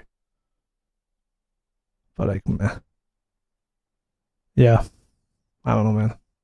Or who directly messaged me telling me to stop hamming up this drama so that way I could make Linux look bad. Okay, so this is bad. There is no drama. Like, it's a fact. The game doesn't work on Linux, and if you want to play the game, just install Windows and it's fine. You buy the game and you install the game. Right? Like, to me, it's a you know, it's good. Just go buy the game. And like me, I would never judge someone because they run a game on Windows. Like, it's a fact. The game doesn't run on Linux. It's all. Like, there is nothing looking bad. We move on. Yeah. Why do you hate Linux, Elijah? It's all my fault. And right? hot dogs. I love hamburgers. And hot it's dogs, a big yeah. problem because most people will not switch to Linux unless those games are working. So this is a And problem. devs I agree aren't with going that. to prioritize the Linux development, you know, if people don't switch over. Yes. I don't know the solution for this. So this is the circle of the snake that eats his own tail, right? How do we solve the problem? How do we stop the problem? But it's still eating his tail. And nothing exterior kind of like breaks the cycle, right? So, you know, 4 years ago, the problem was nobody wanna make their game compatible to Linux because nobody play on Linux. But you see, Valve came in, and now the problem moved from we can play game on Linux to we can't play certain anti-cheat game on Linux. So you see the evolution, right? So the solution for me will come from a player base, a product, which is gonna involve first NVIDIA, and it's gonna be also widespread. So why do I say NVIDIA? I think NVIDIA right now is a cornerstone for Linux deployments. I think we need to arrive at a point where those drivers they are equal to Windows, because 95% of the users are still using NVIDIA card.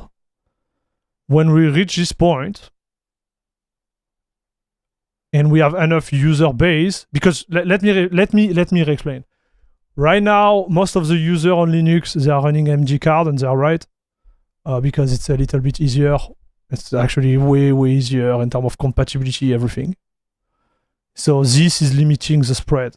This is limiting the spread because the amount of user running AMD is pretty small. It just represents 5% of the market.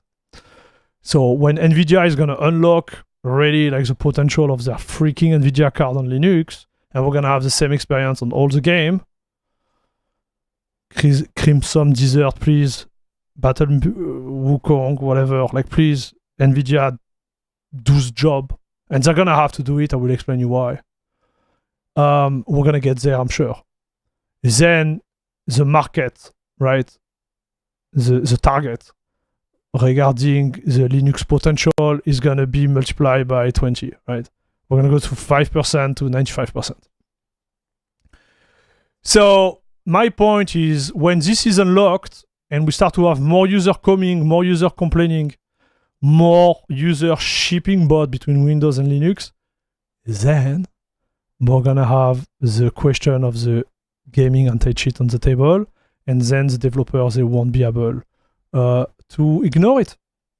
Exactly what happened 4 years ago, chat. That's the way I see it. So why NVIDIA is gonna push the NVIDIA driver? Well, they started 6 months ago already hardcore. So they started 4 years ago, but now, like since the last 6 months, they have been all in. They have been hiring people, they have been pushing in every direction. And why are they doing that, chat? Because they have the Spark lineup, which is gonna be I think their end game for consumer. Sadly, but this is what it's gonna be. And the target for those products are people who are developing, and most of the people who are developing are on Linux. So this is the reason why we're gonna get there, dude. That's my belief, chat. That's why they hired all those engineers. That's why they did all these things, dude.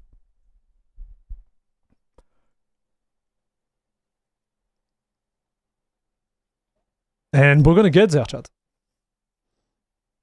But isn't Spark laptop Windows only? No. With Prism and their prop cap? No. It is Windows right now, and but most of the users they're gonna ask Linux support. There is no way, dude. There is no way.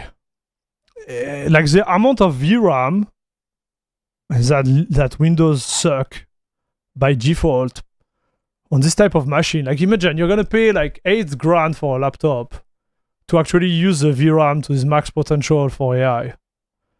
Even if you have like 2 gigabytes for the freaking operating system, and I'm really into AI those days, so I can talk about it. The amount of context, the amount of like actual raw power you are getting sucked because of freaking Windows is out of this world. So I'm telling you, those users are gonna ask for Linux support. They know about it, and that's why they are pushing. You will see. So that could be one thing. The other thing is like we could have maybe in the future a chip for a gaming console which is just ARM and NVIDIA. Maybe Steam is gonna go that direction, you know, with the Steam Deck. Valve is gonna go in that direction with the Steam Deck, maybe with the ARM NVIDIA chip. It could be. We don't know, but you have to think that it could be really like it could be something. So I think this is what is going to save us. if we don't reach this parity with NVIDIA, I don't see it happening, chat. I don't see it happening. But I do know that staying quiet and pretending it's not a problem isn't the solution. Yeah, you just didn't want to play that game. No, I'm gonna get loud because I'm gonna put pressure on developers. Yeah. And the good news is that more games work than don't on Linux, and I know both. But the problem, even if we are loud right now, we are not enough. I think if we start to get loud, when in a world where we're like 15% of the user, like 10 to 15% of the user, now we start to play on their bottom line. Because what it means that they have a reaching market which is just shrinking by the day, and 15% on the bottom line is going to be huge, and this is a problem. And because all those companies, like every company in the world, is cash oriented, they're going to have to adapt or reduce profit. And I'm telling you, those investors, they don't want to see the bottom line shrinking. Bad news. Myself and Elijah have been trying more games because of that. Like sometimes I'll be like, oh, does that work? And it's kind of exciting to even launch it. There's so much to explore both in the ecosystem itself and in the game. So this is more like the consolation prize, right? Because you're gonna rediscover games that you didn't play for whatever reason. Fair. But I think the real issue is moving forward, fixing those 2 points, NVIDIA driver and kernel anti-cheat. When it's done, we're going to be solid. It can be really fun. Like, in a way, I do see where people... The AI boom has been helpful in NVIDIA starting to prioritize Linux. Yeah, but he is right about that, but they prioritize Linux server, right? To run a server with NVIDIA, you don't need a desktop environment. So the drivers have been way better. They have been continuing to, develop CUDA and stuff, which is really working well on Linux. Like this is mainly what they use on it, but they don't have to get involved in the rest. But the truth is, like, they have been involved in the rest for the last 6 months now. There is a real need to develop the desktop side, not the server side. Because they could stay in statu quo and still sell as much as they want GPU. Most of the GPUs they sell right now, they are not for consumers, they are for company. And the companies are running servers. They are not running a freaking 5 tons server full of like 250 H300 Linux graphic card with 250 gigabyte of VRAM each on a freaking desktop.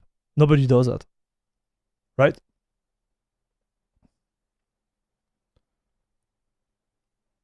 Team, have a good one, brother. Salut Inactive YouTube. Isn't RTX Spark similar to GGS Spark with Ubuntu? Yes, it's exactly the same. It's the same base. But my point is that they didn't announce the Microsoft product. Sorry. They just, on the RTX Spark, they just announced compatibility with Microsoft and integration with Microsoft. But we all know that most of the users are going to be using Linux on it for the reason I mentioned.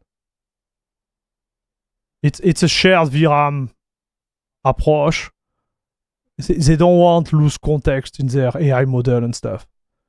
Most of the users are going to be running it on Linux if they don't want to lose hardware capability. I have an NVIDIA card on my server and AMD on the desktop. Yeah, that's the way to go, dude.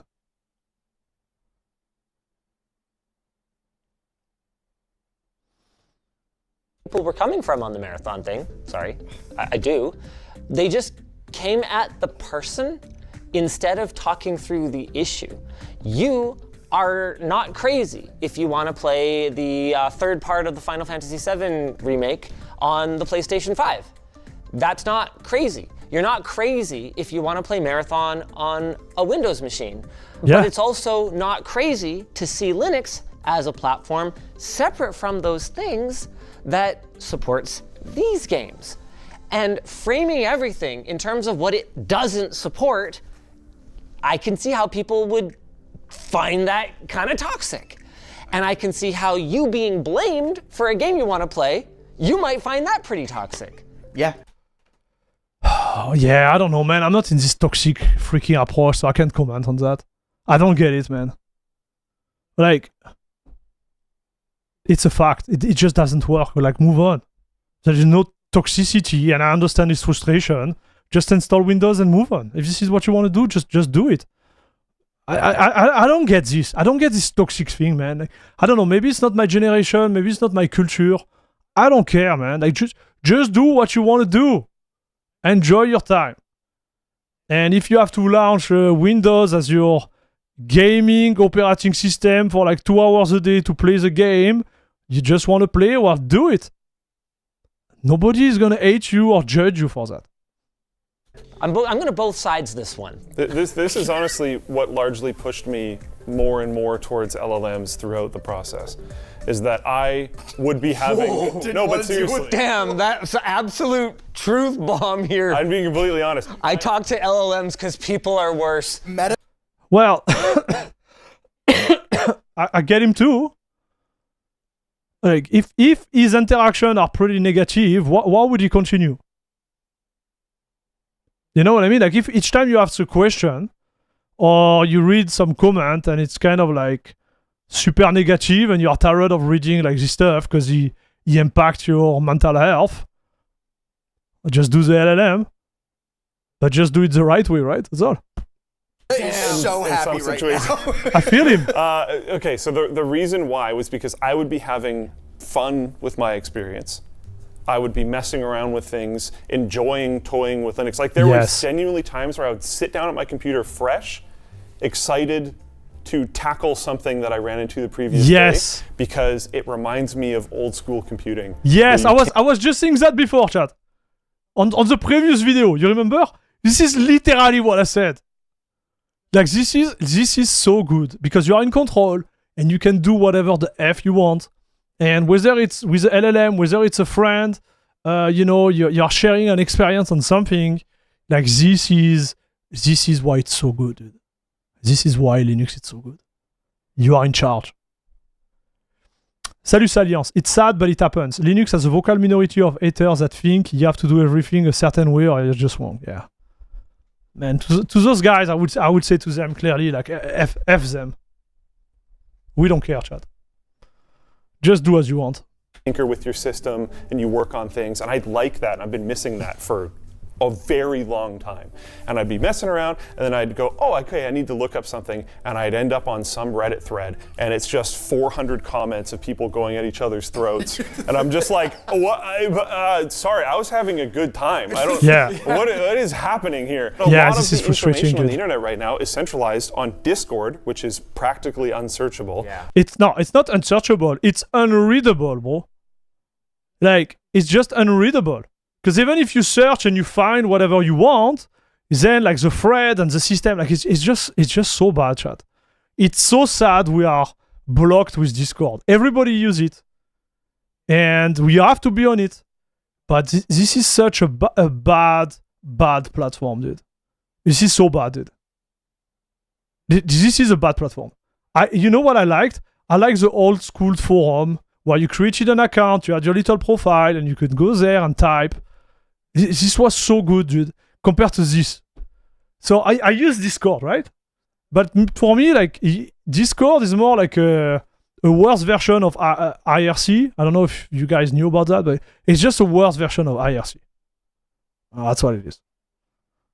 Like, it's they put a little HTML, like a CSS there. They put free topics, and voila. It just sucks, man. Anyway, it's just my 2 cents. I hope we're gonna have an alternative one of those days, which is, you know, not Discord. IRC, I still use it sometimes. It was so good.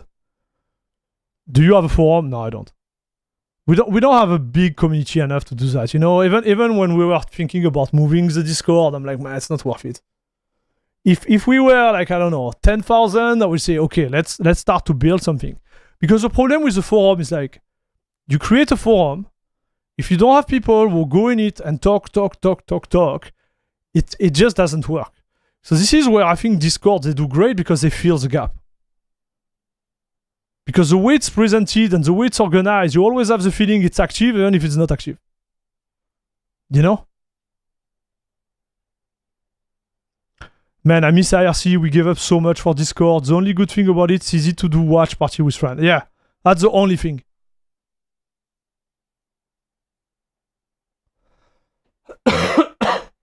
Yeah, anyways. Or Reddit, which is... I think Man, Reddit, I got burned on Reddit so bad, dude. I have one account, I don't even use it. And I went into, like, to comment something, and one guy, like, just tackled me so hard, bro. I was like...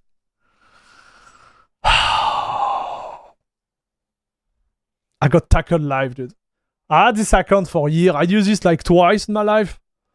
And then I commented on something about my video. I don't even remember what it was. But I got tackled, and I was like, bro, like, what's the point? And I can tell why people, they get upset, chat. On the other hand, the more people there will be, the harder it will be move them somewhere else. Yeah, that's the problem of Discord. Everybody is there. Cyberbullying? Yeah, I don't care about cyberbullying, but I was like, whoa. Like, I'm pretty sure this gentleman, he wouldn't have said that to me in my face if we were, like, you know, in the same room. Or at least not in the same tone and whatever. But, like, yeah, let's go Reddit, bro. Currently flawed.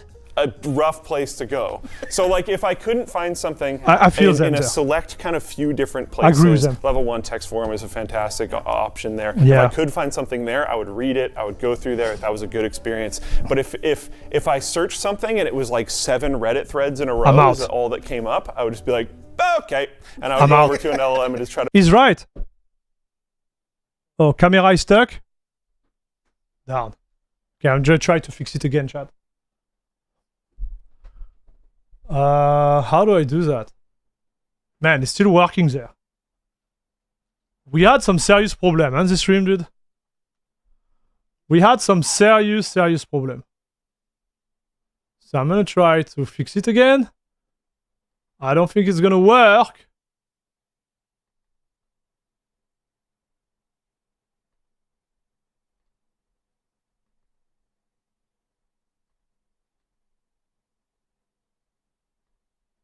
Ah! Guys, you're looking so good. You're looking so good, chat. I just want you to know. You guys are the best. Okay, thank you. Do you use Linux professionally as well? No, I don't. But I would say I have a little bit of knowledge. Actually, in my previous life, yeah, not now, but previous life, yeah, I did use it professionally, as you said. Well, it's pretty wide, right? It's pretty wide statement. But you know, lately I've been thinking about doing this type of things. Do you work in tech? No. My background is marketing. But since I was like in my early teenagers years, I've always been passionate by computer and software, especially Linux. But I never took this path because I didn't feel like I wanted to work in that. So I took a different path. But it's funny because now everything is software. Everything is Linux, in fact.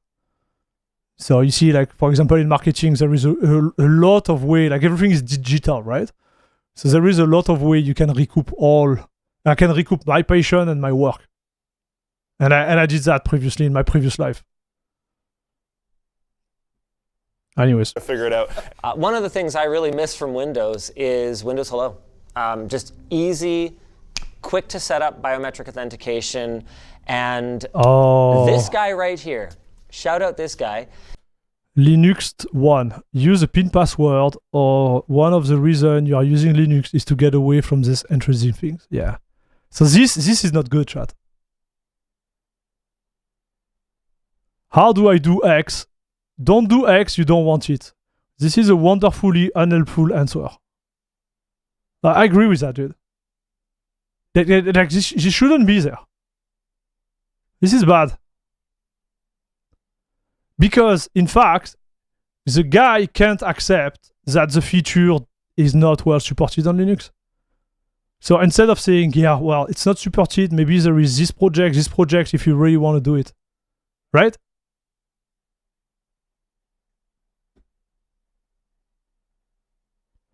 But kinkier, I don't know what it means, but good job, Anto. Is a classic example of the kind of toxic non-answer that is going to end people's personal Linux challenges. I do. Well, like, it's not going to end them, but they're gonna think that all of us Linux users are a bunch of dickheads, right? You know what I mean? Do want facial login because I like the convenience. So you want facial login? This is not your choice. This is my choice. I found that attitude as well sometimes with people telling me I don't want to do certain things or I should have these as solutions instead. For example, when I complained about not playing PUBG in part 1, do you know how many people commented saying, hey, use GeForce Now? And I'm like, dude, I'm trying to get...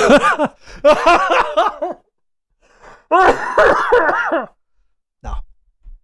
Don't use GeForce Now. But you do what you want, okay?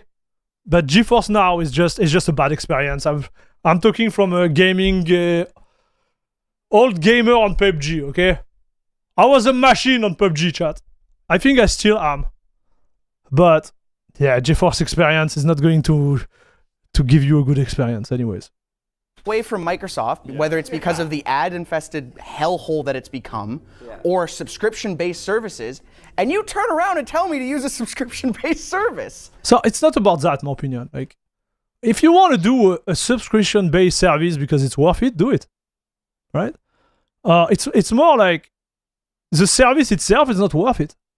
For competitive gaming, we did the test. Like, you can search on my channel. Like, the GeForce experience for competitive is not good. So for other game which does not involve like latency and high response type of experience, it's fine. But for competitive, no. Simple as that, dude. Like, excuse me? Hey, I meant to check in with you. Yeah. My non-native Teams app actually worked really well for me the whole month until the very end when I ended up in a login authentication loop that I couldn't get out of. And that happened to be when I was reformatting to Windows anyway. But I was wondering, how did yours end up working? Mine ended up improving pretty significantly over the course of the challenge. So we had opposite arcs. Nice. Wow. Most of my issues with it, I think, really are just Teams.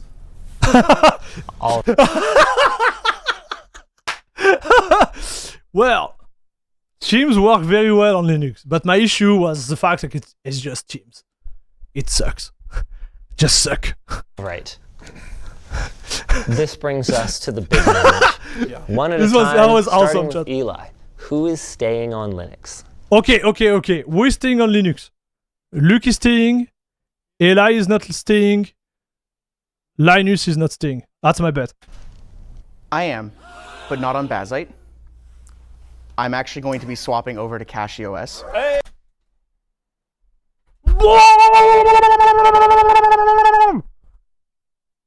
What a shot, chat.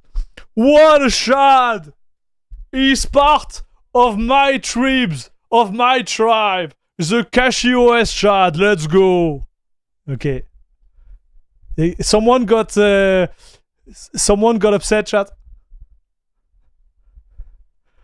Okay, I stop. But that's good. I think he made the right choice there.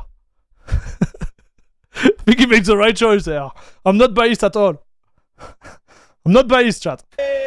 Immutable operating system ended up coming back to bite me in the butt a little thought more that might be a in the problem. later half. Yeah. Saying that, I am going to be dual booting. Yeah. I'm going to be trying to make Cachy my primary. Yeah. But as someone who wants to stream the latest and greatest games, I can't have it be an issue and a block to not be able to play Marathon. So, is it showing... I think we played that. Is that not 007?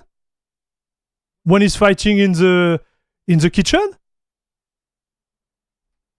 No, in the canteen? It's can't working, dude. have it be an issue and a block to not be able to play Marathon. Okay, Windows is Marathon. going to be a dedicated, basically just Steam launcher. So that way I can play some games that don't work on Linux. Yeah. This is a way, dude. Did we get a dono, chat?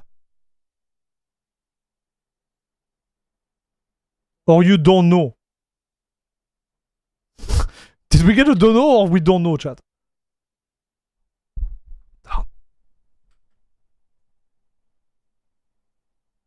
I don't know if we get a dono. I'm so confused. I can't watch them there. I don't know. Okay. I was like, okay. I thought I missed the donation, chat. Yeah, last slide, bad example on their part. Yeah, because it's working. Not sure what they decided to show games at work. Yeah, exactly. Oh, it's fine, brother. I got it. Okay, so I agree with this perspective, and I think we have a really good tutorial for secure boot setup on CacheOS. Yeah. Well, you do some video editing as well, right? I do. That would be another thing. Yeah, I had issues with video editing in part 1 and part 2. I just ended up paying video editors. Well, yes. It just sucks because DaVinci Resolve works on Linux, chat. Wait, you weren't willing to subscribe to GeForce Now, but you would hire a person as a workaround. Yeah. Maybe Hey, I gave someone a job. Maybe he doesn't use it. Maybe he use Adobe Suite. And then I understand, right? Money solve everything. Last remaining question. You said you're having fun. Almost. Is that the primary reason you're switching? Is because it's been more fun? No, the primary reason I am staying mainly on Linux is because Microsoft. This is funny because, like, at this point, it's more ideological than practical. It's funny, dude. I would love them to see the pragmatism and be like, man, I used it. It's not perfect, but it's still better than the other side. And here it's more like, F Microsoft. I'm so upset against you. Like, I don't want to deal with you. It's funny, no? When I have been actually only on Windows for the last 2 months because I didn't want to kind of give away that this is what I was going to do. My time on Windows is really frustrating. There's been a lot of moments, like Linus pointed out, where I'd turn the computer on and it would bring me through 3 or 4 prompts, and I'm just like... All full of dark patterns. Exactly. Like, I don't care about... I think this is the thing. It's like when you try Linux and you kind of like see how it could be different, and you go back to Microsoft, you're like, no, I can't. I just can't. I'm like me, I've been to phases where I was like, man, I can play Black Myth Wukong, and it sucks. I have a freaking like good graphic card, and it doesn't act as I want. And then I switch back to Windows. I'm like, oh, maybe I was wrong, right? And I stay on Windows for like 30 minutes, and I'm like, no, I was not wrong. I don't care. I'm gonna eat the deep of my graphic card. I'm back to Linux. Like, I just can't. Being edged for Microsoft Edge, like, stop it. Like, let me just play my video games, please. Yeah. So true, dude. Yeah, I'm staying, and I'm staying on both systems. So I switched my laptop over for this challenge to Mint. Yeah. That has honestly been like the biggest W. There has been zero loss. I have had zero drawback to Windows. I think it is only better. But a lot of that comes down to the use case is so simple. Yes. So again, you see, we go back to the use case, and I think he nailed it there. If you have a laptop and you are not going to play games, right? And you don't have any, I would say, like applications that require Windows, just switch. Like this is gonna be the biggest win of all time. You're gonna discover a different experience, something you never thought you will be able to reach on the same laptop you are using. Whatever laptop you are using, even if it's a really old laptop, a brand new laptop, like if your hardware is compatible too, like this is an important one, you're gonna have the best experience on Linux. Point. If you play games, more complicated. Way more complicated. If your use case is just like browsing, like do like stuff which are like aligned in terms of application, like Office stuff, this is night and day, dude. This I can't agree more with him. This is so important, dude. Yeah. I'm just sitting in a browser. Every once in a while I need to sign a PDF. Every once in a while I need to open a document. Both those things I can easily do. Other than that, I'm sitting in a browser. Every once in a while I'll be like on a plane and I want to play Slay the Spire. No problem. Okay, so yeah, to rephrase that, heavy game. All the, easy game to run, they're going to be perfect on your laptop. But again, it depends on your hardware. Like if you have one of those combo like NVIDIA graphic card and whatever CPU, that start to be a little bit more complex, right? And especially for heavy game. It's doable, but you take that in consideration. Me, my ThinkPad, all AMD, for the small game, perfect. I can play anything like heavy or medium heavy on it.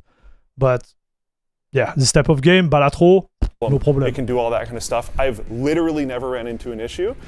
But anytime I'm using another laptop on Windows, I'm like, oh, I just wish I was using my machine. So that's like a clear W, and I don't honestly think right now that I'm like ever going back. On the desktop, it's a bit of a mixed bag, more similar to yours. So I have divided my machine kind of in half at this point. Yeah. So I think actually we're going to do a video on his kind of unique dual boot setup, so make sure you get subscribed. I was given a 1 terabyte for this challenge, which is actually running the distro. You're supposed to give that back. Yeah. That's staying in there forever. To be fair. He's gonna keep it, dude. I was gonna do the same thing. Yeah, thanks. Like the boss is not happy. The boss is not happy, dude. This is the payment for us having to do this for the last month. As for me, I was very surprised. I can't believe he's gonna stage. There is no way. To discover that I could. Linux is ready. And I think soon I will be too. I ran into so many moments throughout the last over a month. I mean, I didn't even bother removing my Linux installs after 30 days. I was pleasantly surprised so many times by how well something worked. But the compatibility barrier is still a tough one. If you're willing to be a Linux gamer, it's easier than it's ever been. There is so much to play that works either perfectly or well enough on Linux that if you start with, here's the platform that I have, I want something to do, it's easy. It's a very console-like experience, and I actually mean that in a really positive way. However, I don't buy many consoles, and I do almost none of my gaming on the ones that I do. And if you want the broadest compatibility, and you don't want to think about it at all, Windows is still the king, especially if there's a social element to your gaming, and if your group happens to want to play something that isn't Linux. I knew he was not going to do it. Another aspect of this, and the reason that I actually did just switch my system, is because as a reviewer, the vast majority of the stuff that I need to do is Windows native. And so if I have a new Logitech SuperStrike X2 mouse or something, and I'm supposed to be using it and evaluating it, and what? I'm just going to give only the Linux perspective and hope that the... That's the problem. Again, and we are again with the vicious circle, right? Of the freaking snake that is eating his own tail. Until it become more popular, we won't have proper support, open source support. That's the issue, chat. And I do believe like NVIDIA is the key. Because then like, it's going to open the door. It's going to open the flood door, chat. Third-party app that maybe will interface with this brand new hardware. No, come on. Be real. I need to be on Windows. I need to install the native app so that I can evaluate this hardware. And that happens a lot for me. With everything I just said out of the way, though, I'm not ready to go back to vanilla Windows either. It has been so refreshing to not be bothered a single time over the last couple of months that I happily extended my time without even thinking about it. And I think that my happy place is going to be to try and find the middle ground. I want to hang out in the Windows deep loading community for a bit.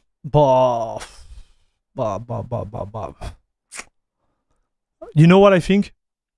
I think on the long run, when everything is going to be more mainstream, it's going to switch to Linux, chat. That's what I believe. Yeah, in fact, I believe everybody's going to do it. I don't know how long it's going to take. But if micro slop doesn't change drastically their approach, like Windows is dead on arrival. That's what I believe. Because you can see in all the user, everybody's tired of it. So here, what I see is like, I understand the use case. I understand what he's trying to achieve there. But, you know, like the base is like, he's just tired of it. And he's like forced to use it to do his job. This is what come out of, you know, his speech there. It's like, I have to do it for my job. I have to do it to test the hardware. There is no support on Linux, which is fair. But then I'm like, I can't use it normally, so I need to debloat it. So you can see.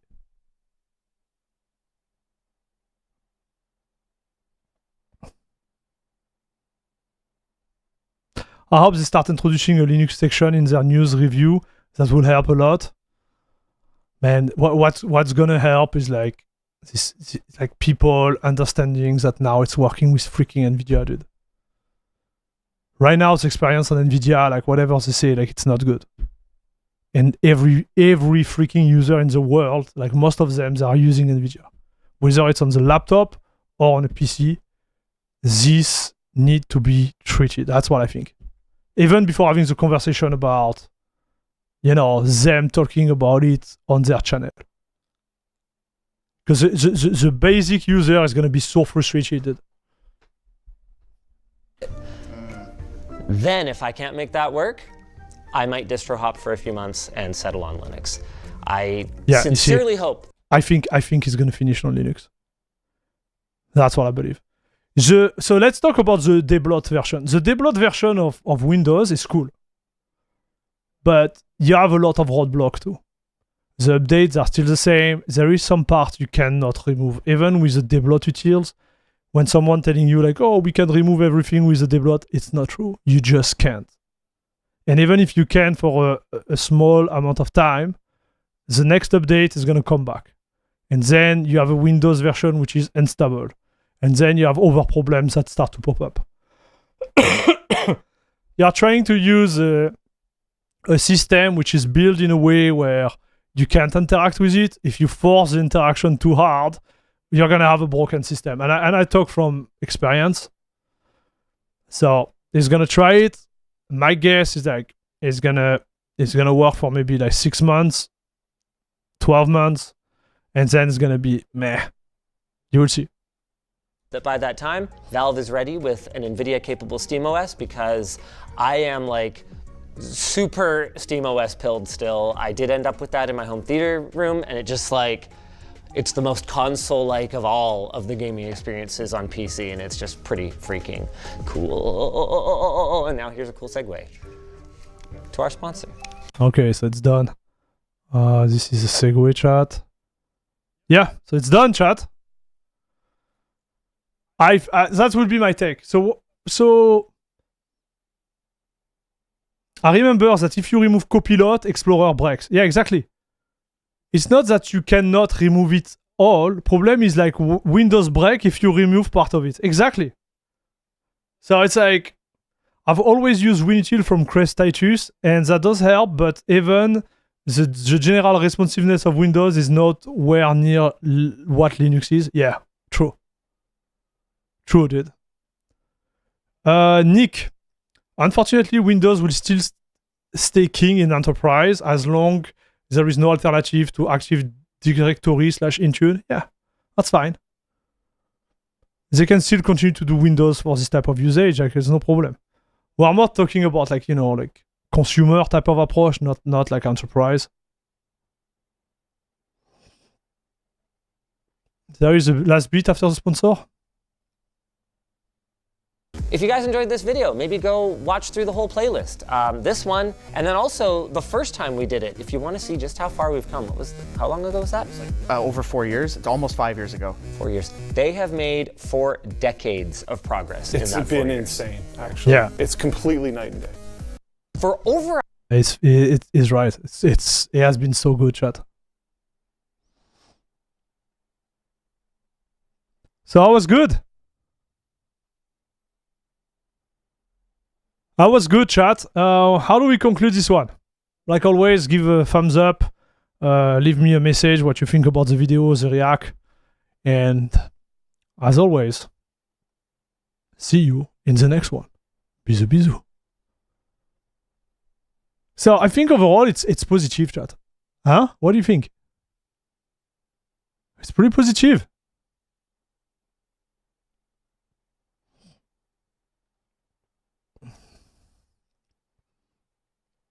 I don't get his TeamOS hype. He knows that NVIDIA will not be supported on NVIDIA, right?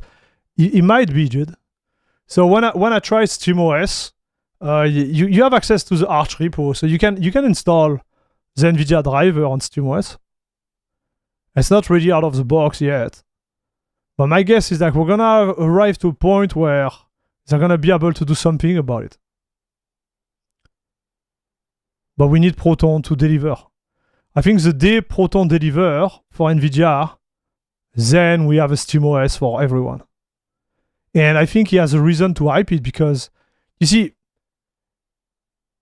if we say NVIDIA is supporting Linux, it's a big thing. But if we say now we have a real, you know, like an operating system developed by Valve.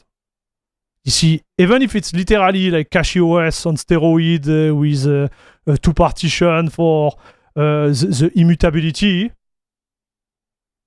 because you can run SteamOS like it's Arch, right? With some optimization. Well, guess what? Now it's backed up by Valve, so the word is gonna spread really strong. It's gonna have a different impact than us geek telling it's working. You know.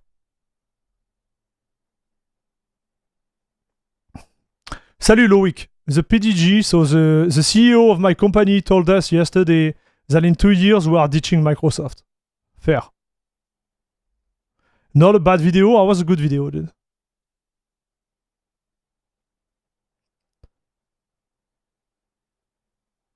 I will settle when we get 100% conversion. Lol. Nactive, thanks for the great Friday afternoon show. Hey, you're welcome, brother. It's already afternoon. I think I'm gonna go eat. Next Linux challenge, Linus will migrate. I think it will migrate earlier, dude. I kind of want to see Microsoft bankrupt, just like their morals. Most of the time, people who are not bankrupt, they have like low morals, right? And people who have morals, they finish bankrupt. So I don't think it's gonna work out, brother. Fizzy, my man. NVIDIA needs to open their driver so it can come into the kernel like AMD and Intel and become a part of Mesa. Until then, it's GG. You know, NVK is doing very well right now. And there is tool that give access to CUDA and other alternative with NVK. So I think we're gonna see in the next years something like that. Fizzy. But I believe we're gonna have something new with the proprietary first. We need the dev to cook, and especially the NVIDIA driver dev, to cook something strong for Linux. If we get that, we're gonna be so solid, chat. That's gonna be insane. Like, that's what I believe. Like, I do believe this is the real, like, breaking point. Because now the market is like exploding. We don't have 5% we are targeting, and some people like me who are willing to sacrifice some performance just to stay on Linux. we have a real choice. Like, you don't have to stay on Linux and lose like 30-50% of your performance. You're gonna have a great gaming experience on Linux with NVIDIA. And this, my opinion, is gonna be the change. Because then you have, even if you don't have the full feature stuff,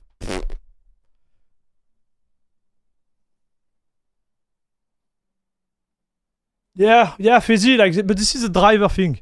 Like, the idea of it being open source, it might help, but I think with the proprietary drivers, they can get there, man.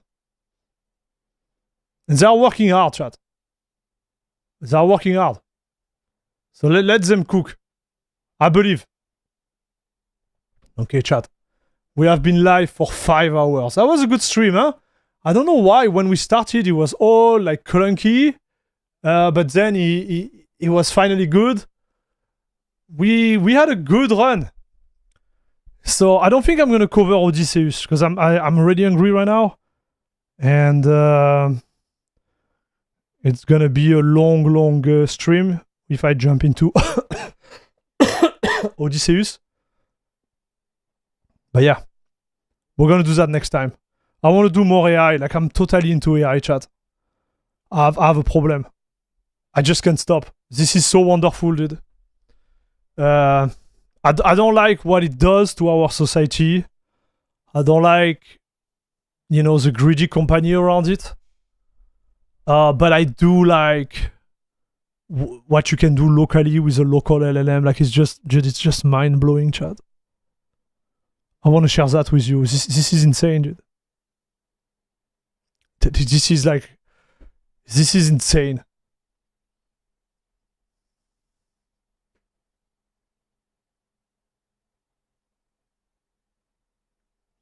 Hey, it's fine. I just wanted to do it, Vexy. I'm so late on the YouTube game. Yeah, I'm really late on the YouTube game. But yeah, we'll get there, man. I don't trust NVIDIA to do anything other than count their AI money. Yeah. Well, I think they need Linux if they want to continue to do their AI stuff and grow there. So that's why I think their greediness is going to push them to develop something for the desktop. It's going to play good for us, I think. I just wish local AI would be more pushed from major company. The only one pushing are Alibaba and Google. Yeah, I don't know, man. We'll see. I think we are really at the bare beginning right now. But even with the tool we have, whether it's from this company or another one, I like to be pragmatic, dude.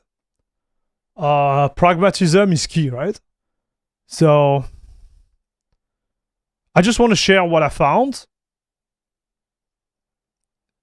Even if it's like, ethically, it's not super appropriate, when we know what those companies are doing. But the tools are there, they're free. Everybody can use them, and I think it can be a really good source of value and creation, man. Like, this is really good, chat. Check out the game Blood Message when you get a chance. There is a 19-minute gameplay video. It looks insane. Oh, okay. I will look at it. Guys, I'm out. Okay, I'm out. So, guys, thank you very much for all the support. Thanks for watching. I hope I didn't forget anyone, giving the subscription or giving some donation or anything. If I did, I'm sorry. Okay, but I am out. Thank you very much for watching, and as always, see you in the next one. Bisous, bisous. Have a great weekend. Hey, and we didn't even talk about the World Cup. I hope you are supporting your favorite team, huh, chat? The World Cup, papa. Anyway, sorry. Have a good one. Great weekend. Take care.